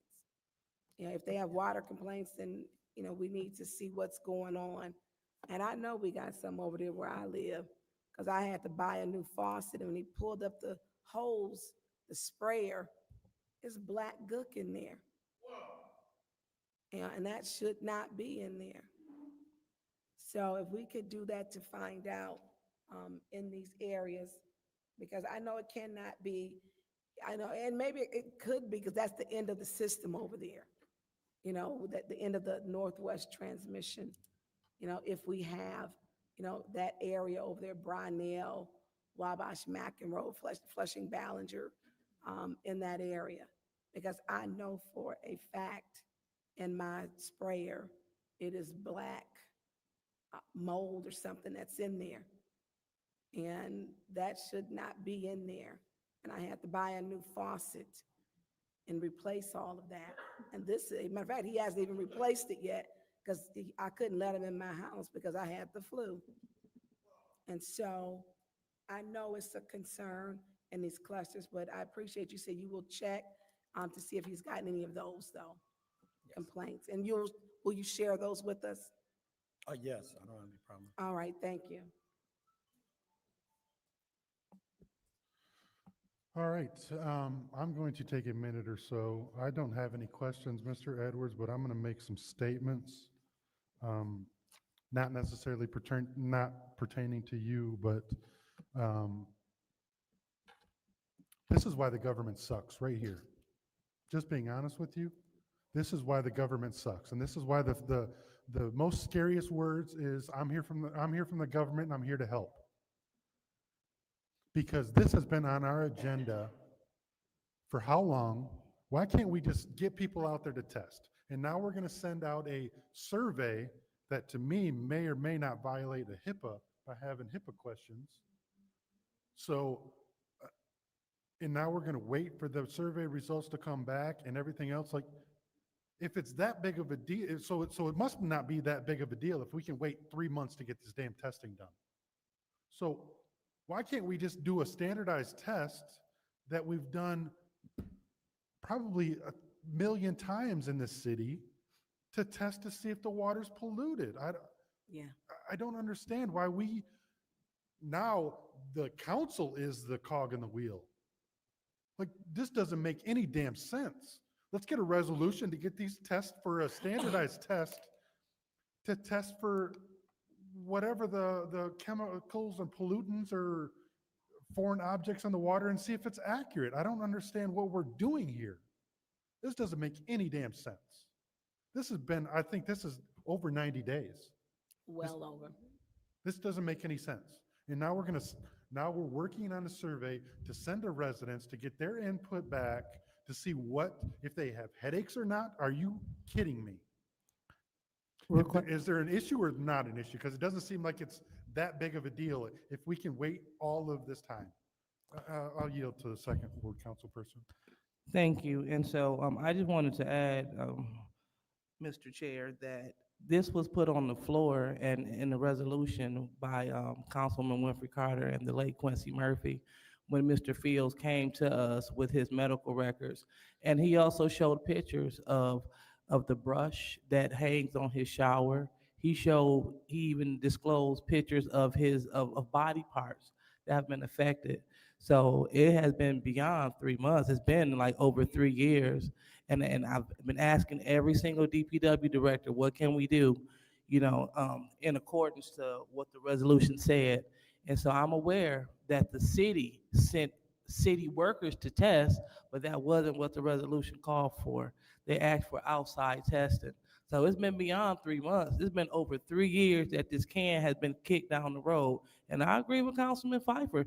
It just seems like now it's back on us just to prolong the process, and it's not fair. I know that Mr. Fields, he also reached out and he told me that he submitted some information to the city clerk. Um, and it says, today I sent some information to the city clerk, which I hope helps the city council decide what they're going to test for. If you remember, I sent an email to a college professor who's an expert on water safety, and I provided information that my professor said should be tested for. So through you, Mr. Chair, to the clerk, um, did she receive these documents from Mr. Roy Fields?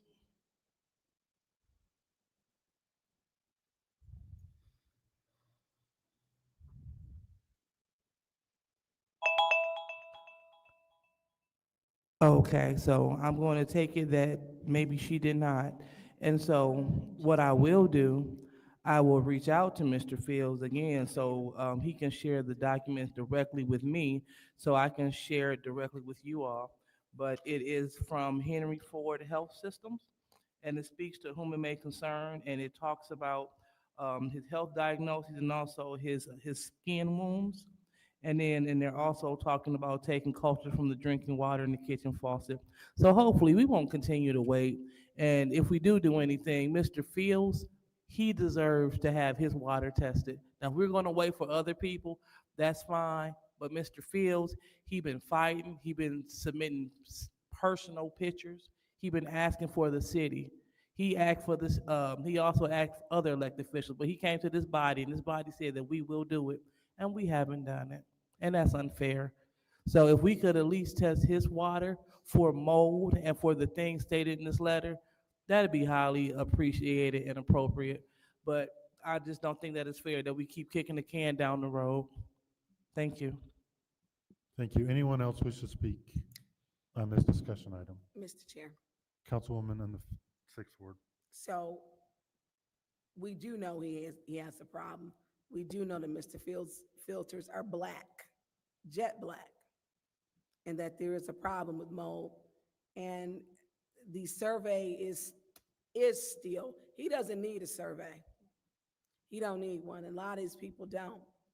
They just need to have, let's get out and test it and stop prolonging it. And so, Dennis, I appreciate your, I'm not going to be niceness, because it's true. We need to poop or get off the pot. And we've been on the pot a long time. It's time to get this tested. And I'm not even for no survey. I mean, it should just be basic. Mold, mildew, bacteria. We need to test for the basic things, because there's some things that people may not know with some of the symptoms. And so we prolonged it too long.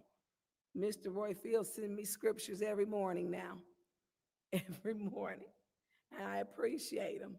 But we need to do what is right by the residents, and this is just a small cluster. We need to quit prolonging this. We need to go ahead and get the testing, get it tested. That we know that it's not just this block, especially when we go all the way down to Stewart Street. There were 5 people died in that first block. 5 of aggressive cancers. That's not normal. And we owe it to the people to get the, well, I don't say get the ball rolling. We're doing nothing but prolonging it. We need to get it tested. So I don't know what we need to do to get the testing, because water companies, they test. They can tell you what type of test that you want. Did anybody ask that to the water company, testing company? Mr. Edwards, when you spoke to them, did you ask them? No, that, I haven't been speaking to them. Who's been speaking to them? We just made the inquiry. I went through Jeanette Best and some others that have used companies. They have used companies as it relates to testing the plants and so forth. So, Request for but we didn't have information. any discussions. Request for information. Dennis? Yeah. You. I'm just like, we're having it open, so I'll just go. Oh, no, I was gonna say, I don't know if you're aware, but even if they do go there, they're gonna ask them, what are we testing for? What are the symptoms? So they're still gonna need to know. Well, let them go there with the survey. We don't need to pre-send the survey. When they show up, let them have the survey in hand. Wait, are we talking about the same thing? What are you talking about? No, we're not, because I'm asking him why he's saying he didn't talk to anybody. And he's saying he took recommendations from Jeanette Best and from, I assume, Scott Dungy. And this is not something I would have hoped, Mr. Edwards, either you or your administrative assistant, and you would have been on this, because this is serious. This is the water. 18 months people drank this water, bathed in it, cooked in it, and they told them nothing's wrong with your water that is brown, copper, the color of sweet tea. And so this ball is beyond dropped. And so if they got a survey, show up with the survey when you get there to the house and have the testing materials with you. That's what needs to be done. And we need to have this done expeditiously. And so, Request for information. Councilwoman Burns, I don't know if you're clear, but what you're saying is what's supposed to happen. They're supposed to take the survey when they get the water. Like, that's what's supposed to happen. not pre-fill it out. No, they're supposed to fill it out right there while they're testing the So water. they're gonna have the testing materials. I would hope so. If they're testing water, I would expect that, yes. Okay. Yeah. And so, who was handling this in your office?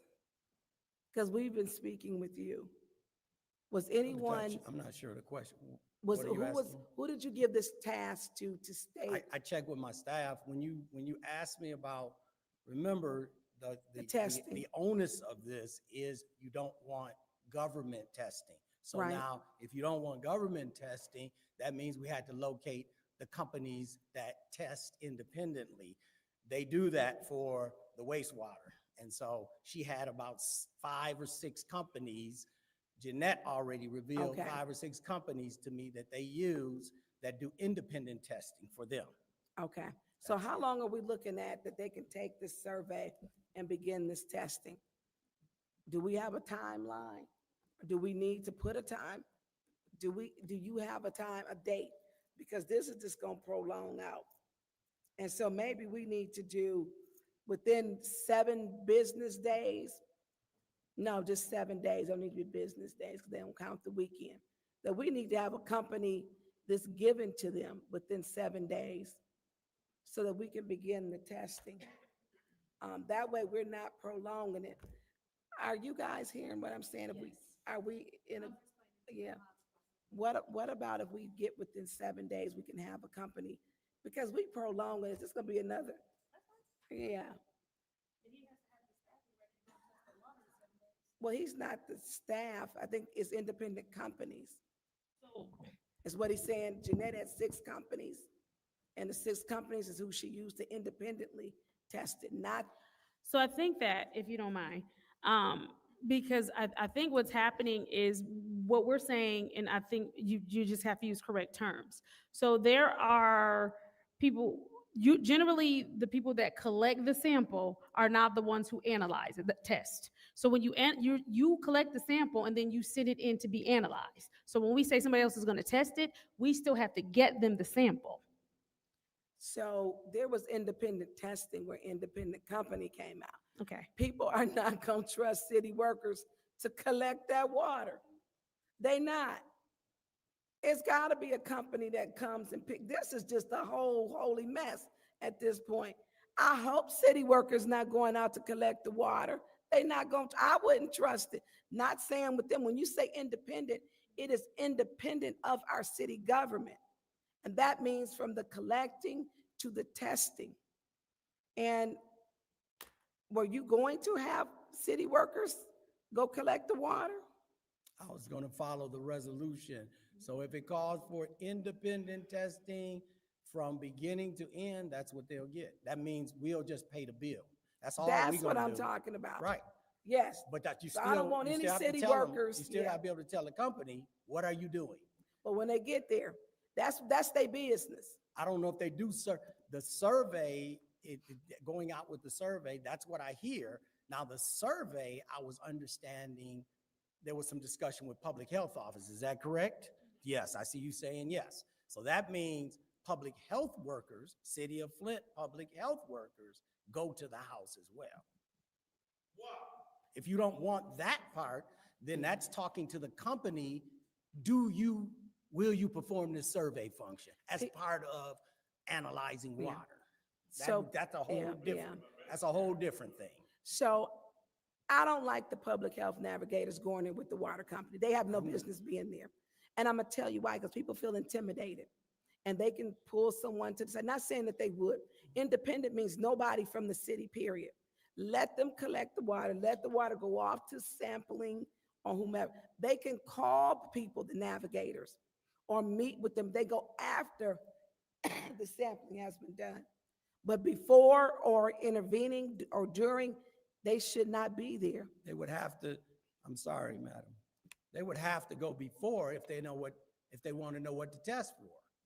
Well, that's if we use the survey. Oh, yeah. That's based on the survey. Oh, you saying you don't want them to be involved in that process? So it sounds like, excuse me, sounds like what she's saying is you are going to have to contract people to go to the home, do the survey That's and the not what I'm collection at the saying. same time, no? No, Because we don't have anybody to do that. No, I'm not. I'm saying even if we have to do it, and we say independently whole, I'm saying that I don't want the city to be any part of this because people don't. They have no reason to trust city government for being poisoned. I get what you're saying, but I think afterwards, once they got the water, then have them go. You know, let people. Why do they have to go? That's imposing something else and delays it. Go get the water and start testing it. I mean, what do we know what's in the water now? Mold, we know mildew. There's some who still have lead.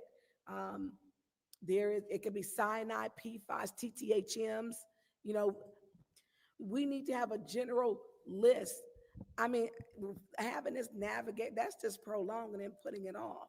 But what I'm saying, and I hear exactly what you're saying. I think we're saying the same thing. But what I'm saying to you is whomever goes and tests the water for us has to have them fill out that survey as they're collecting the water because you need to know, because the company that's going to analyze it needs to know what's happening in the water. So is the company requiring that we do a survey, or do they have their own survey? So generally, and I'm not sure who, but the labs that he mentioned the last time that he was here, because we also work with we work with those labs, right? And so what those labs do is you have to come in and tell them what you want tested. They don't send anyone out to collect. They don't do that part. Once you turn, I'm going to bring this water to them, and then they're going to say, perfect. What are we testing for? They're going to check on their sheet what they're testing for, and they're only going to test for what you ask them to test for. They do not come out and do the collection. They don't do any of that. Generally, people send the water to them themselves. So the only and if you go the route of having people send the water themselves, you have to think about human error and them not collecting it how it should be. Whether you're doing, so if you're doing EPA testing, it has to be the first catch. The water has to have been stagnant, and At least then 6 hours. correct, and then stagnant standing, whichever works for you. And then on top of that, you have a chain of custody of you have to make sure there were no contaminants, nothing touched the inside, touched the top, any of that. So you have to have all of that process in place. And then, and you can always have people collect the water and send it themselves. But again, you are bumping up against that human error part of they may do something incorrectly. Then also, if you tell people you have to send it by a certain time, some people might miss that window. Some people may leave it in their car, and depending on what it gets tested. So there are a lot of different, yes. Can we just get the people and hire the people to come out so they can test the water? We're going around and around and around in circles. Can we just get the company, the independent company, so they can come in and test the water? We're talking about how the samples is collected. Let's just find a company that does independent testing and see can we get them to the people home to get the water and get the testing done, or bring them in front of council. So then we'll know what we need to do to sit up and get the testing done. So we have us saying it, right? Because I know you dealing with the water. I do understand that. But we do need a company to come in that we're gonna have, and we're gonna pay to be the independent testing so they can tell us what we need to do and to move forward. Are we able to do that? Just yeah, I mean, we probably could just ask one of the companies if that's what you All desire right, to so, come and before then you. we can get the testing, we can see how long would it take them to come in and test for the people's water and get it analyzed. Can we do that? I mean, you can ask them all all the questions you want to ask. Right, If but you want me to contact a company to be here in council, I can do that. And are we able to get a 14-day turnaround to get the water? They would have to collected? answer that question All right. for you. All right, so Yes. that's what we're trying to do. Yes. All right.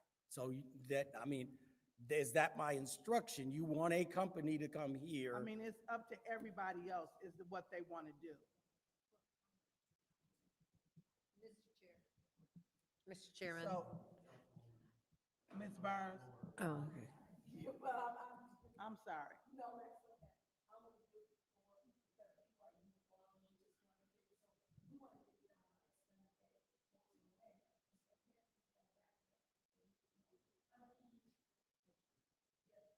Just the whole reason why this survey was created was to know, because the cost of testing these items, and was to maintain so that we can be effective with our spending.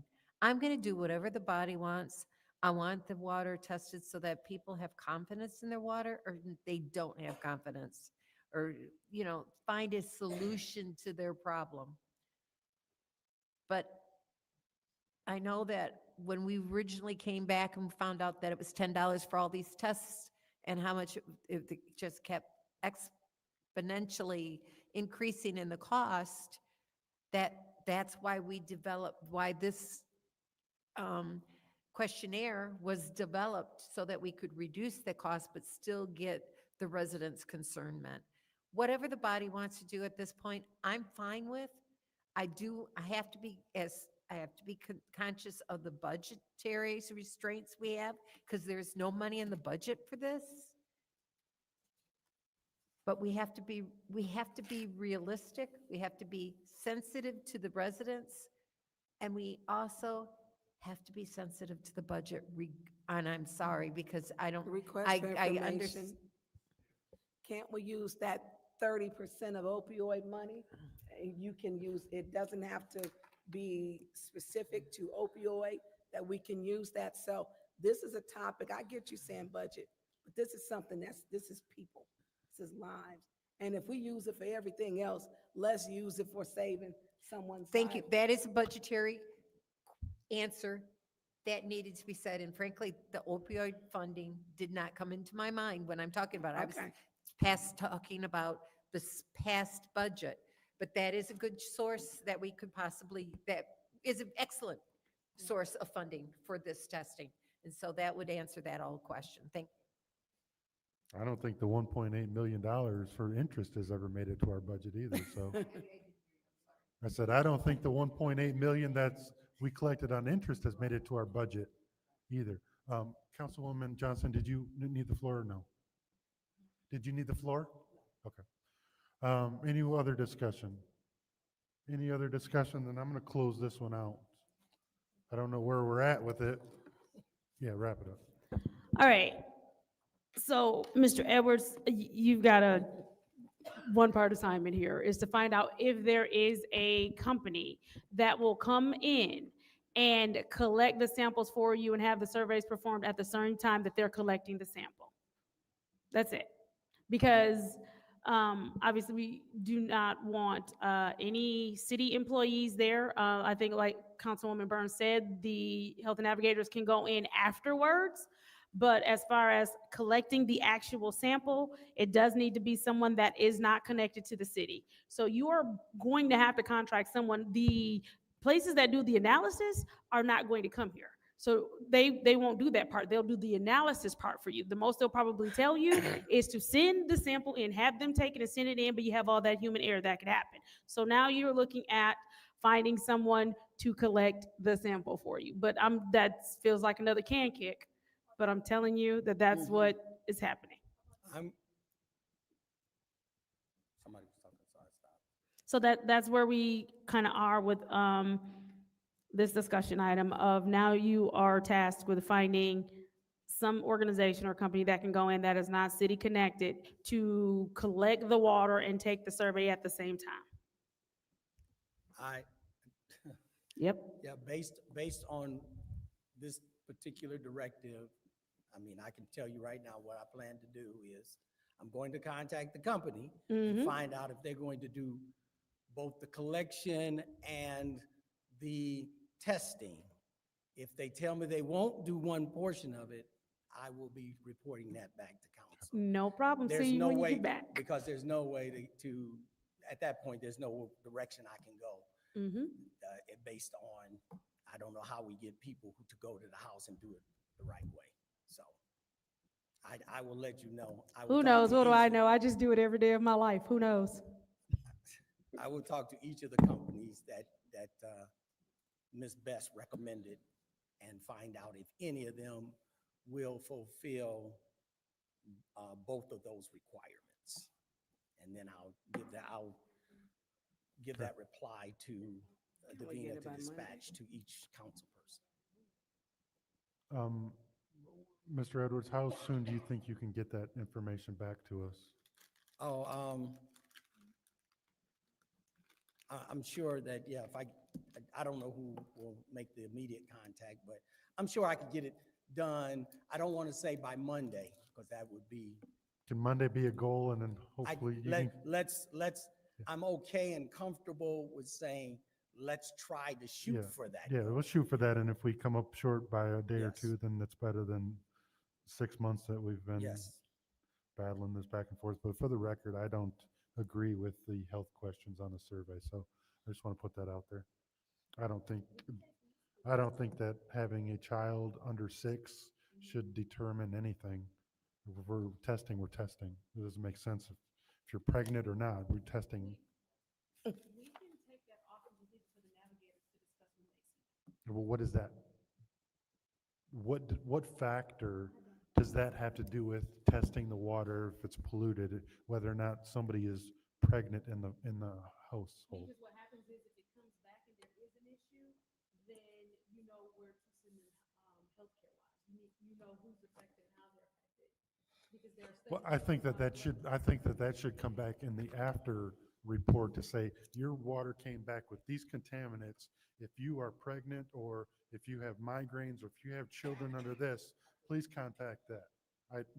That's the way I think that it should go. All right.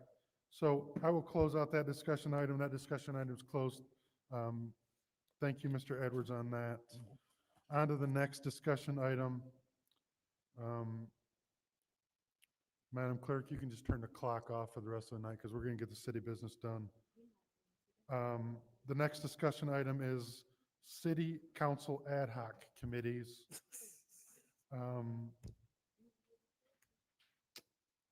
Been there, done that, tried that, but it's a discussion item requested by council president, so I will turn the floor over to you to Thank you very much. So there are some key areas that obviously constantly come up here, some things that I know that we do not necessarily stay on top of getting quarterly reports. I want to consider these ad hoc committees and not have them be like,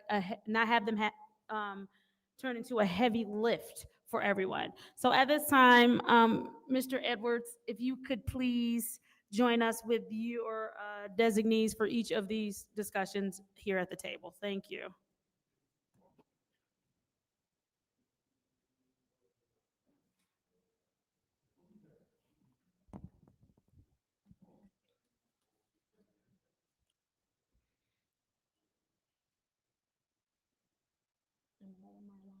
I'm gonna just go out of order.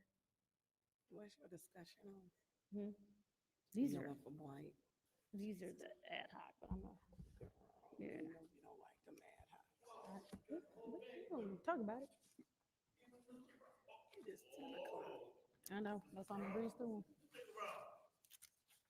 Good evening, everyone. Thank you for joining us. Thank you for sticking around. I know it's 10 o'clock for us all. So I do want to start, again, we're going to start with number 2, Water Committee, because I know that Mr. Marwan, I'm sorry, we do not know your last name. If you could go ahead and introduce yourself, name and title. Director of Public Works, and I oversee the water treatment plant and the sewer treatment plant. Thank you. And so I know you've come to council a couple of times. We just, for whatever the reason, we never made it to you in your being able to introduce yourself. Mr. Edwards, you sent an email earlier. I can't find it. If you could please explain the 50% that he is responsible for, because I don't want to get that incorrect. Yeah, yes. The design is that for DPW is a director heading it up, 2 deputies. A deputy is responsible for the water plant and water pollution control, and then a deputy that would be responsible for transportation and the water service center. So Mr. Marwan, his area of responsibility is both the plants, the water treatment plant, or water pollution control as it's referred to, and the water plant. All right, thank you so much. And before we get into what the proposed idea for this ad hoc committee is, I do want to give my colleagues a chance to, because I know there were some questions that we did have for Mr. Marwan, especially regarding the administrative consent order and maybe some other things that fall under his purview. If anyone would like the floor at this time. Madam Chair, or I'm Have gonna at it. I'm gonna interject. Mhm. And You want to do it? no, I want just to stick with this. I don't want to open it broad because we'll be here all night. 'Cause Okay, no problem. The ACO is a whole animal on itself. So if we can stay directly to No problem. that. So the whole point in these, in trying to form ad hoc committees, obviously, we're talking about the water, so we're discussing what we would do is have people who are responsible for one. We're going to move the water testing, if you all agree, under the water ad hoc committee, so that someone is staying on top of that, making sure that we're getting what we need in a timely manner to get those homes tested. Then the second thing, water rates, we know that that meeting is coming up and that we should have a presence there, and we just need basically someone to come report back on that. So we have water rates, water testing, and then the water infrastructure, which is the stuff that goes into the administrative consent order. And so instead of all of these things getting lost in the shuffle because you have 9 people who are trying to keep up with it, I think that we need to designate 2 people to keep up with it. I am ready to appoint, but I'm also ready to hear if one person would like to volunteer. Y'all not gonna volunteer, really? Golly. Okay, so I will, she's gonna kill me, she's not here. But I will put Councilwoman Winfrey Carter and, she's gonna kill me. And Councilwoman Lewis, only because, don't, no. Even if they don't have to talk, they just talk to the administration? Okay, I won't do that. So then I will put, Clyde laugh. Vice President. How you doing? I need you to step up for me real quick. I need you to step up. What? Yeah, I'm appointing right now, and so I'm asking you Vice President to step up and be on the Water Committee with Councilwoman Lewis. So, and this is going to make sure that we stay on top of water rates, the testing that we're doing with Mr. Edwards, and then also staying on top of anything with the administrative consent order and water infrastructure.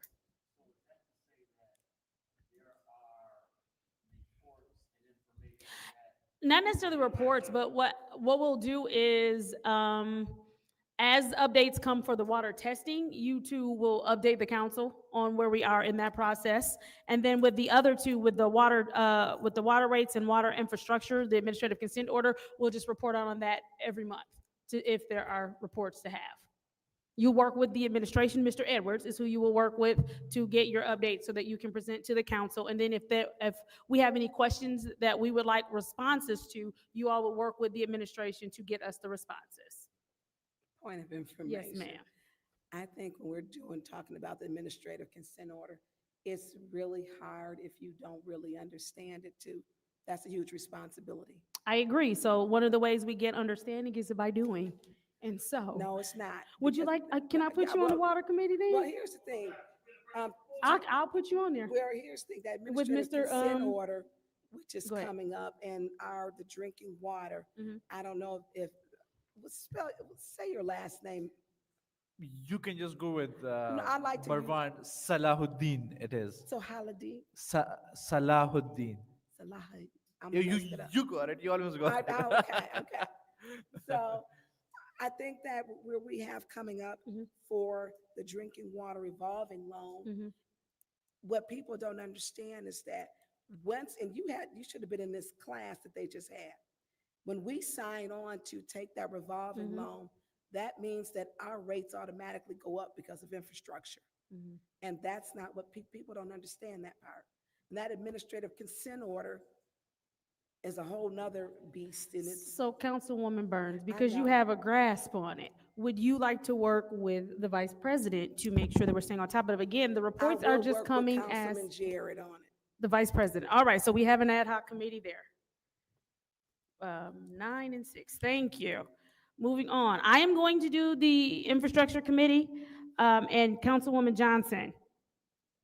Councilwoman Johnson, I'm volunteering you to be on that infrastructure committee with me.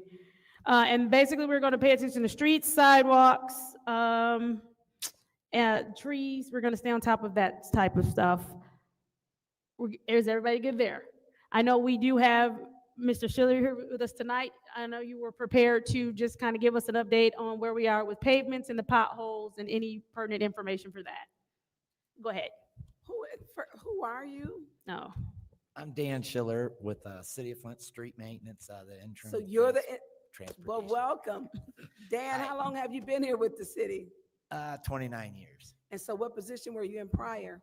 Foreman for the street maintenance. I was a foreman over there. So you worked with John Daly? Oh, yeah. Yeah. Yeah. Okay. Nice to meet you. Nice to meet you guys. All right, what do you need for the, okay. So currently, how many streets are slated to be paved this year? And also give an update on we have a lot of potholes happening. So how many potholes have we fixed so far? How many potholes are we slated to fix? How many have been reported from the hotline number? Potholes. I'm sorry. You're fine. Everybody's nervous their first time. All right. The streets that are going to be paved this year that we're planning on paving. So far, it's like 24 streets. 24 streets.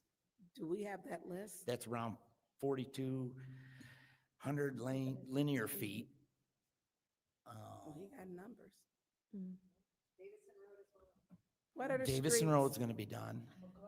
That's 24. I count it like we got 24, and that's internally. And then the contractors are going to do another 8. That's 30. Okay, and that'll be all right. Hang on here.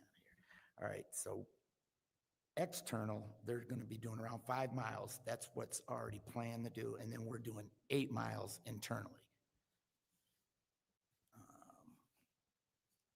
And what else did you? The sidewalks, did you want to know? I got a little bit on that. There's been 30 addresses as of in the 50/50 program as of 6/30 of 25. And then for paving, the, okay. As of 6/30 of 2025, on major streets, we spent $8,461. And then on the local streets, we did $6,361 on the local streets last year, up until 6/30 of 25. The ARPA funds, the ARPA sidewalks, 493 squares or flags. That's 12,450 square feet. That's what we spent $2 million on last year. $2 million went on. Yeah, this contract's still ongoing. Okay. Thank you for those numbers and those updates. I know that with the sidewalks, I don't know if you were able to get those numbers from Ms. Newman.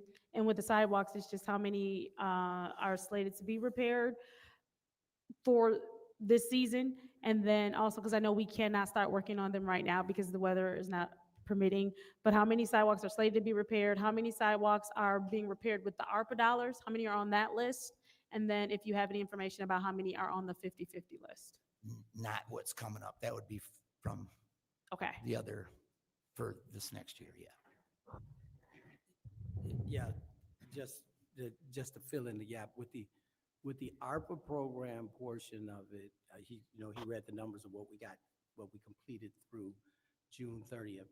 And we've been moving from ward to ward to handle that. So last year, they were working in wards 1, 3, 5, and 8. I don't think they got 8 finished or actually got through it.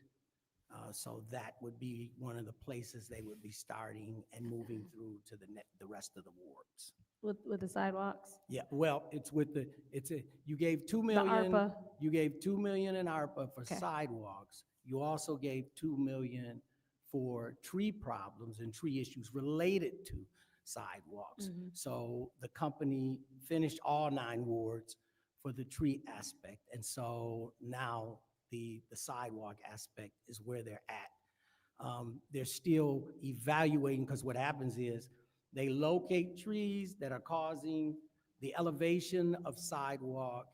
And if the tree has issues where it can be trimmed and save the tree, they want to do that versus just remove the tree and try to put the sidewalk piece in. So that evaluation is going on as we continue to move through all the wards. Okay, thank you. Does anybody have any? While we're on, this is infrastructure, yeah? Yes. Mr. Edwards, where are we with the street light conversion and that we approved to go to LEDs a year ago? Like, where are we at with that project? Well, there's a certain percentage that consumers already engages in. And so right now, as far as I know at this point, they were working to finalize how they were going to move through the city and complete a contract on. Have we, trying to think of the dollar value that we gave them. It was substantial, something, right? 2.3 or 2.8. Yeah. So and that was, I think. 2.3. And that was in 2024, I think, that we did that. So we're in 2026 and they haven't even gathered a plan on how they're going to execute it? They did provide a plan. I would say this just to, And if you don't know, that's fine, but if you can get us the information. I wanted to clarify something. Some of operationally working with consumers, there is some clarity that the administration is working to get around some of the activities, some of the light activities, as well as consumers' activities that have gone on in the city. And so whatever agreement was between the city and consumers in years past has, let's just say, no one can really put their fingers on exactly the terms of that. So we've been working with consumers to get a better understanding of how we fulfill these requirements, like the street lights, how we're going to move forward and get the street light project. So there have been several discussions and plans put together over the last few months to move forward with that. So have we written them a check yet on any No, of the 2.3? that's a no. Okay. That's a no. So, if you can just follow up and give us some kind of what we can expect from that contract this summer, that would be appreciated. Yes, Because sir. I know that we have a lot of streetlights that are out, which is one thing, but we have a lot of, we're leaving a lot of money out there according to their ROI of how much our dollars we're going to save by going to LED. So the longer we wait, the longer that ROI takes us, and we have a lot of dark spots too. So I think that will resolve a lot. So if you can get some kind of update on what the council and what more importantly, the residents can expect as far as the streetlight initiative this summer, it would be much appreciated. Yes. That's all I have. I have questions. Councilwoman Burns. So, what streets, because if you have 24, what streets are you paving? What streets? It would be Kersley Street, Chavez to Crapo, Robert T. Longway, Chavez to Minnesota, Davison Road, Dort to Center, Averill, Richfield to Leith, and then we're gonna mill, prep and pave. That's like the first phase. We're gonna do it 3 times. On all those addresses or all those streets you Yes, just that's said? mill, prep and pave. And then we'll call them back after we're done mill, prep and paving. After we're done paving them, then we'll call the mill back in again, and we're gonna do Clio Road, Dayton, Pasadena, DuPont, West Home to Foss, Chevrolet, Stockdale to Mackin, Welch, Dayton to West Ballinger, Prospect to Flushing, Hamilton, DuPont to Mason. That'd be like a 5-day mill prep mill, and then we'll pave them after that. Then the third round, end of the summer, would be Lapeer Road, Court to Howard, and then Averill to Center. Lapeer Road, Court to Howard, and then we're gonna jump over and go from Averill to Center, and then Robert T. Longway, Dort to Center, Grand Traverse, Atherton to Hemphill, and then Grand Traverse northbound. But we probably won't. That can change. That's not like etched in stone because that's a concrete street, and we said mill it, and we're not gonna mill it. That'll be just a prep and pave. And so milling lasts us what? Hopefully 8 to 10 years? If you mill it And you're going pave it, down about it'll what? go 2 to 3? How far down are you going? about 4 inches About 4 inches, so we Yes. get with winter. to mill it. Yeah, so we getting about what, 8 to 10 years, 7 to 10? It depends on what street is. It can go. up to Yeah, high 20 years. traffic. It Are can you- go 20 years. Not here, it doesn't. Some of them, yeah. Yeah. I give it a good 10. Yeah, unless they're, and we went through the milling process. So are you doing, because it is absolutely terrible, Welch and Ballinger? We can change that. That is can be- terrible. It's debatable. I mean, That whole 4-way section, and it's been dug up so many times because of water main breaks. It's a busy intersection. It is terrible. And it should have been paved. We did Welch, but we did not do that intersection where it's Brownell. Brownell turns into Ballinger and Welch and, yeah. Okay, there's some more. Let me look. Oh, okay. Can you send us that list? That way you don't have to, Yeah. if that's okay with Mr. Edwards? If you can share that with us? No problem, but I think that right now, as we put these in as the projected plan, and part of this is me beginning to evaluate it from what was done previously. And so We're still solidifying a few things, knowing that the construction season is coming. It's coming. Yes, yes, we're still, outside vendors, we've already committed ourselves to that. But when we're talking about internal, local streets, there's still some evaluation conversation. Because I'll tell you, what one of the conversations that we're having is to make sure that the infrastructure beneath the street, even if the street is in poor condition, we need to have some conversations around our water service center and make determinations if the infrastructure beneath the street is in poor Like condition. Miller Road, where they Yeah, paved yeah, over we Miller don't- Road. yes. Had to dig it back up. That's what I'm didn't talking have about. the We don't want to money. do that this Yeah. year. We don't want to be tearing up streets that are newly paved. So we need to have conversation with the water service center to determine what 24-inch, 12-inch water main beneath the street is in very poor condition, and that street is also in poor condition. Those will be the first So priorities. then we have to find funding for Request both. for information. Is this potentially going to work in conjunction with what we approved a couple of weeks ago with the surveying of the infrastructure, the water system? We approved some equipment being used for leaks. That was leak Yeah. detection. May this inform some of that, or may some of that inform some of this? I'm sorry. You'll have to give me some clarity. So I want to say last council meeting, we approved monies to be used to do surveying of water infrastructure, where they take some kind of specialized microphone. I almost had the For impression leak that, detection. yeah, leak detection. That's on the sewer side. Yeah, that's not That's a sewer on side, that not the side. water So side. This that's is not going to water have anything to mains. do with what, No. with No. this. That a doesn't sewer work side. at all together. No. Okay, thank you No for that. So are you clarification. going to, please put on that list Ballinger? And let me, we need Ballinger on there. Ballinger, Welch, McClellan. Not only do I live over in that area, so does the mayor, and so does the police chief. They got to know how bad that road is. You can do that. Yeah, Just- it is horrible. Some of those, if I may, some of those streets that you have named, Well, based on. I'm just talking about the intersection.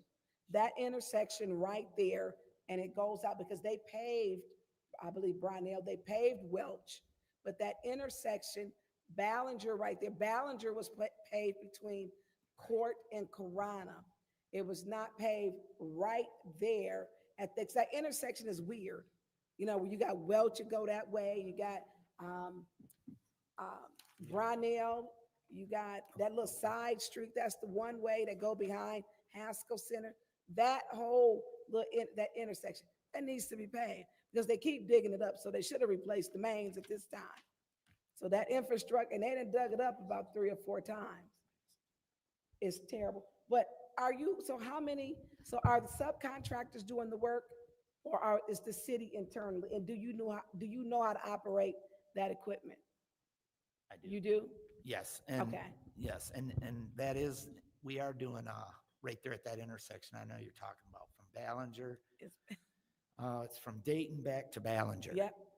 In that intersection, I know right where you're talking about. It's horrible. It's horrible. But yeah, we just patched that, by the way. Yeah, and it's still horrible. Yeah, and Drove we're going up- all the way up to Yeah. Pasadena. I think I said that, right? Yeah. Dayton, Pasadena, but then we're going back to Ballinger. I know it's So how many of the subcontractors are paving how many of these? Contractors are paving majors. They're The doing the major road, majors. the eight identified majors that were And put out. then the other to 24 is the city? Well, the remaining ones, yeah, will be. Was it 24 would be 24? the city. I can tell, I mean, external contractors are doing Richfield. You want to know? I do, please. Okay. They're doing Richfield Road from that's Mill Prep and Pave, the external contractors. Franklin to Branch, Ann Arbor Street, I-69 to 2nd Street, Pershing Street, Zimmerman to Miller Road, Glenwood Avenue, Court Street to Fox Street, East Boulevard Drive, Dort Highway to Pearson, East Pearson Road, East Boulevard Drive to Western, which that's horrible. Kersley Street, Crapo to Thompson, Davison Road, Lewis to Dort, and then Stewart from Saginaw to Andrews. That's what the external contract, that's probably, And then the rest, so you know how to work the equipment, the rest is the city is going to be paving? yes, ma'am. Okay, how's that piece of machinery holding up? That It's- mill prep, it takes, it's a big machine. and To mill it? To mill it, because we have a milling we call and a the con- paving machine. We have a paving machine, yes. It's Do we probably- use that one? The paving machine, yes, we do. It's like 5 years old. It's on it's Yeah, a track. I It's remember we it's, got it. it's in pretty good shape. I mean, it's a good paver. It's a good And the paver. mill we contract out. We call Okay. Shaw Contracting Shaw and Contracting. schedule them. Okay, those are, thank you. Okay. Clyde, I'm going to say one thing before somebody else takes the floor. One of the busiest sections of the city, and you and I both know well, at shift changeover is from the block to Miller Road, getting on I-69, and that is way from Hammerberg, from Miller to the block is one of the worst areas, and it gets the most traffic. So why are we doing Pershing from Miller to Corona and not the other side of the road where it's 3 times as bad? I'm sorry, I was following, but I missed that part. He said that we're doing Pershing from Zimmerman to Miller, and like the worst road is right there from the block to get on 69 and further. Oh, you're talking about right there with the decorative lights? Yes. That's what you're talking about. I'm right? talking That's from, that area I'm going talking towards from Miller to the block that everybody paints. From 12th Street. That street right there is the worst, and it gets so much traffic with shift change and everything else from the plant. It's horrible. And like, even the patch jobs are, like, we're seeing rebar that, Yeah. and if my wife tells me one more time that she's gonna ruin the car driving on that road, I'm gonna drive it through the front door of the city hall. You're right. It's- It is a major, it's a concrete street. We'd have to, that might be something the contractors might have to do, because to prep and pave that, you're putting. Yeah, it is, like, it's concrete and it's been patched so many times Yeah. with asphalt, and it's like, I don't know how many complaints I get it, and I'm like. Yeah, and if we paved it, it would hold, it'd look nice, flat and black for a year. 5 years. Yeah, maybe even, yeah, okay, I was going to say 5, but yeah. I don't know if it was from 12. We can work on that. Well, yeah, it's considered part of the majors, and So I guess real quick, what defines a major from a minor? Obviously, a minor would be a side street going down a neighborhood, but what's a major is like what I was told that It could be 4 lane. I mean, a major is Hammondburg, 12th Street's a major, Dort Highway, Saginaw Street, So there's no, is there a defined definition, or is it just based on what we think of? just what, yeah. Okay, I mean, okay, there's okay. no, because it could be a 4 lane. I ain't gonna tell you it could be a 4, because there is 3 lane majors. yep, but many of them are regulated by MDOT. I mean, like you have Corona Road. Yeah. They're part of the MDOT artery structure. All of those are considered major. Dort Highway, Corona Road, Miller, all of those are considered part of the MDOT artery structure. So anyone that's part of that structure is automatically a major road. Okay. I just would like, if we can find, even the worst of the patch jobs that we get every year on Hammerberg right there don't last through the winter. So it's a little section that is kind of, it's out of sight, out of mind, because it's not a major thoroughfare per se to the city, but so much traffic goes in through there because of the plant that it gets probably one of the highest traffic little stretches that nobody thinks about, so. I was told in meeting with the accountant, we talked about the fact that there's a certain amount of dollars that we should be working towards expending out of our major fund And so we weren't really even close to that. Like I said, that plan was made, the plan that we have right now for the majors was made last year. But I'm told and advised that there are dollars that we could look at and still, if we can pull something together, maybe in the early part of the construction season, we could possibly have a second major project going, set of projects going. So that's one, to your point, that's one that would rank right up there that we can consider in the second allotment. Just please consider it. I don't want to put any undue pressure on you, but it's a bad situation.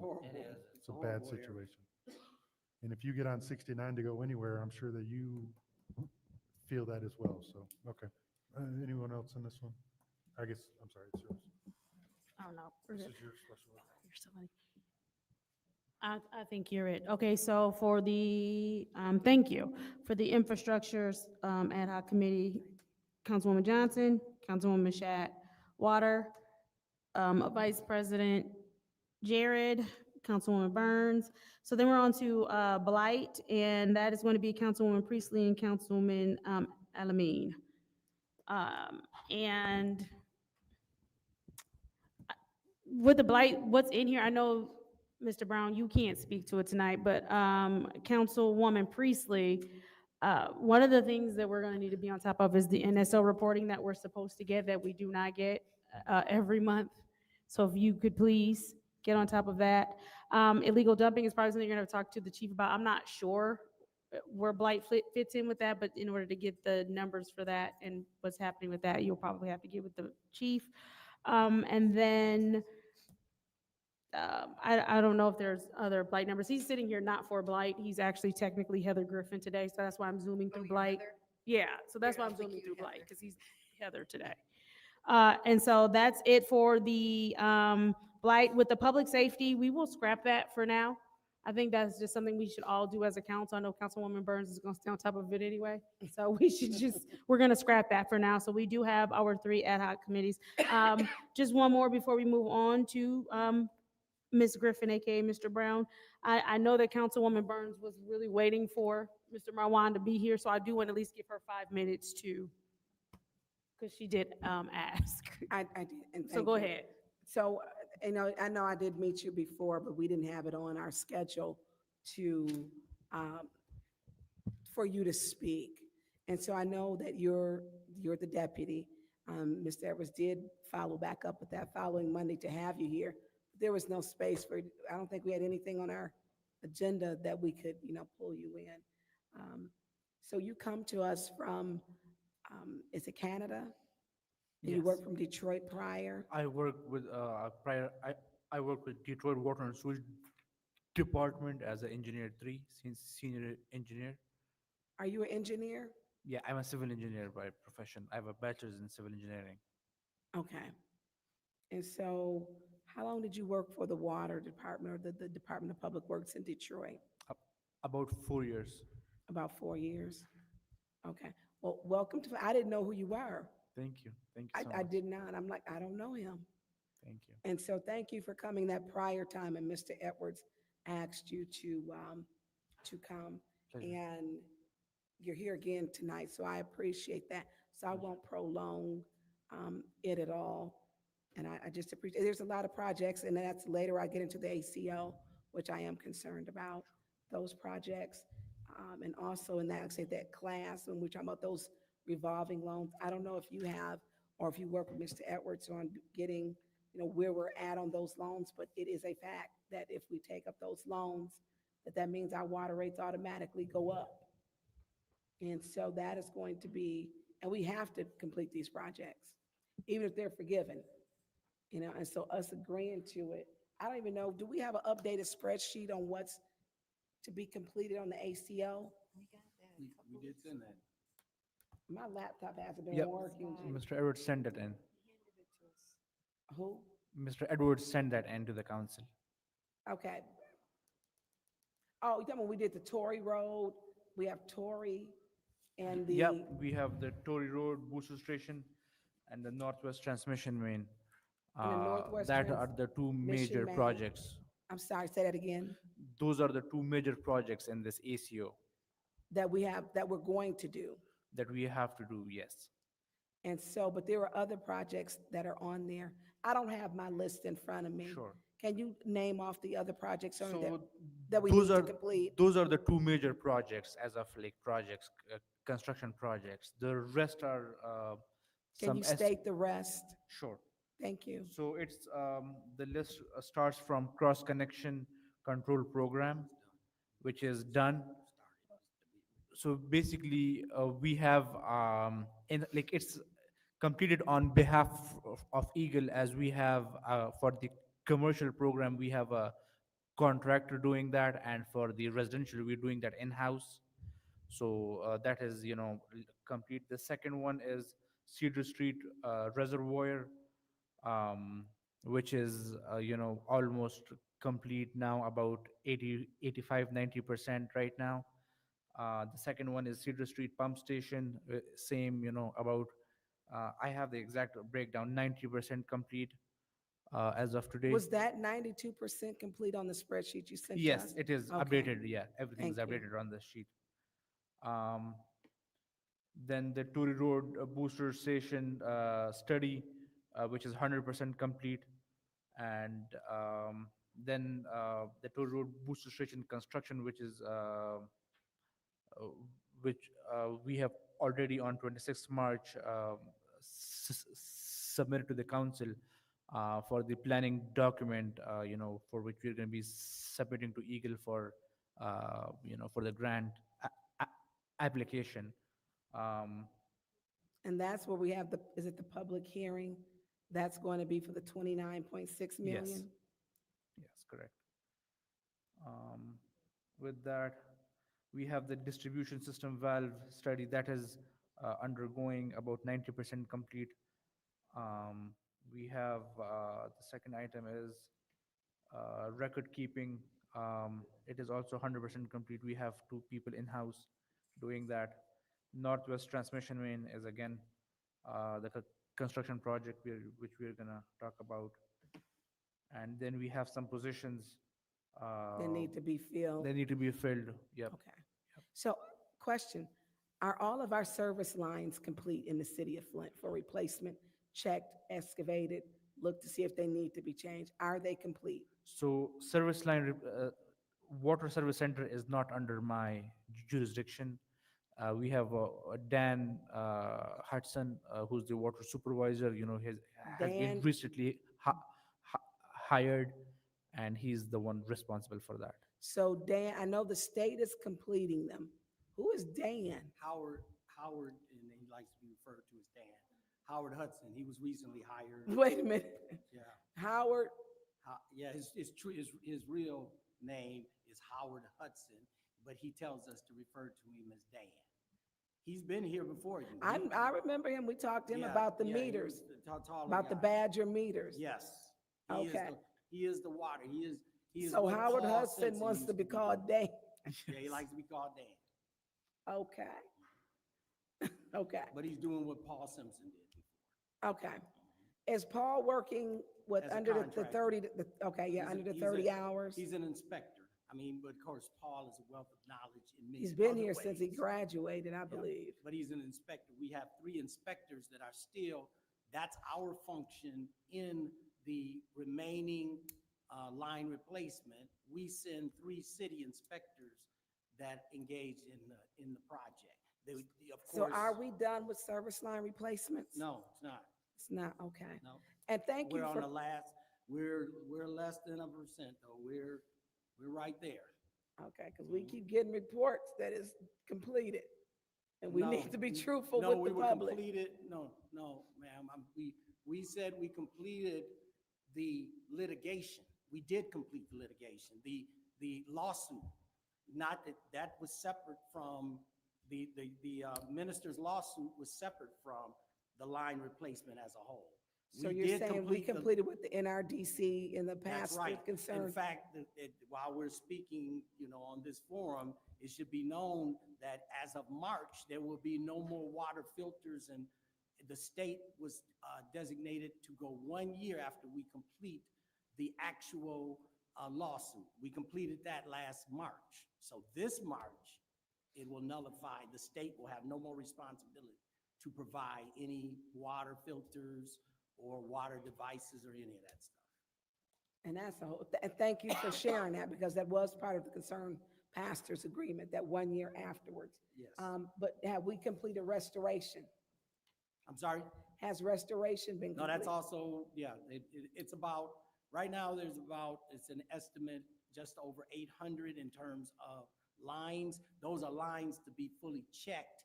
They may not all need replacing, but those are people that didn't give us the consent over these 9 years, 5 years, or whatever. So Restoration is about 600, roughly about somewhere in the neighborhood. I thought it was not thought, I got an email that it was 800 and 900 service lines need to be complete. That came from Eagle with Eric Oswald, that we had 900 service lines to be complete, and we had 800 restoration. So I don't know why the city and the state can't be on the same line, but we need to be on the same line in the same book, because that's a big difference. We're saying none, and they're saying we are not. Eagle is saying, no, we are not done. That's a discrepancy. That's a problem. We're not done. I didn't say we were Yeah. done with anything. We're not done with line replacement or restoration. I just said it was all about whatever message was out there before. It was about the lawsuit and finishing them. Every time we came before you, we were talking about closing out the lawsuit, and we finally did that. Okay. Mr. Edwards, can you get us documented numbers of what is remaining so that we can stop with the ranges and say that we have 200 left or we have 100 left or whatever that number is? Thank you. Thank you for coming. I appreciate it. And I know it's been a long night, and appreciate it. Thank you. I'm yielding the floor. Okay, then I will close that discussion item out, and we're gonna buzz through the last discussion item real quick of city issued garbage bins about being stolen. Any colleague want the floor on that? Absolutely. I will go ahead and take the floor. This discussion item was requested by Second Ward Councilmember Lewis, who has since left the meeting. So we'll go ahead and move forward on her discussion item without her. And it was just basically a discussion item requested by Second Ward Councilmember Lewis in order to discuss stolen issued city garbage bins. I can't speak to what exactly she wanted with this, but I know we do have someone here this evening to speak to it. And we will move forward. I know that we have a lot of garbage bins that are being, I'm going to say, they are, okay, we'll say, Mislocated. there we go. They've been relocated from their original homes. And so when we first agreed to, go with the company, we were told to get the grant, to receive the grant for the garbage bins, we were told that those serial numbers on those garbage bins would be able to be scanned, and that if a garbage bin somehow ended up at an address different from the one it was assigned to, that the scanner would read that, and then we would be able to properly relocate it to its correct residence. Is that something that we're able to do? As far as I know, yes. I talked to Heather in regards to that. And what we've done is through Mr. Edwards, we've talked to the, what's his title? Deputy Chief Ancliffe, and we had a meeting with him to find out how we can utilize, the NSO officers to enforce some more or expand their boundaries as far as what they were doing to help us enforce them. He's on board with us trying to formulate some way that we can go and get those and see how we can charge. That's what we need to figure out, how we can charge and make an applicable charge to them stealing the carts. We also have what we're going to be doing.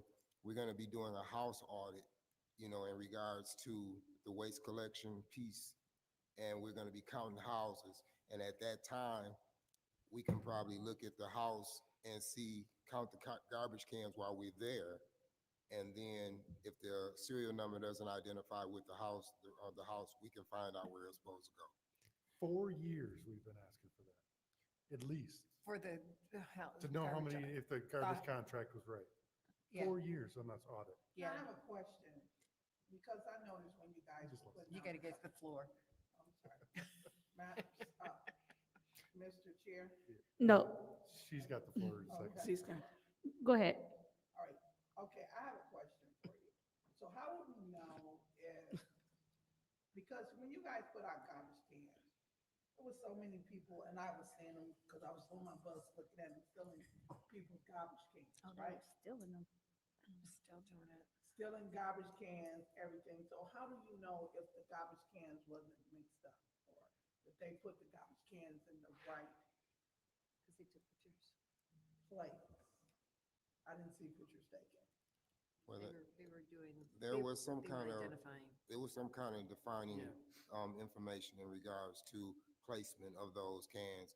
I understand what you're saying as Like well. my son garbage can was stolen immediately. He didn't get it, so his garbage can was stolen. We don't know who stole it, but then they dropped off a garbage can across the street that no one actually used, that he ended up using the garbage can. So this is what is happening. People was coming around that didn't stay in our city or did stay in our city, and they were getting garbage cans. So the garbage cans were stolen immediately. Then you had garbage cans at vacant houses that no one didn't get. So I think he's actually, I'm gonna be honest, using the garbage can across the street because his was stolen. So what do you do in those aspects? Or we got people that has moved in my area that do not have a garbage can, right? Well, I know she had told me today that we don't have the capacity for a lot of replacements. So we do have funding available to be able to replace some of them because they have to be through the provider, the service provider. So we're trying to figure all that out. And the only thing I can tell you is, that's under my vision now. So I'm trying to figure out what the best solution is for the residents as far as how we're gonna get it. And because we can't do anything about it as far as that goes, I think the house audit was the best way to capture all that, because we can find out, we're gonna kill two birds with one stone. We're gonna make sure that we're getting what we're paying for as far as the garbage collection, and then we can be able to collect that information for the So cans you too. said we do not have, because I've seen a lot. Well, what do you mean when you say, I've seen a lot of garbage cans because I went over there because they didn't pick up didn't pick up some garbage in my area. And I went over there to talk to the people and I've seen lots and lots. oh yeah, I'm not disputing that. I think that this is the best way that we can figure this whole thing out, because as far as I'm concerned, if you stole my garbage can, I'm not going over your house to try to get it back. I'm not trying to be confrontational with you or anything, but those numbers are there for a reason, and we do have a law that will identify who's supposed to have that. And it might be just a situation that you just take it back over there, because I've seen, we do abatement properties all the time, and some of these people have, in a single dwelling, have 4 dang on garbage cans, or 6 in some places. So I think that's the best way for us to resolve the issue. Let me work with the NSOs and the police chief. Deputy Ancliffe. Deputy Chief Ancliffe. Let's find out how we can find out what's going on from that standpoint, and then we can probably resolve everything at once. So are the people able to get garbage cans that don't have the garbage cans? That they were stolen? Yeah, they can steal one. No, I'm just kidding. I'm just playing. I'm just playing. But yeah, they can. She has a list, and she's going on that list. So if you have names and addresses of people, I'm pretty sure she's probably already got them. But we can make sure that they get a garbage can. So as it relates to, because there were a couple of homes where they had more than one set of garbage bins and recycling bins delivered to them. They called and reported it, and the second set was never picked up. And so is there now going to be a process where the second set of bins are finally picked up from the homes that accidentally received 2 sets of bins? I wonder, I'm not sure. I will check with her in the morning and make sure if there's a process that we can follow, because if there are, if there are people out there that have additional cans, then we should go and give them. And I don't know whether it's gonna be additional charge for us because they were already dropped where they were gonna drop them, and then, hey, as far as that goes. All right, does anyone else have Madam any? Chair. Go ahead, Councilwoman. So what are the repercussions for taking a garbage can? I mean, are we gonna just go pick our cans up, or? We should be able to, I think that what we're gonna talk about is, determining some kind of penalty for them, for whoever took it, because like Ms. Johnson said, it might have got mixed up and they got delivered. Well, I know one can didn't get mixed up in Mount Morris. Yeah. It did true, not. True. See, that's why I worked on Mr. It did Ansel. not get mixed up. That's why I wanted to find Yeah, out. and that was turned in to go pick it up. You take a whole city trash can and take it out to your address on Mount Morris on a dirt road and use it week after week. Yeah, And you a council member. That is just, I'm sorry. So So that's why I think, and I don't know whether, I think legal probably would be involved in that as well, because we have to figure out whether but we don't have an ordinance, I don't think. And would we have to write an ordinance? That's what I'm gonna talk to. Yeah. I actually have a meeting with, pardon me, point of information.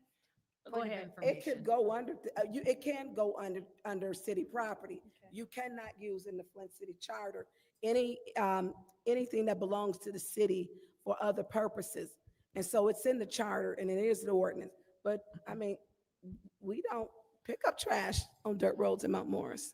We don't. And so I'm just saying. And so we do see people with these because they're nice cans, but I'm on the penalty. Are we going to enforce it? And I think when we look at who's going to enforce it and the ability, Chief Green is not going to enforce it. I want them to still kick in doors, trap houses. I want them to listen. I am a team player for that. I don't want them picking up trash cans, okay? Bust them door downs, people who have an illegal liquor stores in their front yard with a trailer. So that really happened in my ward, okay? But no more. I'm gonna give it up to the tactical team. They did their thing. I appreciate them. But I want to say, can Blight writing a ticket doesn't matter to these people. Well, So can Blight, because they got trucks, pick that can up, leave a notice, and throw it in the back of it, but they may stink, though. I think that when we first started having the conversation, we were talking about maybe giving them a $250 fine. But I think Giving them that how much fine? The $250, their normal charge, because that's on the master fee schedule. So, but I was thinking that was kind of harsh because it might be a situation where it got to mix up. Then with go to whatever. court, it ain't harsh. Point of information. What's the point? I have a meeting with Joanne tomorrow, and I put it on my list to talk to her about how to handle that. Well, Joanne might be a little soft on it. We got council members up here doing it. So I got a whole problem But with at least that. we'll know if we need to change an ordinance or something. I mean, but it states clearly in the charter, Right. and that is city property. It belongs to the city. It has the city, a serial number, the city logo, and it has the mayor's name on it, which should not be on there because that's campaigning with city funds, but it is. So I'm just calling it like it is. So I don't know what we're gonna do, but they do. Everybody, you'll see people lined up with 4-5 cans. So I don't know. So Judy, would you share what your information is? I sure will. Because I don't think that we need to. Some people have extra cans against their I'll will. send an email to Davina and she can share it to the council. Because it states in the charter, you can't use that city property. You definitely can't take it outside in the whole municipality. So I'm done with it now. Okay, is there anybody else that wants to discuss? Okay, we're gonna end this one and I'm gonna make and we already requested Motion to streetlights, so adjourn. we're gonna skip that one. Motion to adjourn. I do want to say that the discussion item for the streetlights that you did speak on, Councilman Pfeiffer, it was requested by the second ward, Councilmember Lewis, and I believe she left before we were able to get to that, so thank you for addressing that. Motion to adjourn is seconded by Councilwoman in the 7th Ward. Thank you, gentlemen. Madam Clerk, roll call.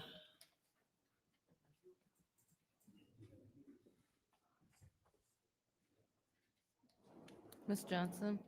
Thank you, gentlemen. Ms. Johnson? Yes. Ms. Priestley? Yes. Ms. Winfrey Carter is absent. Ms. Burns? Yes. Ms. Mashat? Yes. Mr. Pfeiffer? Yes. Mr. Jarrett? Yes. Mr. Alamin is absent. Dr. Lewis is not in. Vote is 6 yes, 0 no. 6 yes, 0 no. Government ops is adjourned at 10:52. The time is now 10:52 PM on Wednesday, February 18th. I hereby call this legislative committee meeting to order. Roll call, Madam Clerk.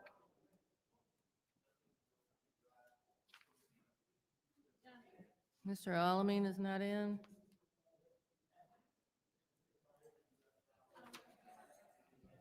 Dr. Lewis is not in. Ms. Johnson? Present. Ms. Priestley? Present. Ms. Winfrey Carter is not in. Ms. Burns? Present. Ms. Mashat? Present. Mr. Pfeiffer? Present. Mr. Jarrett? Present. You have 6 members present. We have 6 members present. Reading of the disorderly person city code subsection. Any person that persists in disrupting this meeting will be in violation of Flint City Code Section 31-10, disorderly conduct, assault and battery, and disorderly persons, and will be subject to arrest for a misdemeanor. Any person who prevents the peaceful and orderly conduct of any meeting will be given 1 warning. If they persist in disrupting the meeting, that individual will be subject to arrest.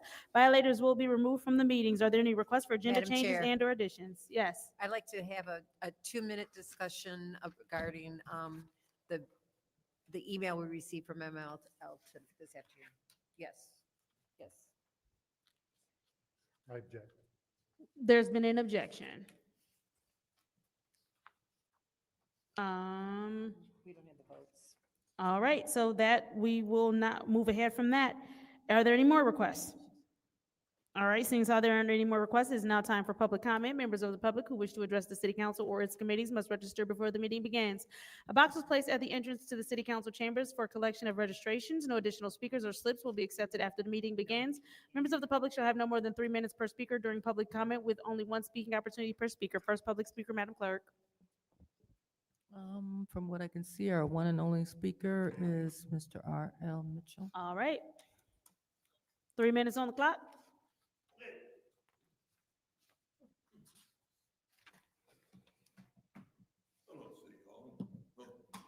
Cut the microphone.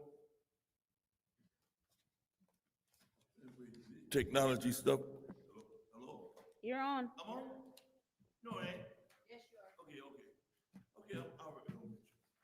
About the situation, but for the record, the garbage, matter of fact, Reverend Jesse Jackson. Hold on, RL, hold on. Madam Clerk, can you switch his mic? His microphone is not on. It's not on.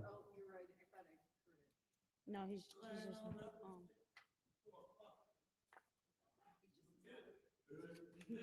RL, have a seat right there and use that microphone with the green.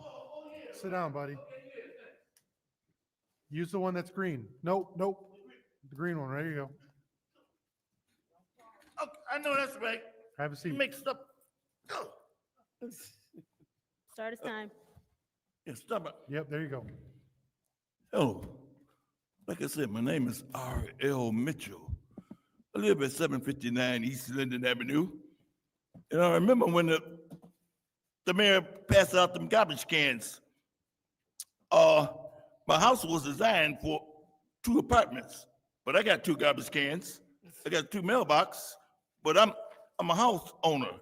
That's how Flint get mixed up. They all change it around. As a matter of fact, y'all, peoples in Flint stole a whole street, New Jersey Street, with Keller McIntyre was born on. The street, I lived on that street one time when I was, anyway, about these, you mentioned about oh, Mr. Brown was sitting here, he said $250 fine if somebody misplaced a city Flint garbage can out on them dirt road and beat you. One of our councilmen happened to, you see, they're missing already. They always come hoots with the garbage. Now that Reverend Jesse Jackson, 2 days, bless his soul, and gone to glory, we still come to cash this check. Martin Luther King lost his life dealing with garbage, and because Jesse Jackson stepped out the way and nicked up a bullet just the way Trump missed that bullet. King would have missed that bullet if Jesse Jackson wouldn't have stepped out the way. Check that film out in Memphis. All this protest about this garbage stuff, and it ain't going. The main thing, we the people gonna get our money no matter what. And all this river racking stuff just to keep citizens from having a little money for getting poisoned with that Flint River stuff on Georgia Highway. The dude live in Canada. He just not come, 25 years old, sitting right here. He just not making a meeting because he's scared he might can't get back across the Canada line. But I know how the guy feel because I remember going over there to Buffalo, New York by myself with my 69 Grand Prix. But now I can't even get close to the Canada Bridge and everybody act like it's a big problem. And it's like I'm taking my money for getting money Thank you on very what? much, Mr. Mitchell. Madam Clerk, you said that was our Wait a minute, only wait a minute. public speaker for the evening. So it's now time for council response. Madam Good Chair, evening. Councilman New York. Pfeiffer. motion to adjourn. There's been a motion to adjourn. Is there support?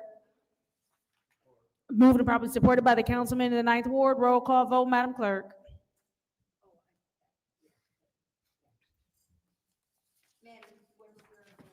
We are voting to adjourn.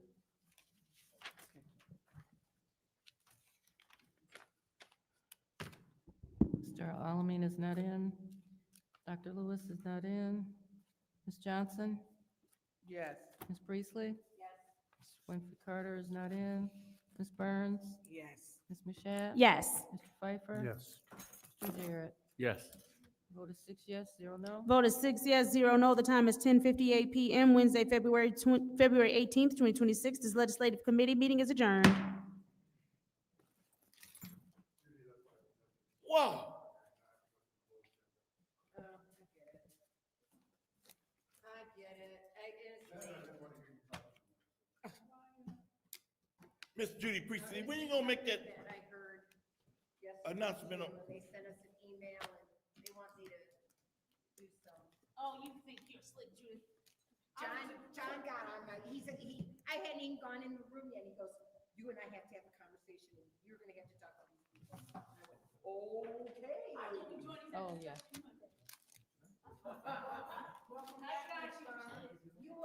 Welcome aboard, sir. A new attorney. You represent Flint, right? It is, it is. Yeah. Oh, okay. Yeah. I know that's right. Ooh. I don't know, I did, I went to mine. What you got, man? I ain't got no. That's what I'm talking about. Give me some money. I wonder what I can make out. The food stamp card broke. They broke my food stamp card on purpose. Bullshit. Give me some money. Give me some money. I would have tried to get another one in the welfare office though, but You lying motherfucker. wow. Ooh, wee, man. Man. Ooh. Wait, I'm gonna sit down. Wow. Ooh.